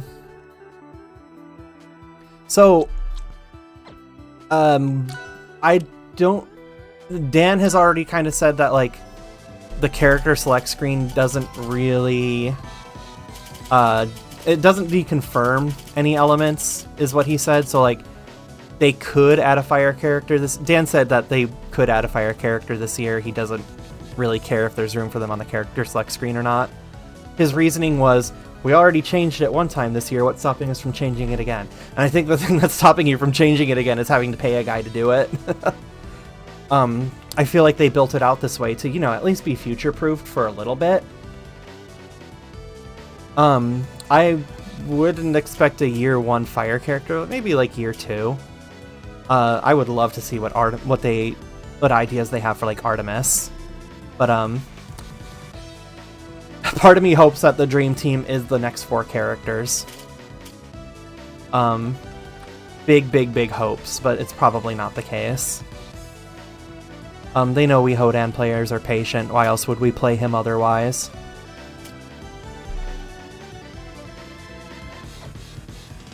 And then, like, once we eventually do get like that, when we get our first completely original character, that's gonna really, like, shake things up too.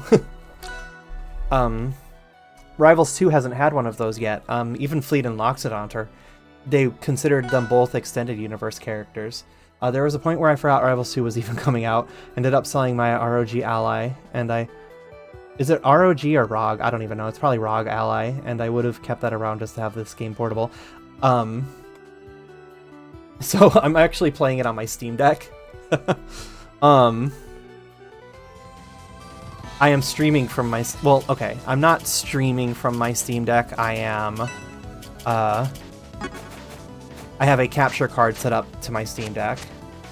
I love playing this game portable. It runs really well on this. Like, you've been watching all night, I've been playing this on the Steam Deck. It runs really well. I have to have the settings turned down just a little bit, but only specifically for, like, 4-player. And I do play a lot of 4-player, so I, like, want to be able to do that without having to specifically change the settings every time. Uh-oh. I don't know if this Olympia is just good at pressing buttons or if they know what they're doing. Oh god, they might know what they're doing. That was so scary. Why do you know what you're doing?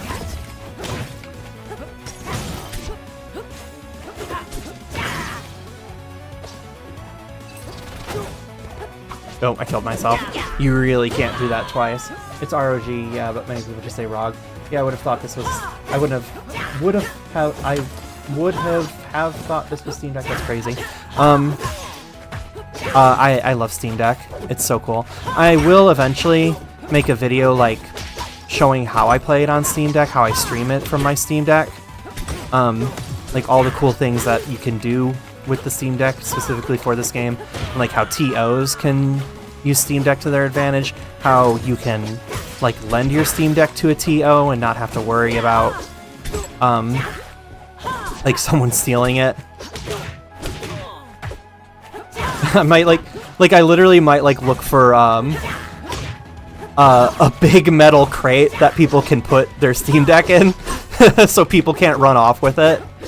Unless they can, like, lug a big metal crate around.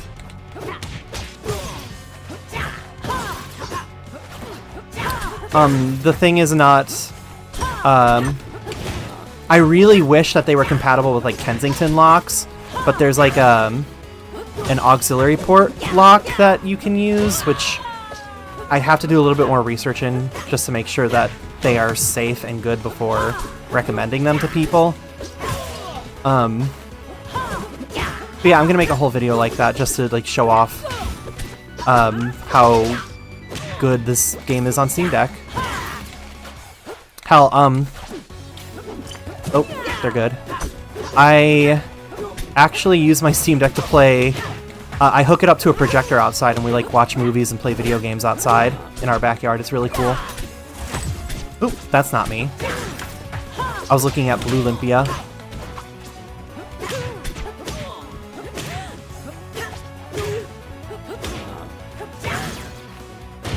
I think I'm cooked. But I did see you using a good picture earlier, so it makes sense, yeah. This is all Steam Deck. Out of my way.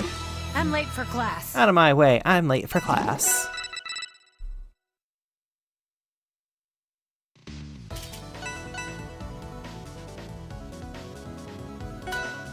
Oop, I didn't mean to random.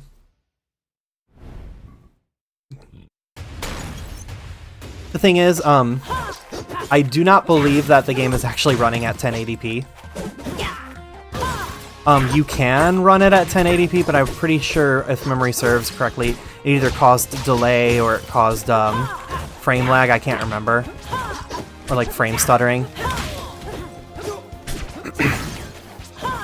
I forget what it's called. It's like HDR or something. It's like a sort of 720p that upscales to 1080p, and it's easier than just rendering the game at 1080p. And it looks okay for the most part. Like, the game definitely looks better when I'm running it at 1080p, but for the sake of making sure it runs completely smooth, this is good enough.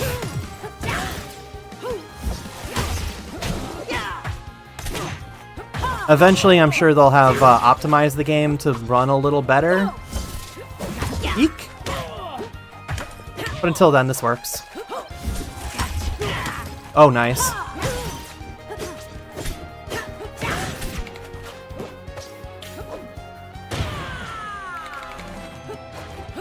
I hated the battery life of the ROG, the ROG Ally. Like, how bad was it? How bad was it? The battery life of my Steam Deck is really good, but also I, like, sprung for the highest end model, so I actually don't know the differences between them, because it's been a while. I think I ended up grabbing this one because I did want the bigger screen, the bigger, higher quality screen, because, like, if let's say I were to, I don't know, show up at the Smash Local with Rivals 2, and maybe I'm not guaranteed a TV, and I can't possibly lug around a monitor with me, I can just drop this on a... Like, the screen on a Steam Deck is big enough that I think you can place it on a table and two people can comfortably play on it.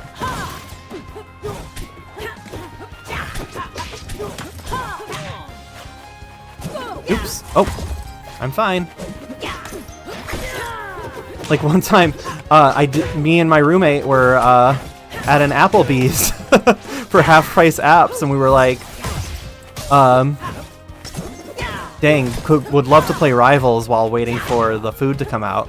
So we literally just busted that shit out on our table, hooked up both of our controllers to it on the dock, and was playing Rivals 2 at our Applebee's table. The waitress came over and she's like, dang, when's my turn? And I was straight up like, if your boss is cool with it, you can join in. You know, she was just making small talk. She didn't actually mean it.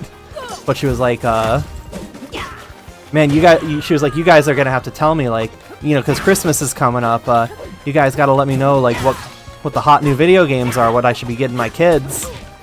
And, like, my ass plays Rivals 2, like, religiously.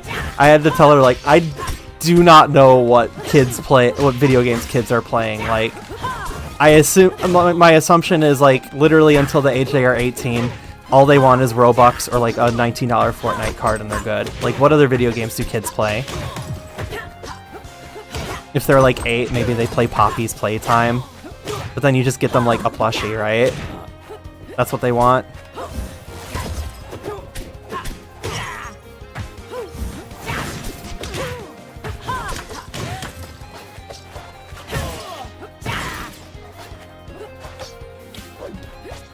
Oh, I don't feel like I should have won that. I hated battery life on the ROG Ally, but the performance was good. With most games, I was barely getting like 2 hours. Oh, I'm late for Yeah, I class. get it. That's why I felt like I was always had to be plugged. Might as well just be on the PC. Yeah, that's understandable. The battery life on the Steam Deck is pretty good. Hold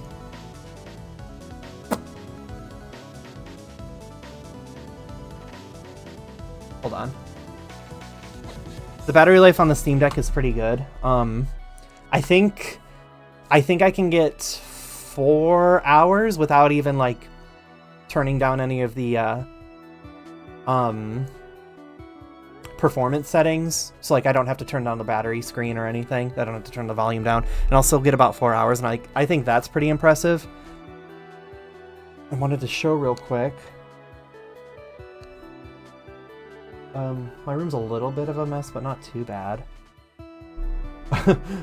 One of my biggest benefits to... I can do this. Yeah. And I'm pretty sure I still have this set up. Camera's not going to point it.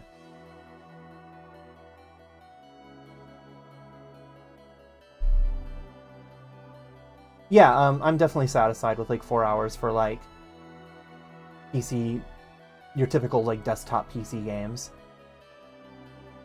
This one? No. This one, yeah. Okay. So here's my Steam Deck. Hooked into a capture card right here,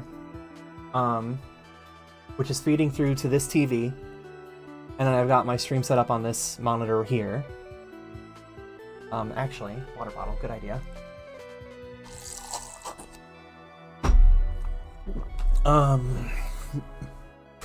Oftentimes, when I am in bed, is this thing turning on? Yeah. I have a projector screen point working. Cool. I have a projector screen pointed at. Well, I have a projector pointed at a screen I quote unquote handmade. I took a blue sheet and grommeted it so I could just hang it up. I could just play Rivals of Aether in bed. Oh god, I just showed my disgusting bed on stream. I don't got that shit made, sorry. Yeah, real comfy, but it's got like pretty bad delay, so I don't play it. If I'm playing video games in bed, I'm not playing them like I'm not playing a fighting game online. It's too laggy.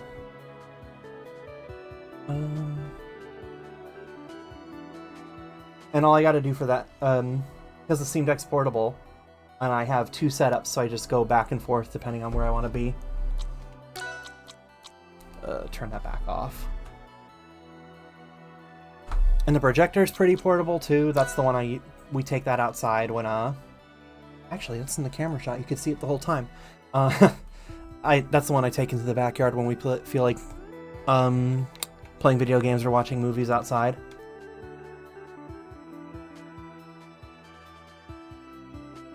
Yeah, I'm super satisfied with it, and it's like, it wasn't really hard to set up at all either. Like, the projector's cheap, and it feels cheap, and it is cheap. That's why it's got like so much, it has a lot of delay for a fighting game, but it's not the delay isn't like that big of a deal for even like your typical action game. You can we play Mario Kart on it, and it's fine. Oh boy, 8-win streak Olympia, huh? Alright.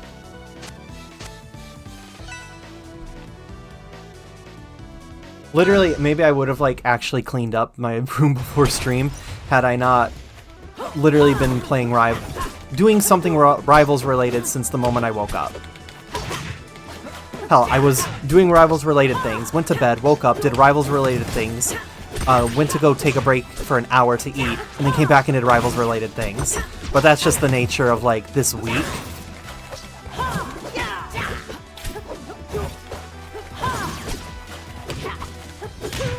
I did, what, an 8-hour stream of Dreams of Aether last night to get 24 stars, and I'm probably the only person to have done it.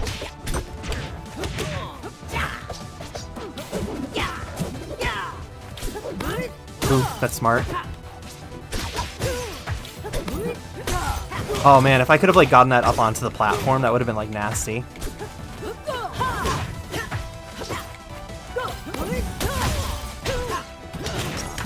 there was no way that was going to do anything, but I really wanted to see if it could have been potentially useful.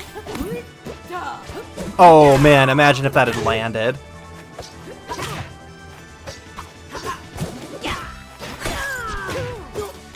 Can she do that? Can she up air through these? Or up strong through these? Ow.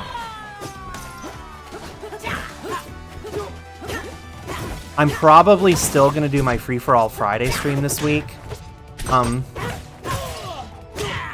But I think it'll be the last thing I do for just a little bit. I have friends visiting from out of state, and we're gonna go do some vacation stuff, so I won't be able to do content or stream for a little bit.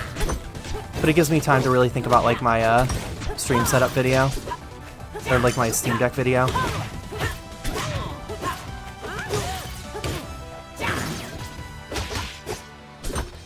Man, the Olympias already know what they're doing. I just want to be Unga Bunga funny guy.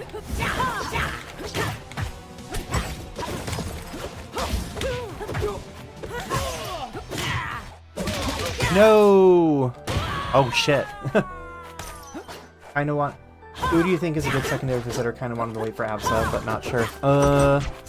Like what, to cover weaknesses or for an easy transition?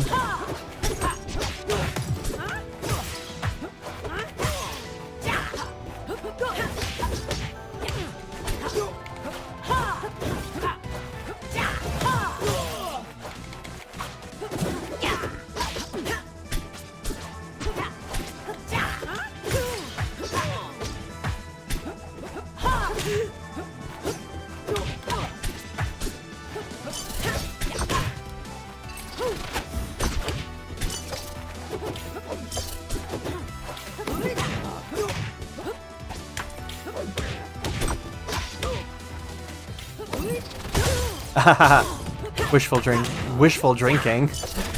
Put that on a t-shirt. Yeah, for the annoying matchups he struggles with. Nothing less than Which total matchups victory. does that everyone struggle with? Loxodon, right? That was the one you were talking about? Who murders Loxodon? Crag probably murders Loxodon, right? Oh, they one and done me. Like, I must seek stronger opponents.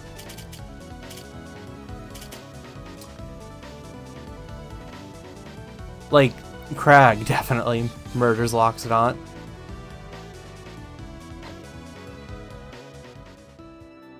Loxodon players will tell you, oh, Loxodon loses all matchups, but then they're like, just not a good Loxodon. And, of course, Loxodon loses all matchups when the game full of rushdown characters, when you let one of those rushdown characters get in on you.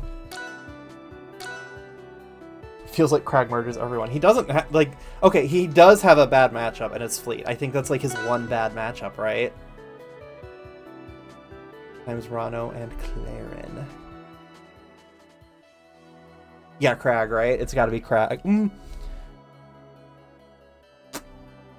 Crag probably beats Clarin, right? Right?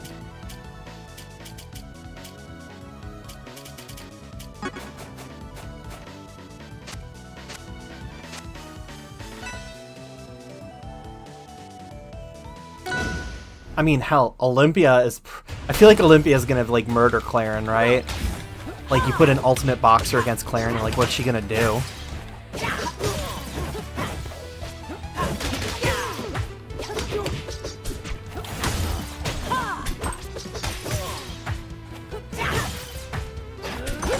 Oh, right. Can't do that.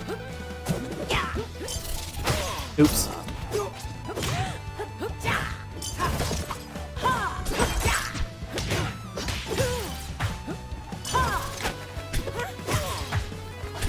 It's funny how, like, Olympia can feel really good for, like, a Mashy player, but then she also does, she absolutely gives away when the person playing her is mashing.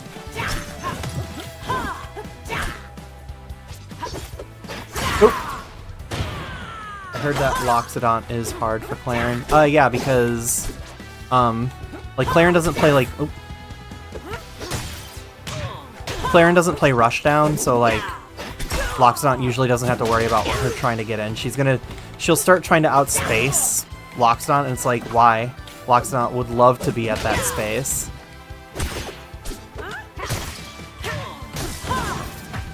Man. Why we gotta do this? Why you gotta be parrying me? Whoa! That is some good shield damage, huh?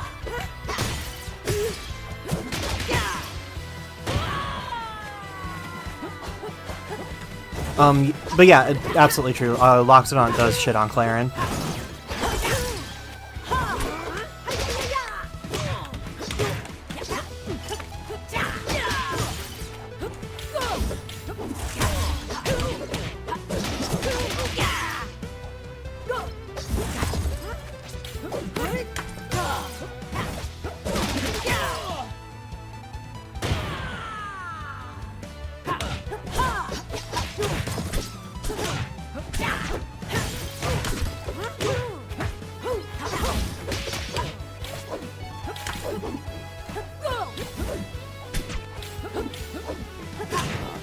Bro, we can't hit these fucking crystals. Huh. Weird interaction.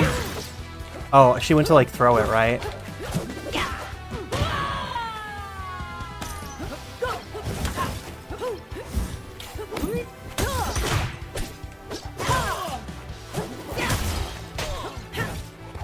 Oops. Wrong button. Kind of funny that's the whole beef in the storyline. Well, if making it so Loxodon counters Clarin, they certainly did that good enough. Whether or not it was intended.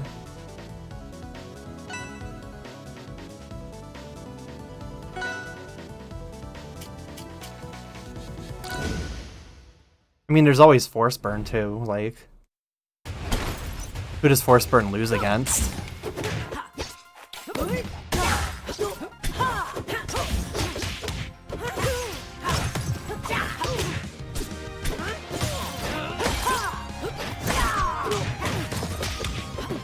Oh, you know Force Burn probably loses against Rano.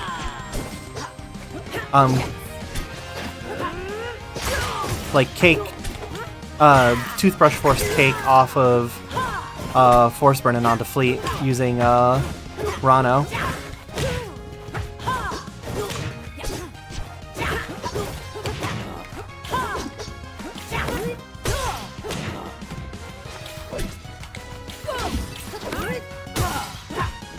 Uh-oh. Darn. Thought I was onto something there. I don't even know you. Now he has that as a taunt line. It's very fun.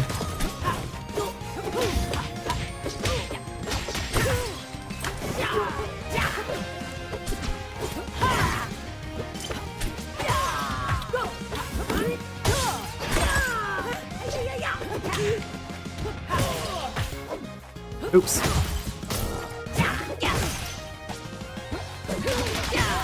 Damn.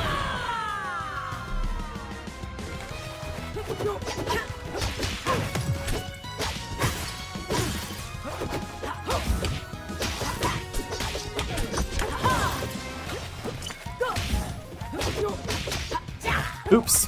Am I okay? Am I living? Guess so.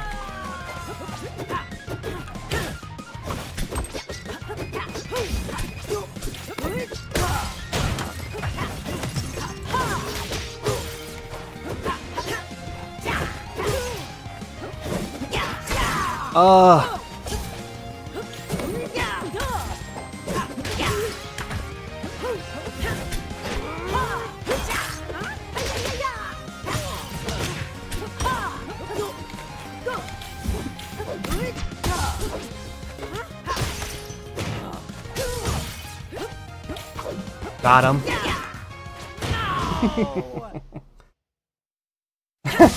That was really funny. What time is it? Out of my way. Ooh, 12:21. I'm gonna try the craziest thing in the world. If I can get a midnight free-for-all, I'll play that shit. when they said that they were migrating to Epic Game Services for the lobby system, which, like, I don't know if they've done that yet. I'd have to rewatch the video to listen to the exact wording.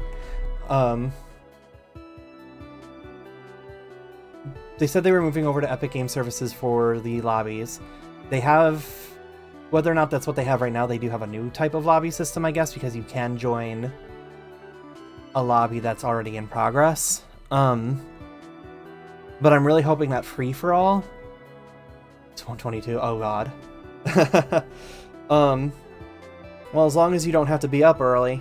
But, I'm hoping that eventually they do have, like, some sort of free-for-all lobby system where... I don't know, if it at least can put, like, 2 of us in a room, and 2 people who want to be playing free-for-all are just doing 1v1s until somebody else comes in. And then we're doing 1v1v1, and someone else comes in, now we're doing a free-for-all. I think that would be a really cool way to solve the problem of it being impossible to find, like, free-for-all rooms. Find 2 players that do want to play free-for-all, but have them do 1v1s until more free-for-all players enter the room. And then, you know, if someone drops out, just, bring in a new player that wants a free-for-all instead of having to remake the entire lobby. I feel bad that I didn't try any free-for-alls earlier. I mean, I got in those 2v2s with my roommate, and that was fun. I guess I might just have to jump. Okay, I'll do it. I'll jop into 1v1s again. Wait, maybe I can get a 2v2.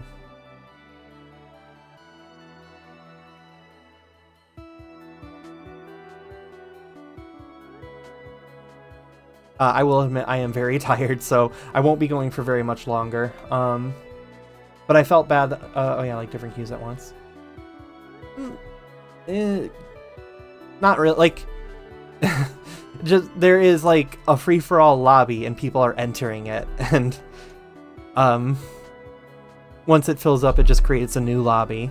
But it just keeps putting people into that lobby. Like as it is right now, like creating a public room, a public lobby, and telling people this is where you go for free-for-alls. And until we get more people, I'm just going to be playing whoever comes in here. That's the best way to do a free-for-all right now. I hope the console versions do well in the future and bring much more players who'd want to do stuff like free-for-alls. Yeah, I don't doubt it. And they're gonna have cross-play this time, so that'll be really cool. I think like that's the benefit of them having like this the account system, the server system. Dang, I can't even get a 2v2 on Olympia Day. Well, that's just the power of like 1 in the morning, huh? Oh, do I feel like doing 1v1s? Hold on, I have an idea. I haven't done like any of her arcade mode yet. I did her easy mode. I feel like that's a good way to wind down. Let's actually start with her hard because I just want the clear. I'll like work my way back to medium.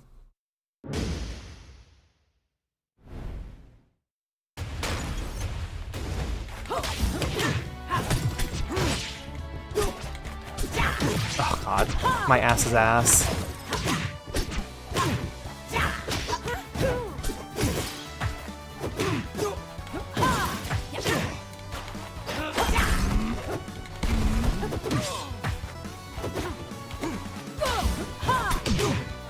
Oops.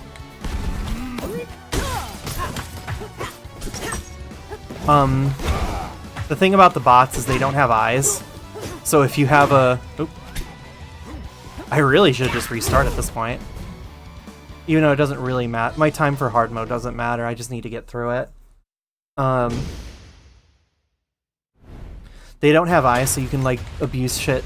Specifically, like... Not like that, but that should work. You can generally abuse...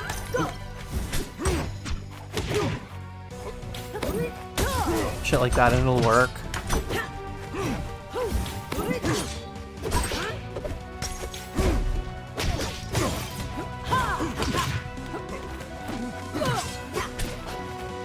God damn it.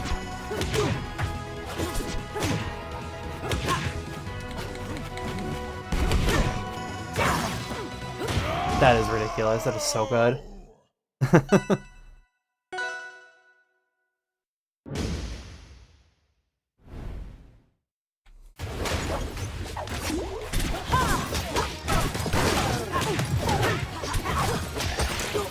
And then the doubles is really easy because you just abuse the fact that you can't hit your teammates, so you just go wild on hitboxes. Stay near your teammate so you can cover each other.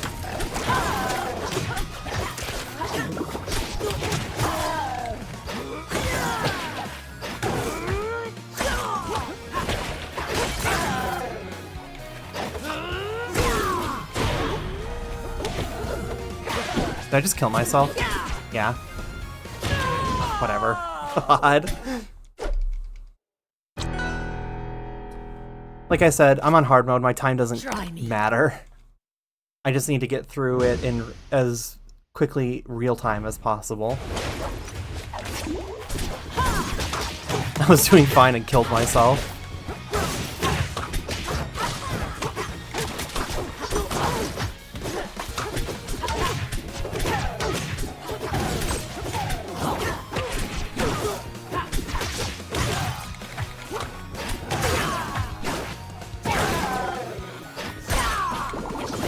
Oops.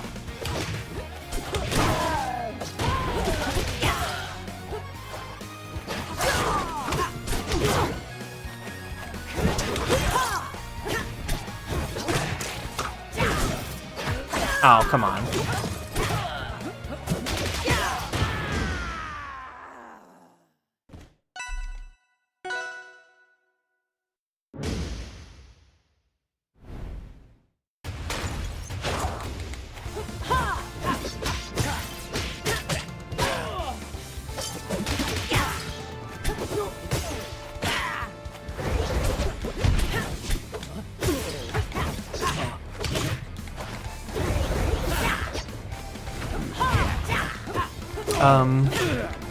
One of the developers of the AI said that the CPU opponents have about a 20% chance to attempt to floor hug anything you hit them with. Like your typical online opponent will try 100% of the time and maybe only get it 20% of the time.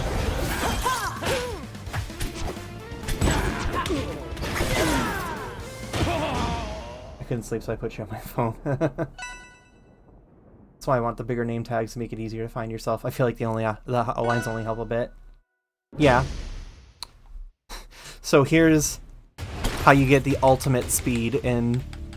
Oh, you can't fucking pass through that. There you go, 2 seconds. Beat that. And then they turn it into 2 minutes to punish you for failing.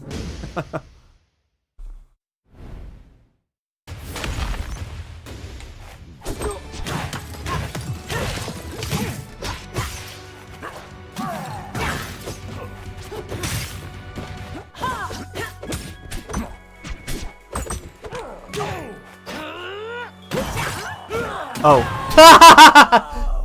Didn't they nerf floor hugging this patch? Yeah. Not by much. I think, right? I'll make this quick. They made it more accessible, but then also made it not as good. But not by much.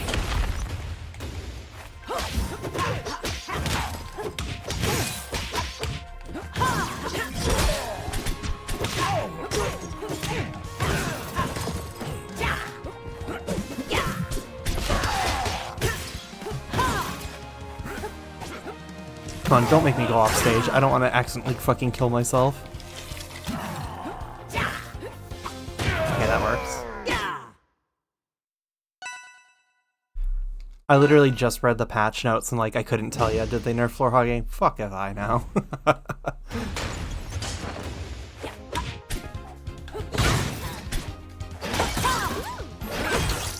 God, this is what it felt like before December 3rd. Getting online.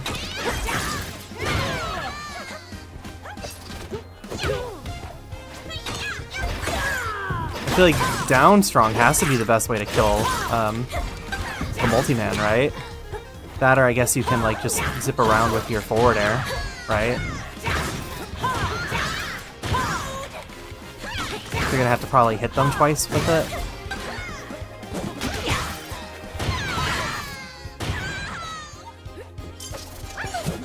God damn it.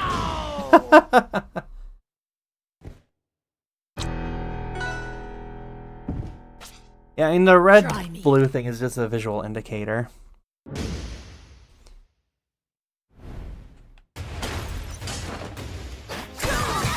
Honestly, maybe the better strategy is to, like, just go to one side of the stage and forward strong.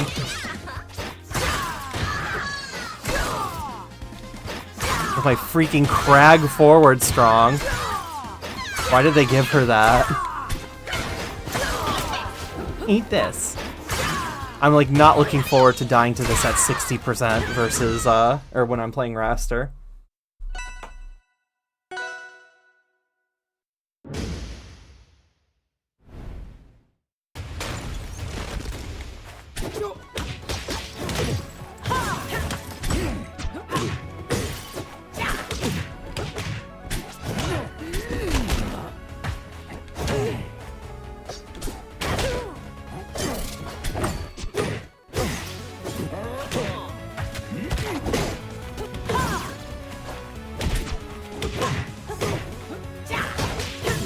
No, he floor hugged me. Funny.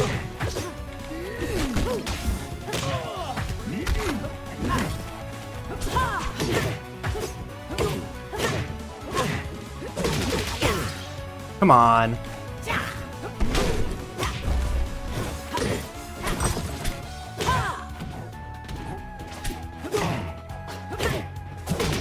Please. I hate this stupid bug, dude. Jesus Christ. Raster versus Olympia is gonna be fucked. Maybe.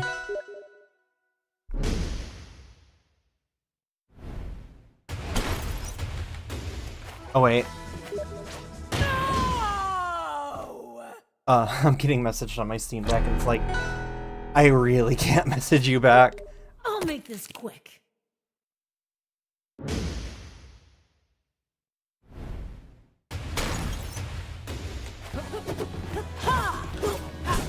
I'll make this quick. No, I won't.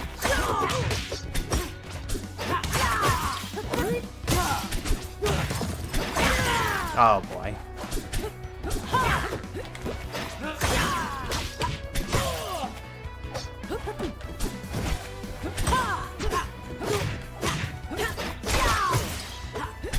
Actually, like, I don't know if it's still the case, but last patch, the AI was, like, obsessed with killing itself. You might just be able to cheese them out by doing that again.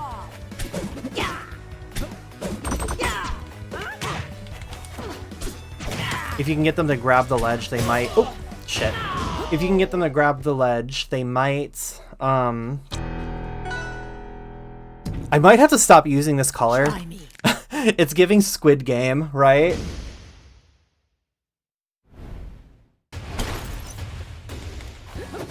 Now that I've been, like, looking at it too long, it's giving Squid Game.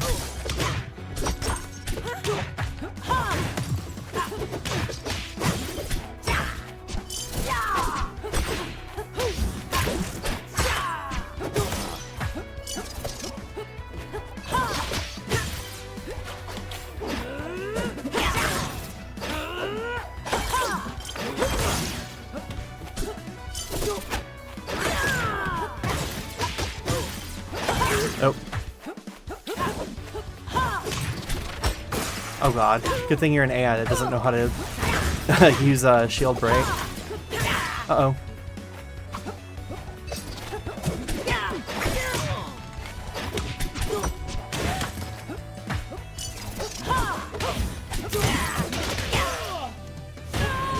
This is gonna be really annoying. I didn't even think about Squid Game until you mentioned it. It was specifically her falling that made me go, wait, Squid Game? That's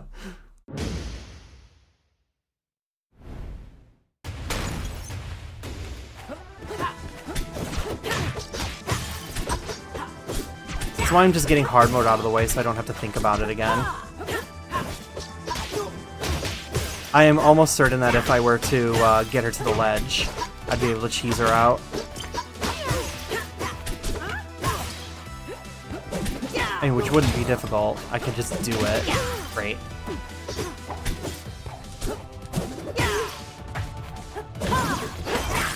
So the AI doesn't really care about sweet spotting their ledge special that much.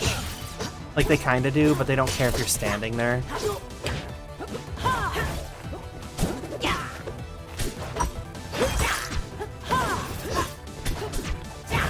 Yeah. Oh, shit! If I would have grabbed the ledge, that would have been it. I feel like that's definitely the play, though, right? Good thing I just die over and over, it doesn't matter. Try me.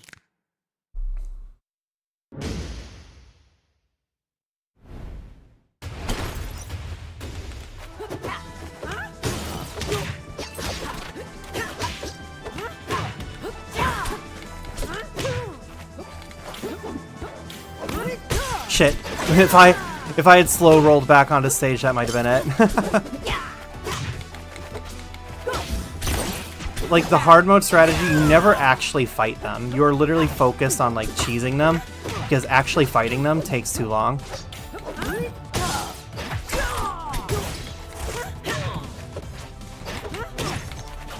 Oop. Shit, again, if I had grabbed the ledge.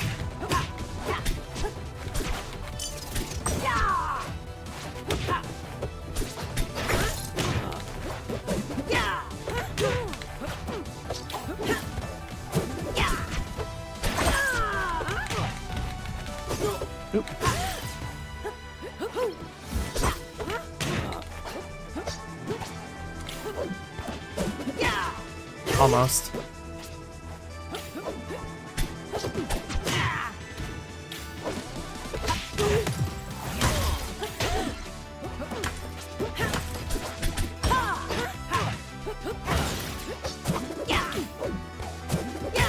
Oh my god! I fucked up the roll. That was the... I literally had it there and I just didn't fucking slow roll fast enough. Oops. I'll make this quick.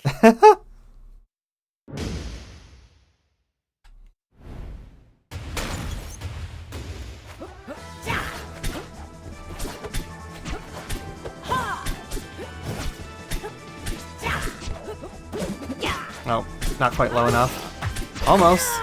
She doesn't really seem to care that much about falling off the ledge.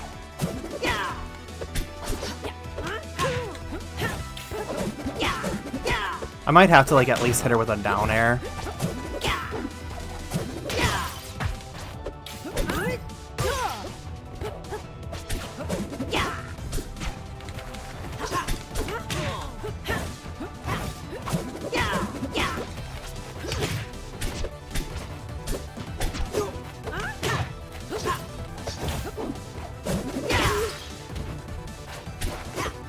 Come on, girly.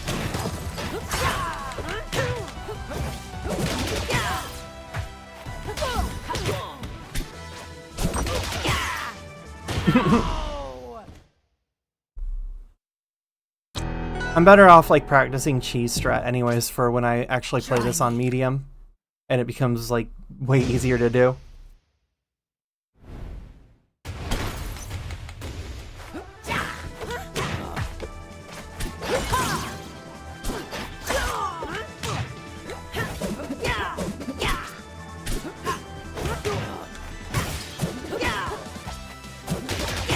Or I can kill myself, I guess.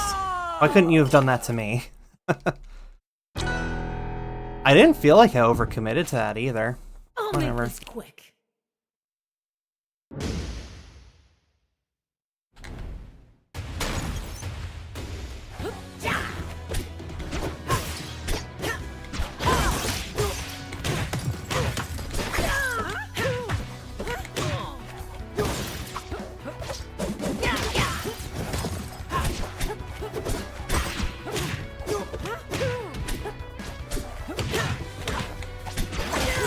Maybe just take like a tiny bit of percent off of her and then just keep spamming off stage forward or down airs.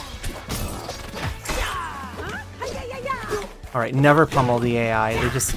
Pretty sure they just have like a 70% chance to break or something. Oop, killed myself. It's so easy to do. Only my eyes closed listening to my good friend Bird Guy. Try me. Hitting you with that piano sting every 15 seconds.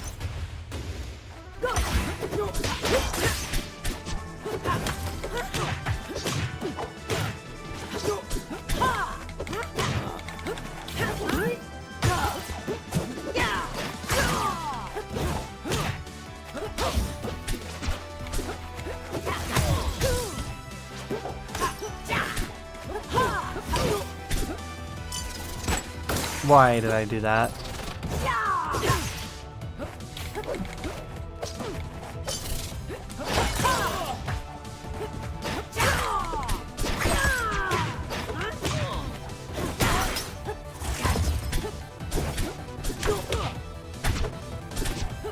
Yeesh, my percent.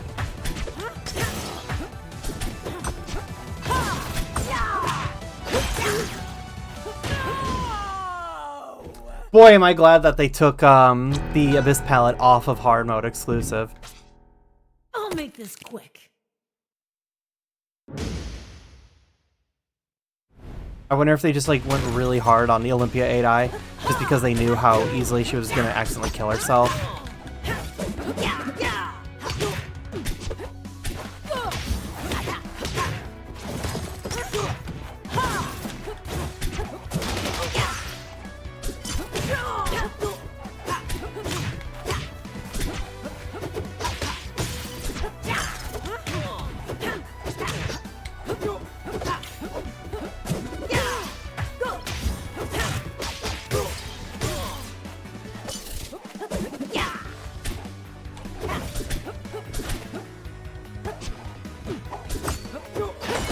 Jesus Christ.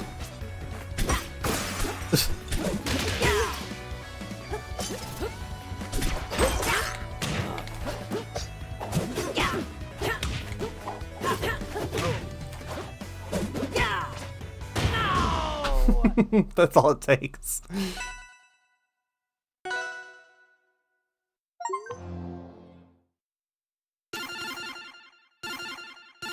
Give me my things. Okay. On to normal.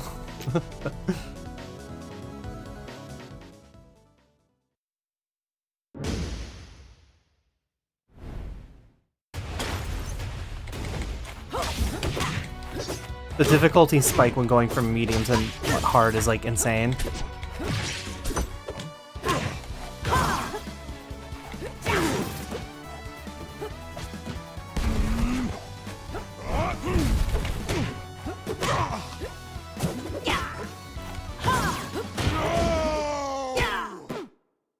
Cool.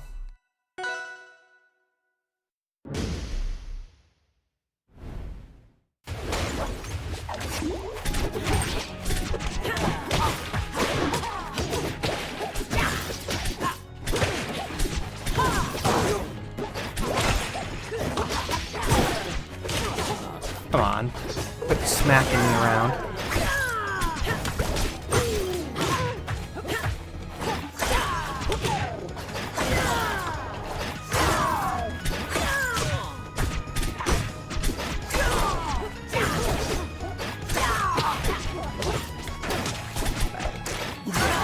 Is that it? Cool.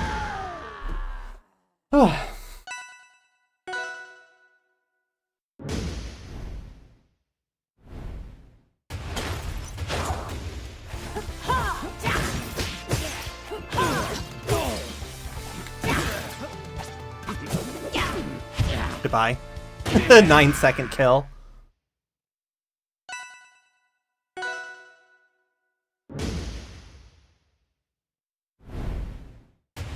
I don't know the optimal route for this and I don't care.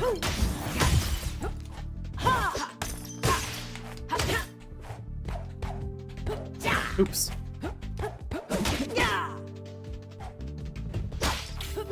Damn it, didn't mean to do that. Oh well. Like, you don't need to be optimal for this because, like, the difference is like a few... Oh, God damn it. Whoa! Teleport. Oh my god. That fucking sucked. But like the difference between like a really good optimal run and this is like, I don't know, 10 seconds at most. It's not a big deal.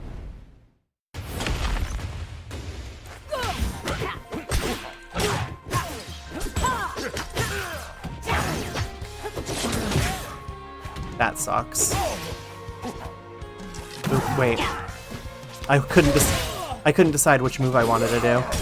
You can actually kill him very easily on this stage.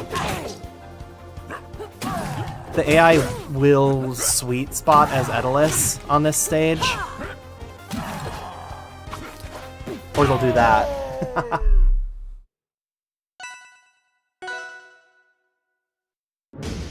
So I have to decide if I'm like actually gonna fight the boss or not. I might.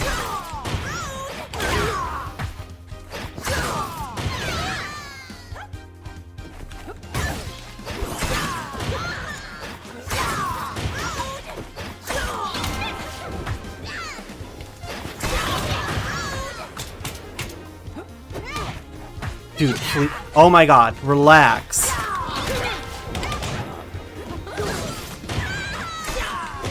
God. They just like slowly walk through me as I'm forward stronging. Girls, please, you're making this time awful.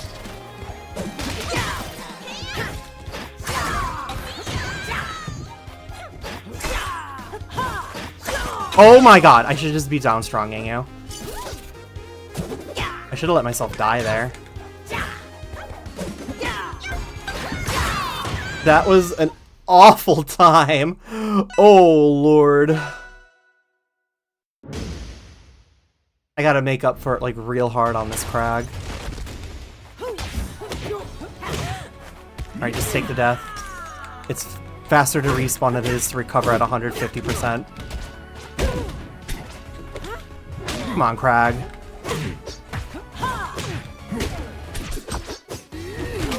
Jesus Christ. Whatever. Oh my god. Yeah, sometimes they just kill themselves. Alright, so how much time do I have? A regular amount of time. Oh, she was literally about to kill herself there.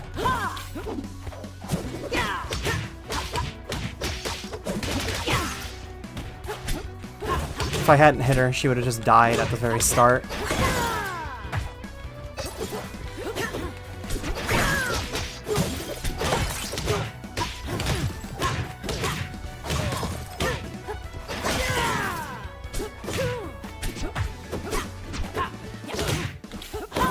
Come on. Why did I pummel you? That's so risky. Based? Of course not. Just die, just die. Shit.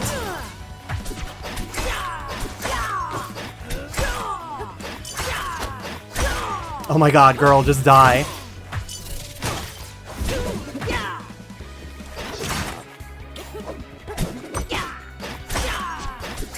Please?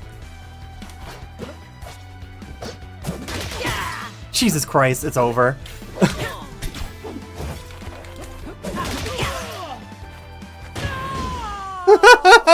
Oh my god, that's so embarrassing. Oh well, had I simply not taken a whole minute to kill a bunch of fleets that slowly walk towards me, I would have been fine.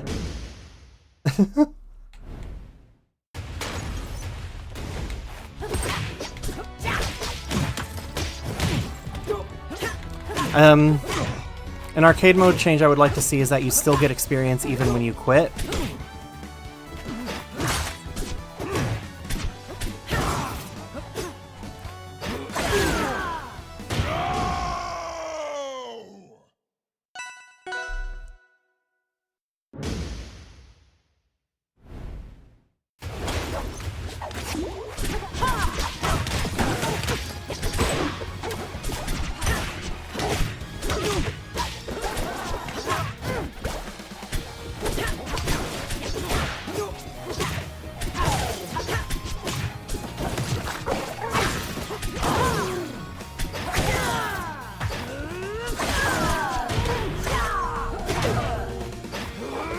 come on.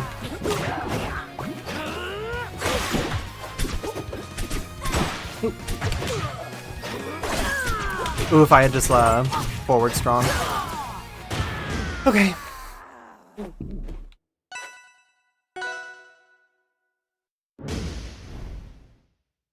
Like, it is not an overstatement to say, like, them changing this shit from only being hard mode to also being on medium mode made... I literally just considered those palettes I would never achieve. And then as soon as it became a medium mode thing, I'm like, oh, okay, I can do that on everyone. It went from I can do this on no one to I can do this on everyone. Oh my god, wait, never mind, he was gonna get it anyways.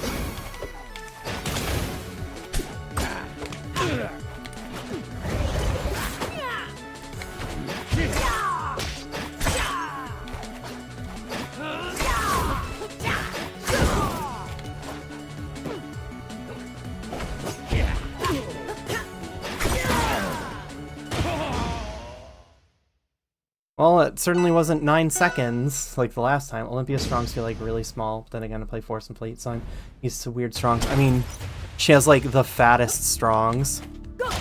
Whoa, let's not die now.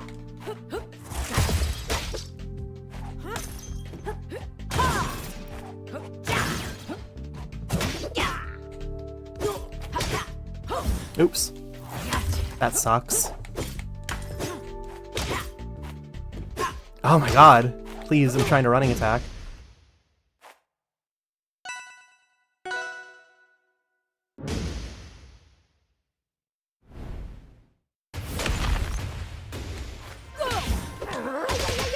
Never pummel AI. Why did I do that?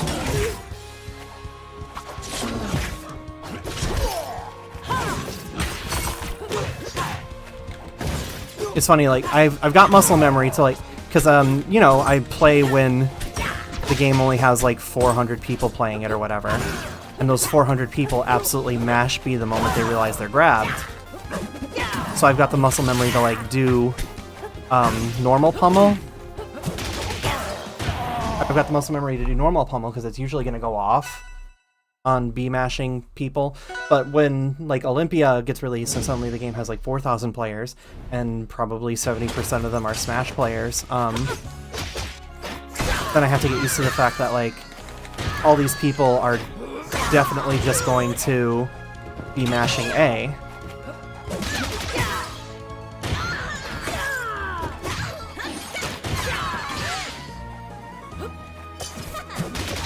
I shouldn't spend time recovering. I should just throw this stock away the next time I get launched. Oh, come on. Okay. 28 seconds is a lot better than 52, huh?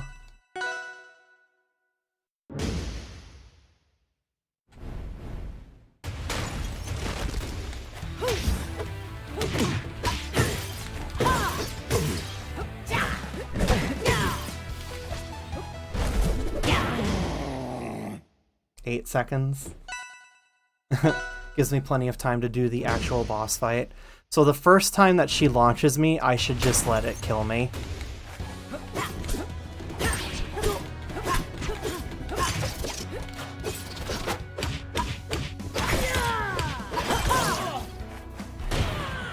Because I have 2 whole stocks. Anytime I'm spending time recovering is time I'm wasting.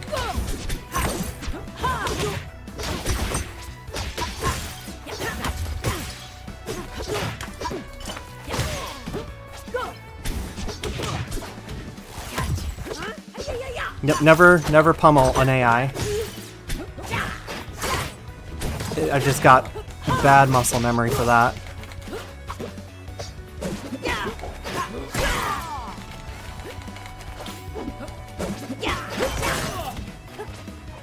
Alright, you've got to die, girl.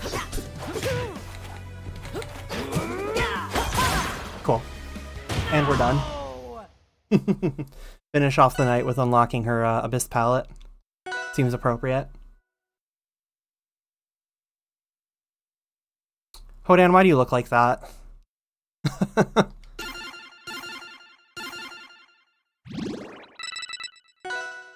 There she is. I've unlocked human Olympia.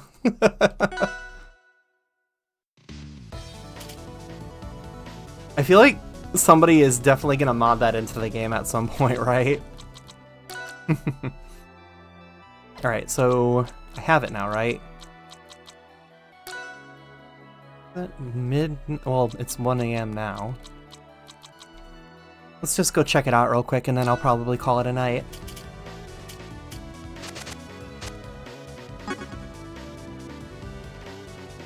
How you liking the character so far? She's goo goo gaga, brain dead easy, and I love that. I can just turn my brain off and mash buttons. She feels like she is going to be very strong and very popular, but she also dies very easy and very good, so I feel like that's what the team wants, and they're just gonna relax and take that as a W. They want Olympia to win EVO. Like, you can feel it in the character design. She is made to win EVO.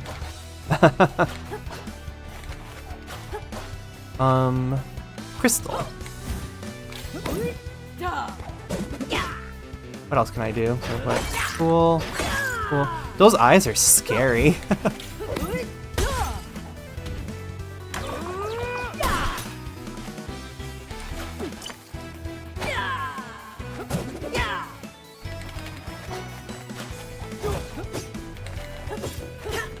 She's gonna win EVO and she's gonna look very good doing it. If she doesn't win EVO, she's gonna do very, very well at EVO. Oop.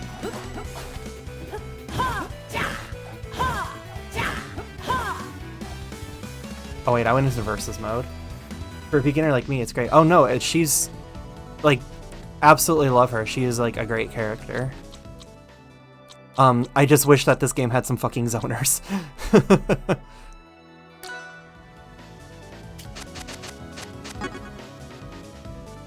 Is taking this palette online a flex still?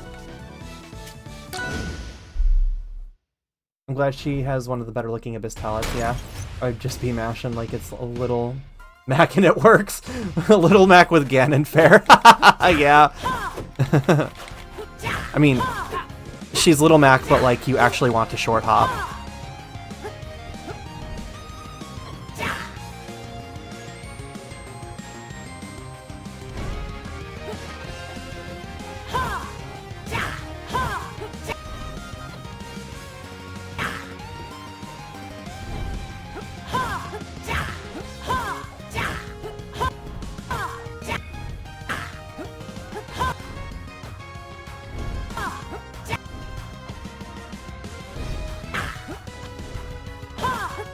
I can just do this frame by frame, right? What's the startup on her forward? 13.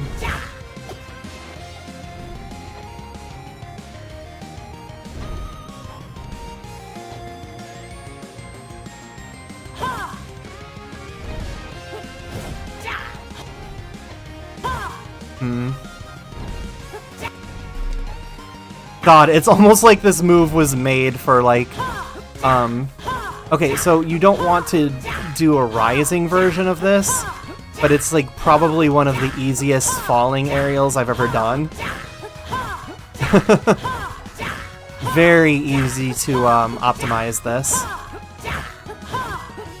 Even if I'm not doing it. Yeah,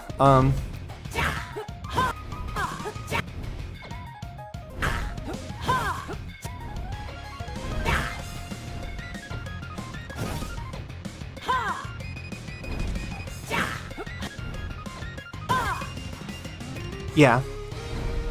Like, you don't want to rising it, but, like, it's very easy to time this, so...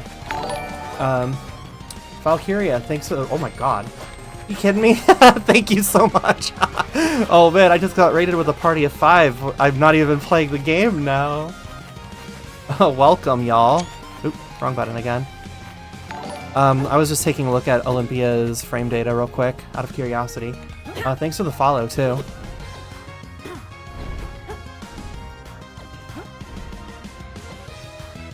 Five frames of startup, 12 active. 12 active, yeah, that's a back air for you, huh? Let's see. The pose? Okay. The pose that she hits at the end of her up air, that shit is so sick. Like, the animators fucking killed it with her. What a cool pose. Oop. Oh wait, you're live on Twitch? Yeah, I'm on both. I do both. Oh, that pose is really clean with her lover skin on. I'll have to take a look in a bit. What was that? Oh, right, I wanted to look at...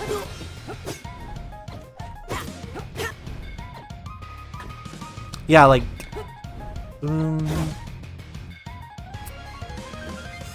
Optimizing her aerial, like short hop aerials, is so easy. Like, you still don't want to do them immediately after jumping, but the amount of time you have to wait, you have to delay between the jump and the attack is very small. And I mean, I know they do it on purpose.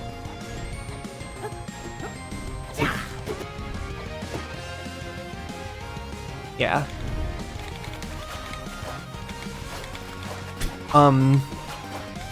A lot of, like, thank you so much. I'll see you later. 9 hours rival session. God, I know what you mean. Been doing this for... literally, I have not stopped since, what? It's been at least... Do I want it? It's been over 24 hours, hasn't it?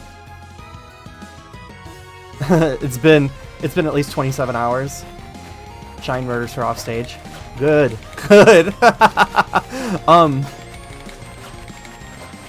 What did I want to check?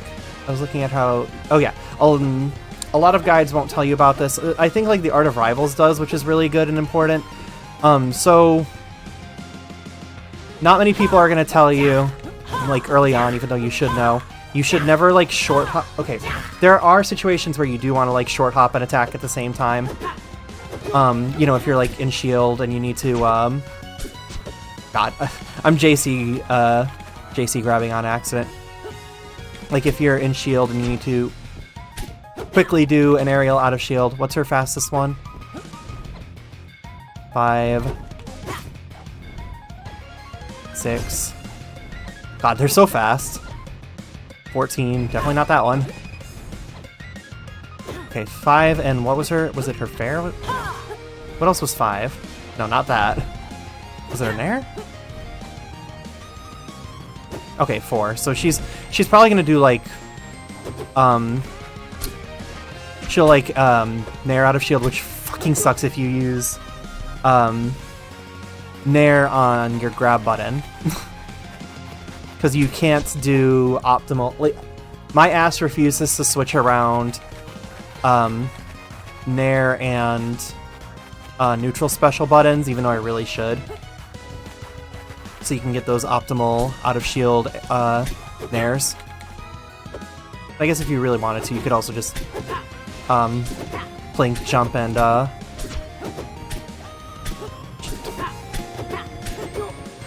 my ass is... my ass insists on using grab in the air for nair, which is not great. But a lot of guides won't tell you that you really should not be using attacks the moment you short hop. Let's say... My fair is probably a really good example of this. So I did a short hop and the input for my forward air at the same time. Alright, so 1, 2, 3, 4... 4 frames of lag, 11 frames of lag. But, like, it can be really... It can be way worse. Let's try this. 1, 2, 3, 4, 5, 6, 7, 8, 9. Oh, no landing lag for that one, though. Auto cancels. There are situations where, like, you'll have a ton of lag from landing into lag, so you'll have, like, maybe 20 frames. Wow, okay, I've carried that over from Smash. Didn't think about it being bad or not optimal. Well, like, you can give yourself upwards of, like, 20 frames of, inactionability. Meanwhile, and then you hit your opponent with, like, the earliest hitbox of it, so, like, they're getting through their,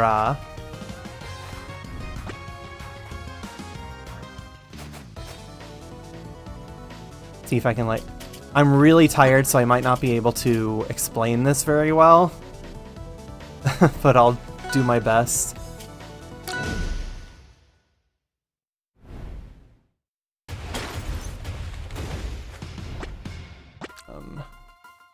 Let's have him. Yep, I want him to shield. And let's. What do I want to use? Let's try. Let's try that and see how it goes. Alright, so I hit him with the very first frame of it while he's in shield. That's the earliest I could have possibly hit him with it. I'm in recovery. I'm in recovery. His shield stun is over, and I still have 11 frames of lag.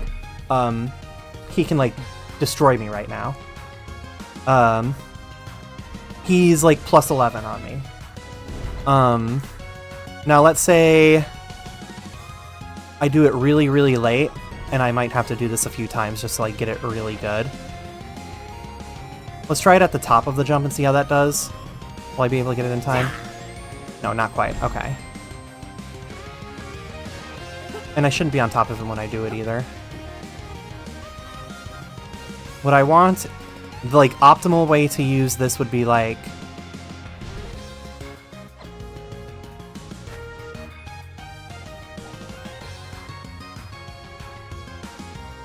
maybe right here? Let's try this.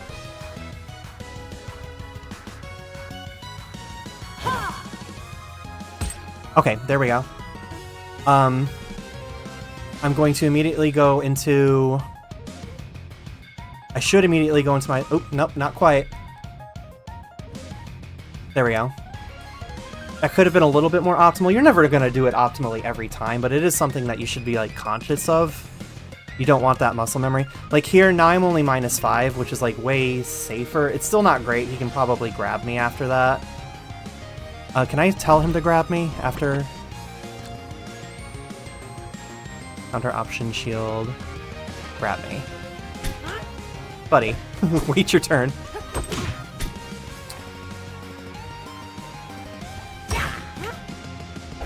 And let's say...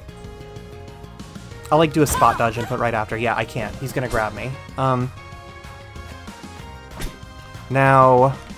let me try to do this even more optimally. I'm gonna do short hop. Short hop in. Oop, I didn't drift in, but maybe I can correct it in the air? Yeah.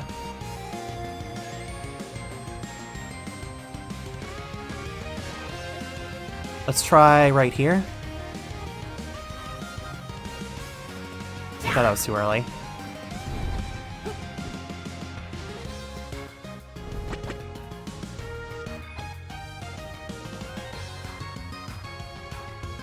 Oop. Why'd you teleport to me? It's fine. Like, I can explain these things, but I'm not going to perform them quite as good as, like, your top player is gonna. Okay, so... I'm going to do a short hop in. Why are you teleporting me? I don't want you to teleport me. Teleport to me.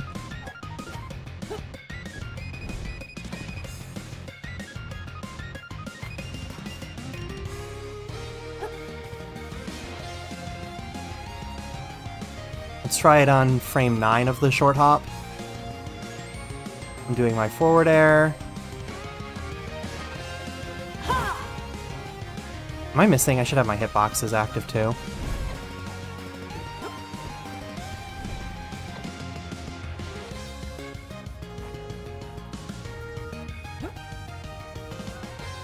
Try it on frame 9 again. I might have just simply missed. No, okay, it's a frame. We'll do it on frame 10. Same position though.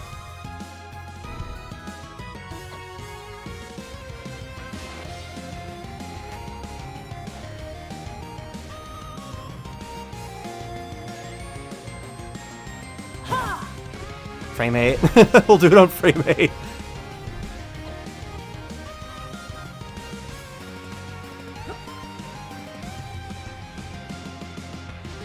Is this gonna do it? I missed. I fucking missed. Of course I did. Here. Alright. Jump.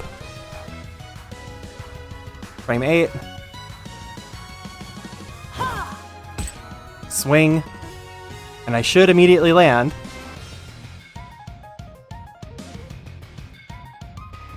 Here we go. So now he is only 3 frames plus. And he's not facing the right way, but at the very least, I will show that I can spot dodge. So I am spot dodging before he can grab. And now, let's say he was facing the right way. I am actually like, what is that? Math. I'm 9 frames positive, so I could, I don't know what I'll just jab him, just as proof.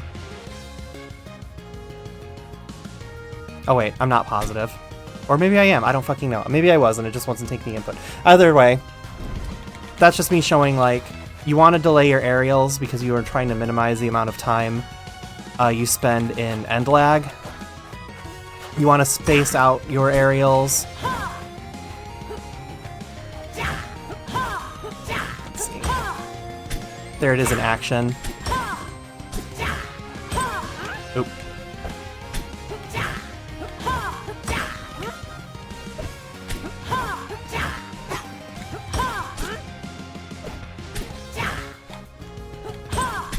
There we go. Stuff like that. Just a real quick thing while I was thinking about it. Like why I was looking at frame data in that specific way. Why I was talking about rising versus falling aerials. Olympias are very easy to do.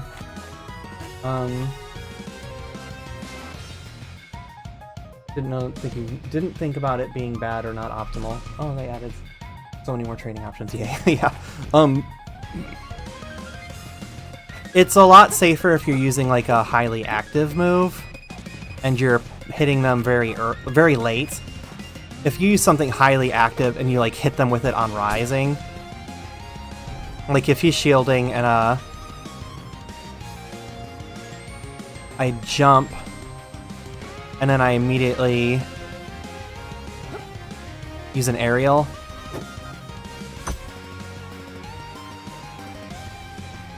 Now, look how plus he is. Except that he dropped shield. He shouldn't have dropped shield. If he was a player, he wouldn't have dropped shield. Let me actually turn that off. Don't actually grab me.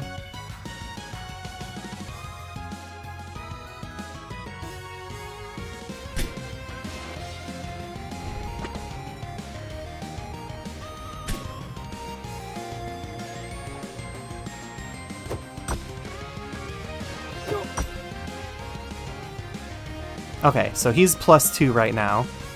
For now. But then I have 14 frames of recovery, and he can do whatever he wants to me right now, because he just stood there and shielded a out of shield aerial, an instant out of shield aerial, and I'm a sitting duck. He can just do whatever he wants to me right now. Like, that's the sort of risk you take when you just do a short hop aerial. You know, if I do, like, if I, short hop it... Actually, let's say I do it like this.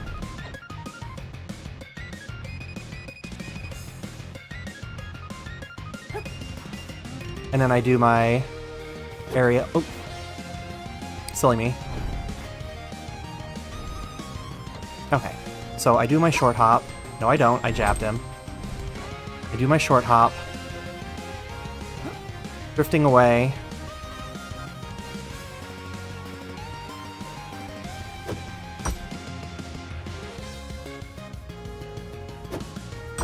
Okay, so he's still technically plus, but there's not a lot he can do with that.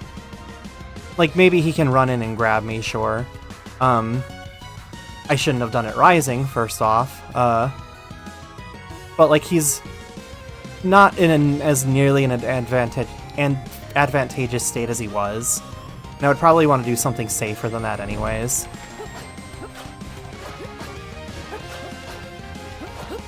Like, how often are you short hop naring someone who's just shielding you? Sometimes, not very often. But just things to think about. Rising aerials are very, very risky. Anything else while I'm here? I wanted to look at that cool pose. Hit that pose, girl. Oop, wrong one.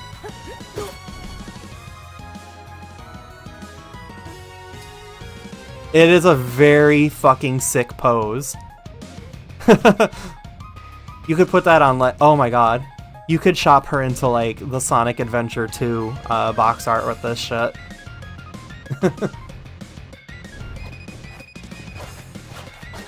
Alright, goddamn, oh boy. So am I really hosting, like, a huge party over on Twitch? I'm so sorry, I hardly, like, do anything. Like, yeah, I stream to Twitch and I am paying attention to my Twitch viewers, but,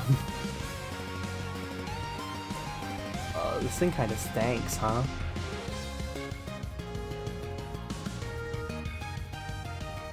I'm, like, really glad how many people are watching right now. But, like, I'm fucking tired. Oh.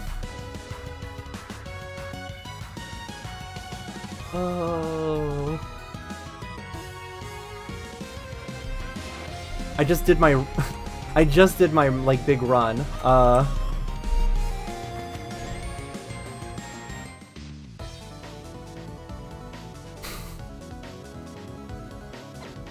Okay, I'll give you this. Does anyone want to do a viewer match? 8 more hours of Dreams of Aether. Bro, what is left for me to do in that game?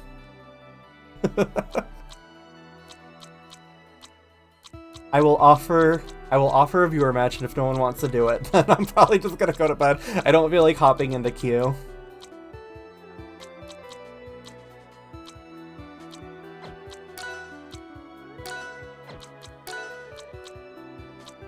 If you're like master or whatever, that's fine. You can join. I don't mind. Code's on the screen. If anyone wants to take me up on my offer, I'll do a viewer match.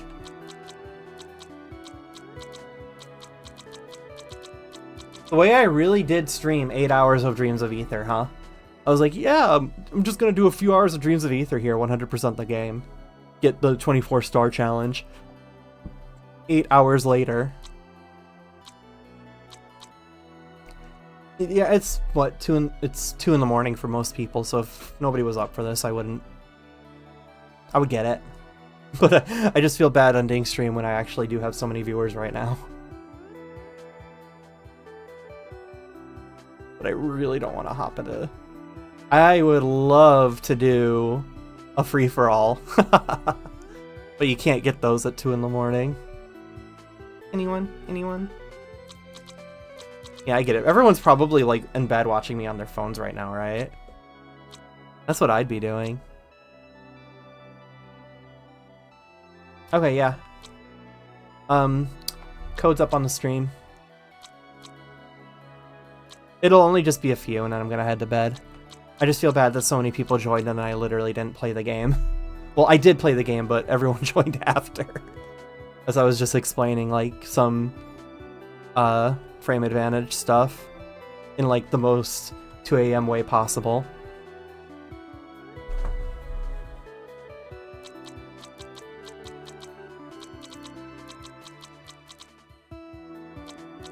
And, like, these are things that I'm aware of and know, and trust me, when I'm actually, like, in a match, my ass is not thinking, no rising aerials, do not do rising aerials. Like, I'm chock full of rising aerials, but it's definitely something you want to think about and consider when you're trying to improve.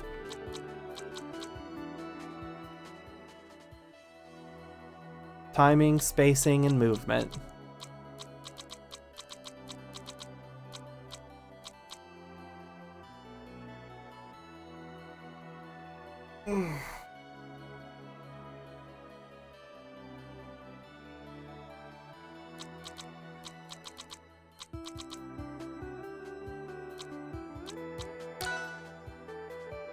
Has that button always said request a server?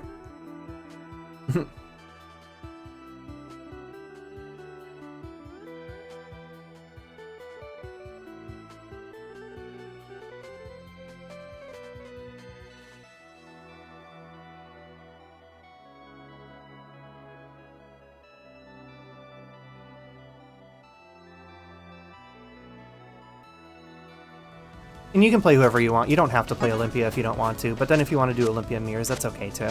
Up to you.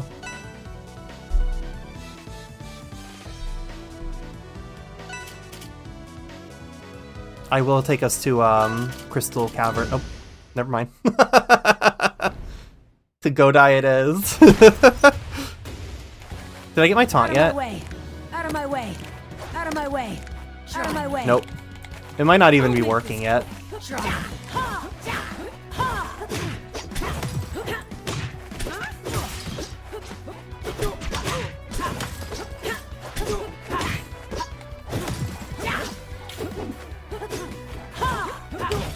I'm a big fan of like private lobbies because you can just like sort of zone out and zen. Like there will be those cases where if like I'm fighting an opponent who wants me to try really hard, I'll try to try hard. But I can only really get like that when I'm in queues against strangers.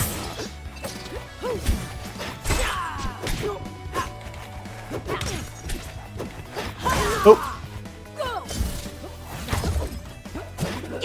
Wow, I made it.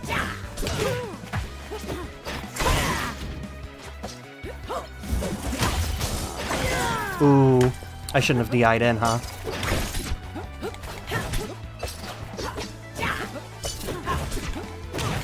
I should be doing some of her Schnasty movement tech more often. Why did I do a full hop there? Don't touch me. I had so much time to punish that, that's crazy.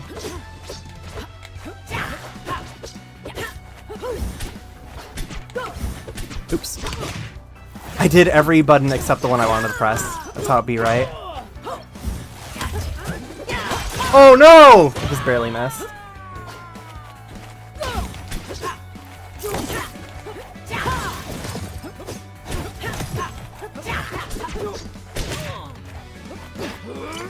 Oh, if I would have held a little longer.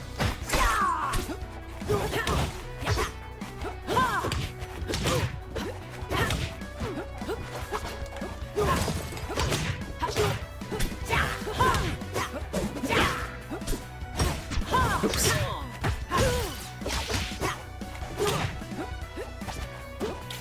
Uh-oh. Yeah, that down strong is all of her. Does she have a not broken move? Come on. All of these moves are broken. I was literally about to call her down strong stupid, but like what isn't stupid on her? Uh-oh.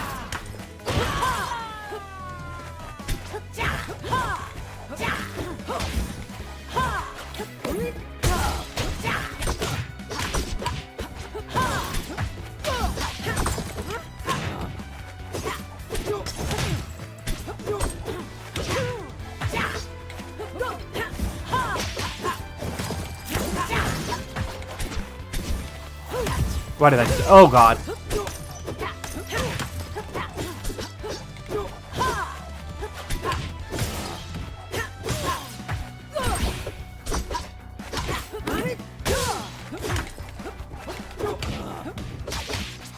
Oh, wait. That would have been sick. I would have gone down as the greatest Olympia in history.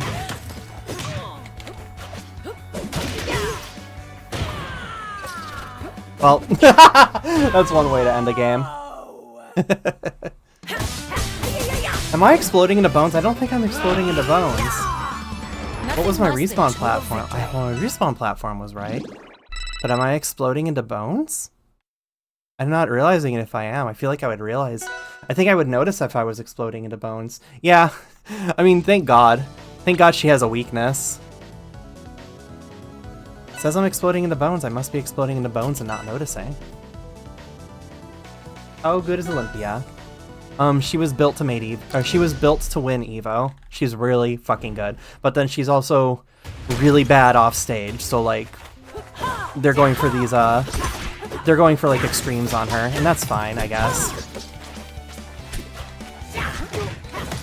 She has a lot. She's like really easy to pick up, but with tons of room for optimization. And I think that's a really good design.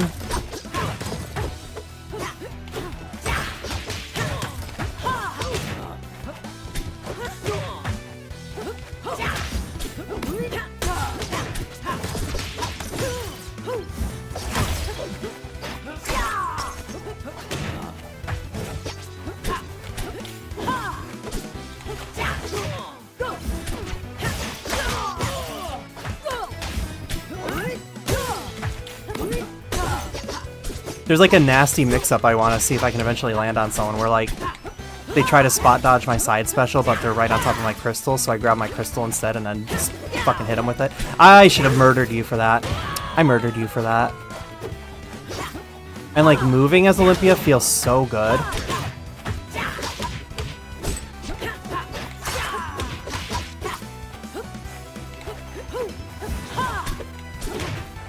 Oops, wrong button.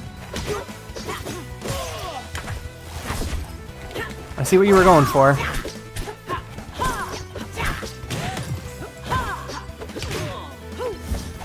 Oops, my bad.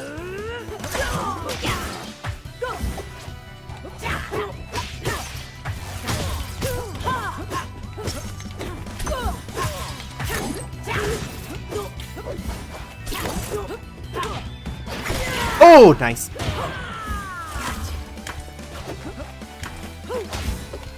Shit.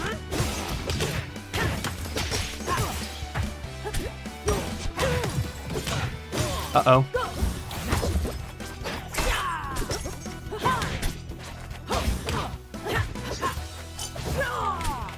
Oh.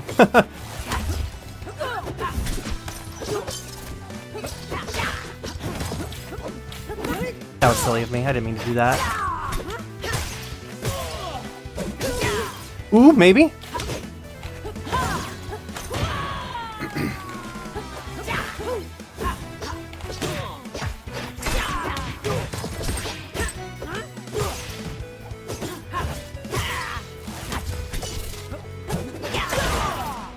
Like, Olympia was made to, be your first main and your last main. In whatever ominous way you want to take that as. Oops.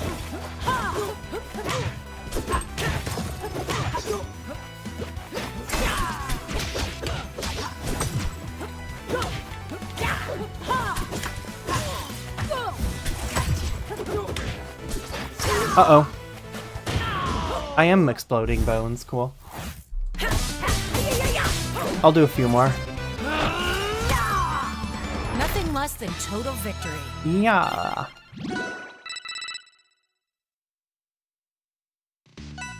I unlocked her level 15 icon.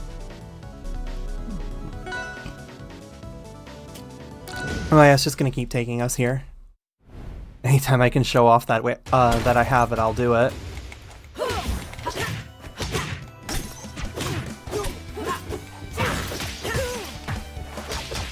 Oh, I should have up-tilted. That would have been way better.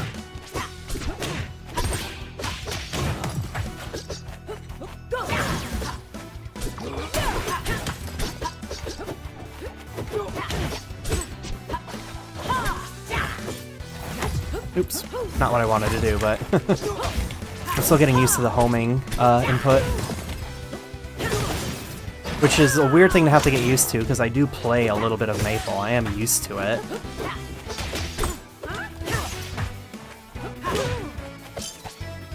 Oh, I'm good, baby. I'm bad, baby.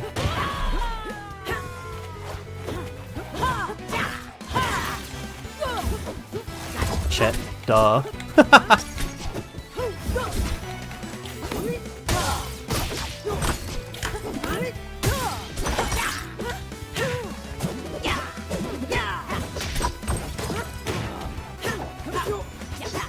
Come on.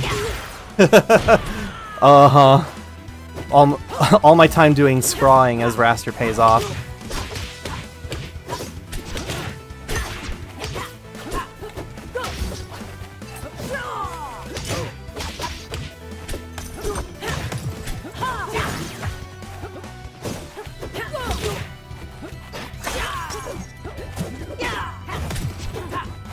Trust me, I had a plan there, it just didn't happen.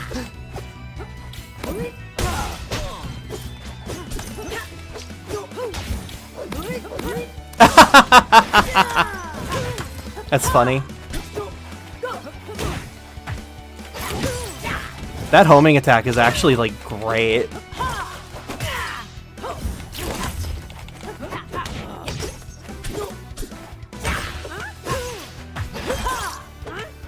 Yeah. Oh, man.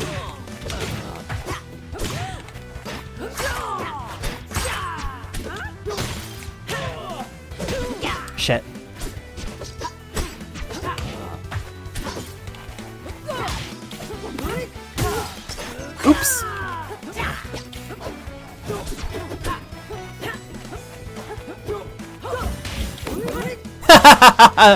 That's really funny. Oh right, that turns me around. Haha.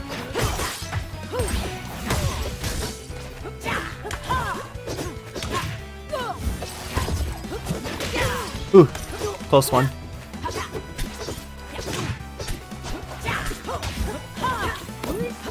Oh, if I would have backed up with it, maybe it would have worked. Oops.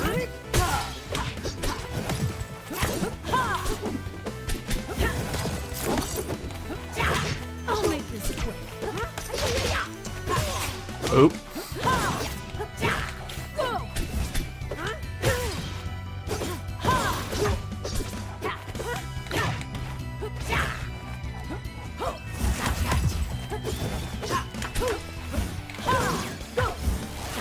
Oh no.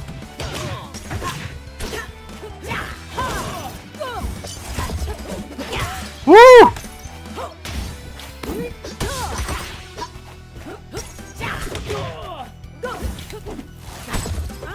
Well,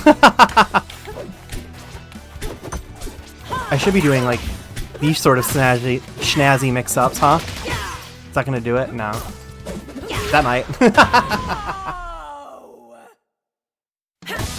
She is very fun. Out of my way. I'm late for class. Out of my way. I'm late for class. Alright. 5.5 hours. I will do one more, okay?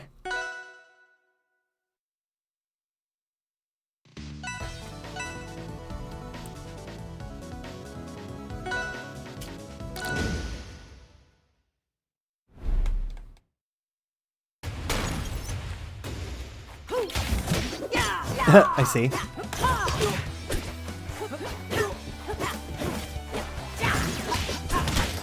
Nope.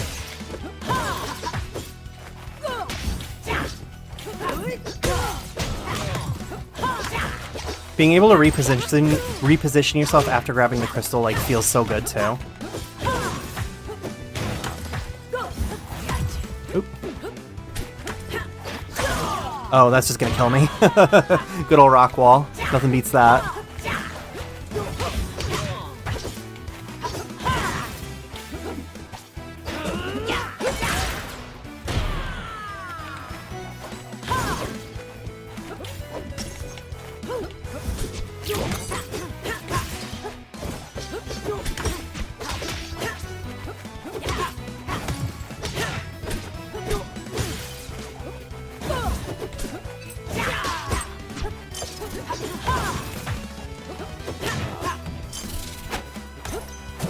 Uh-oh!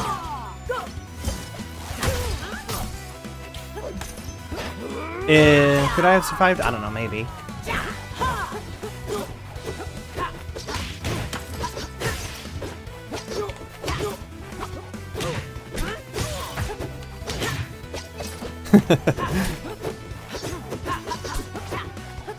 You can tell I'm exhausted.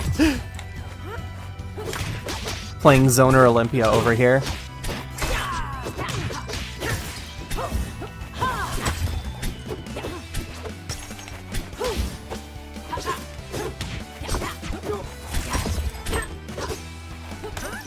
Oops, wrong button.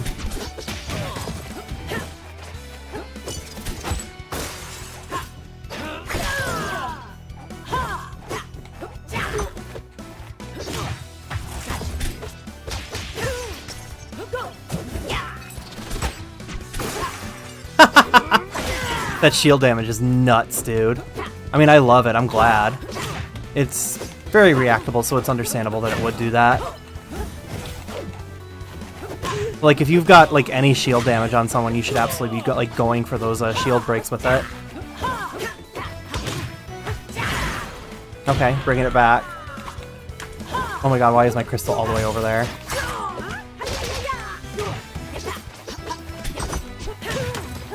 Oh, I tried something really mind-boggling there. Oh. Yeah, this character is pretty good, I'd say. Yeah, I agree. Alright, thanks to the games. I'm gonna go ahead and wrap up here for now. I've been doing nothing but less than total victory. eat, sleep, and Rivals content making since what? 6 o'clock 2 days ago. Been at this for almost 6 hours, this individual stream. I'm gonna go over some of those key points again. Before I do go, just while I've got everyone here, I always like to show people how to do it, just in case they don't even know how to access the menu. When you are on the title screen, press Start, support a creator. Keep in mind it says codes will expire 14 days after entry. And that is so that everyone gets a fair shake. You might not have known me 2 weeks ago, but now you do, and I'm glad you're here. You put in Bird Guy. Confirm, you're now supporting Soul Bird Guy. Now, anytime you spend real money in the store, so that's anytime you purchase Aether Bucks, anytime you buy one of these bundles that has a monetary value on it, even the Love and Motion bundle, $5, the Creator bundle, really like that one, big fan of that one. The Crystal Oasis bundle, I get 5% back, you get 5% extra. My big money saving tip, you've got coins, you want the Crystal Oasis, buy it with coins, 200,000 Aether coins, then buy the Crystal Oasis bundle, $10. Yeah, I'll say, it's been a great day. Those 200,000 coins you spent get refunded as 2,000 Aether bucks, and no matter what they say, 2,000 Aether bucks is worth more than 200,000 coins because you can use Aether bucks on anything you want. Almost anything you want. So you spend $10, you get the Crystal Oasis stage, and you're getting 2,000 Aether bucks. That's my sales pitch, honestly. What, I've still got like 20 minutes until my coin shop refreshes. I'd highly recommend you check out my patch overview video, covering all the live service aspects. I'm talking about all those things that I was going over, like this palette, how many people know that this palette got added to the skin, or got added to the game. Medals, what are medals? How do you get medals? You seen this guy? I think the main effect is really, really cool. I'm assuming that that white effect will be visible in the game too. This one, not as good as the Zardwer one, honestly. The colors are neat though. This one's really clean.